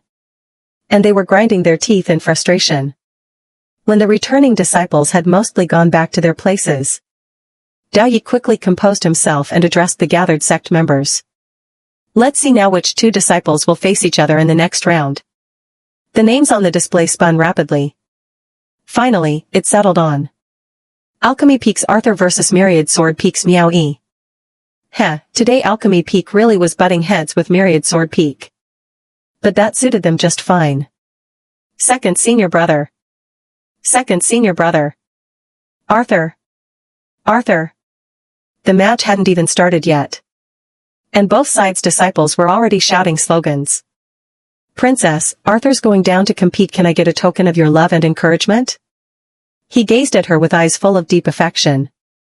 And at that moment, Feng Yueling was still curled up in his arms. The atmosphere between them was deathly ambiguous. Feng Yueling. Oh my god, this Merman was too good at this. She was going to lose control. Triangle. Knowing that the princess was shy, Arthur said, then I'll do it myself. With that, he clasped the back of Feng Yueling's head and pressed a deep, lingering kiss to those soft, pink lips. Watching from the side, Wen Wuheng flushed red all over. Qinzhe, on the other hand, became even more like an ice sculpture. But on closer inspection, in those ice blue eyes it wasn't hard to spot the undercurrent swirling within. Second senior brother, don't make people think you're afraid of that Miao and get down there. He was practically about to shoo him away. In the end, Wen Wuheng couldn't hold back and walked over to where the two were. Only then did Arthur reluctantly part from Feng Yueling's lips. Smiling, he smoothed a lock of her hair and said gently, Princess, wait for Arthur. All right. The word had barely left her mouth when he pecked her lips once more. Even the usually docile Wen Wuheng was on the verge of exploding. Second senior brother, you'd better go. Arthur didn't even spare him a glance. With a flicker, he appeared at the center of the plaza. Princess. For some reason, Wen Wuheng felt wronged. Feng Yueling couldn't help but find it amusing. How could she not see it? Little Feifei was jealous. But he didn't seem to know how to express it. Feng Yueling grabbed the front of his collar and pulled him forcefully toward her. Fenhua, 3, Epsilon, she kissed him. Leaning close to whisper in his ear, she said, Fifth senior brother, you're just as important to me as second senior brother. In fact, you're not any worse at all. On the contrary, I love Ruai and Jiyu, fifth senior brother. Ding. Target character Wen Wuheng's favorability plus 20. Current favorability progress, likes 10%. Ding. Target character has successfully advanced to likes. Task reward granted, slimming pill ×2, mystery chest ×1. Please check your inventory. Just as Feng Yueling couldn't resist Ruai and Ji Wen Wuheng's cat ears, Qianyue's system voice chimed in. She smiled brightly. Finally she was going to slim down into a bombshell. She immediately tapped to open the chest. Ding. Congratulations, host, you have obtained, Heaven Grade Talisman Crafting Manual ×1, Upper Realm Fine Nectar ×1 bottle. Feng Yueling's lips curved upward uncontrollably. What divine luck. A double drop from one chest, buy one get one free. Looking at the Heaven Grade Talisman Crafting Manual, warmth stirred in her heart. Once she had the time, she could study how to draw talismans. PR Princess. Little Feifei's eyes were sparkling. Feng Yueling looked at him in puzzlement. Then she noticed. In order to match her height, the 1.9 meter tall Wen Wuheng had been bending his knees slightly in a half-kneeling posture the whole time. His cheeks were an unusual crimson, his body stiff as a board. She had one hand resting on his shoulder while the other was happily Ruai and Ji away. Practically draped over him. Thump thump thump. She could hear Wen Wuheng's strong, powerful heartbeat. Her hand itched to feel his abs. She didn't think she'd ever touched fifth senior brother's abs before. She wondered what they'd feel like. But then. Princess, thirsty? Qinzhe prepared some tea and snacks for you. As if compelled by some strange impulse, the usually icy Qinzhe walked over. And interrupted them. Feng Yueling gave a light cough. All right. She let go of Wen Wuheng's shoulder and naturally accepted the cup of tea Qinzhe handed her. Perfect timing now. She could take the all-poison immunity pill. And the slimming pill. She took the all-poison immunity pill from her inventory and swallowed it first, then took a sip of tea. At once, a cool sensation, tinged with a faint herbal sweetness, spread across her tongue. Not bad at all. And she felt she could take more pills. So she quickly swallowed a slimming pill, then thought for a moment and broke the other in half, popping a small piece into her mouth and washing it down with tea. Feng Yueling didn't want to get too thin. She felt that an overly skinny figure wasn't that attractive either. With her height, as long as she had curves where she should and a waist where she should, that was perfect. Ding! Congratulations, host, weight reduced by 39 gene. Current body, perfect figure, 98 gene. Automatically updating personal status panel. Host, Feng Yueling. Identity, Princess of the Human Emperor. Age, 18. Appearance, 20 unattractive. Figure, perfect figure, 98 gene. Cultivation level, mid-foundation stage, Supreme Lightning Spiritual Root repaired, Supreme Fire Spiritual Root repaired. Skills, 9th Dan Black Belt, Teleportation, Purple Lightning Slash, Beginner Beast Mastery, Spiritual Power Absorption, 5-fold Thunderstrike. Treasures, Heart Protecting Scale, Water Avoiding Pearl, Thunder God, Crimson Soul Whip, Heaven Grade Jade Bone Flute, Mountain River Talisman Brush, Azure Furnace, Heavenly Silkworm Red Silk, Defensive Artifact, Universe Pouch. Magical Tools, Shantian Red Umbrella, needs repair, Immortal Binding Rope, Phantom Immortal Bell, needs repair, Rare Conch Shells, pair. Cultivation Methods, Chi Induction, Entry Level, Beast Mastery, Fine, Lightning Techniques, Heaven Grade, Alchemy, Supreme, Heaven Grade Talisman Crafting Manual ×1. Personal Charm, Inner Charm 68, Outer Charm 0. Account Balance, 4.2 million, Cash. Recommendation, Restore Top-Tier Beauty ASAP, Repair Other Spiritual Roots, Improve Combat Power. Inventory updated, Upper Realm Fine Nectar ×1 bottle, Spirit Grass ×10, Hemostatic Pill ×1, Beauty Pill ×1 bottle, Marrow Cleansing Pill ×2 bottles, Golden Core Pill ×1, Nascent Soul Pill ×1, Tribulation Talisman ×5, Golden Core Stage, Detonation Talisman ×3, Deity Transformation Stage Plus, Immortal Spirit Grass ×10, Slimming Pill ×1/2. Seeing the balance in her account, Feng Yueling felt wonderful. Money no matter where you went was always something that could lift your spirits. Princess, you've gotten thinner again? Of course Jinzai's mind was sharp as a blade. Feng Yueling could feel her robes hanging even looser, so she immediately changed into a fresh set. Then she popped a piece of osmanthus cake into her mouth. Ah, truly food was the most comforting thing in the world. She nodded, then looked toward the stage. Although Wen Wuheng felt it was terribly rude of his senior brother to show up without so much as a greeting and interrupt his time with the princess, among the group he was closest to first and fourth senior brothers. So he couldn't really say anything. He sulked. Especially since the princess's attention had already been drawn to the match on stage between second senior brother and Miao Yi. Feng Yueling was genuinely surprised. She had always known that Arthur who in front of her could be by turns seductive, scheming, and sweet was, in truth, a dyed-in-the-wool dark Yandere. He was emotionally stable, possessive to the extreme, and ruthless. Cruel and vengeful, no more merciful than the brutal Mo Xian.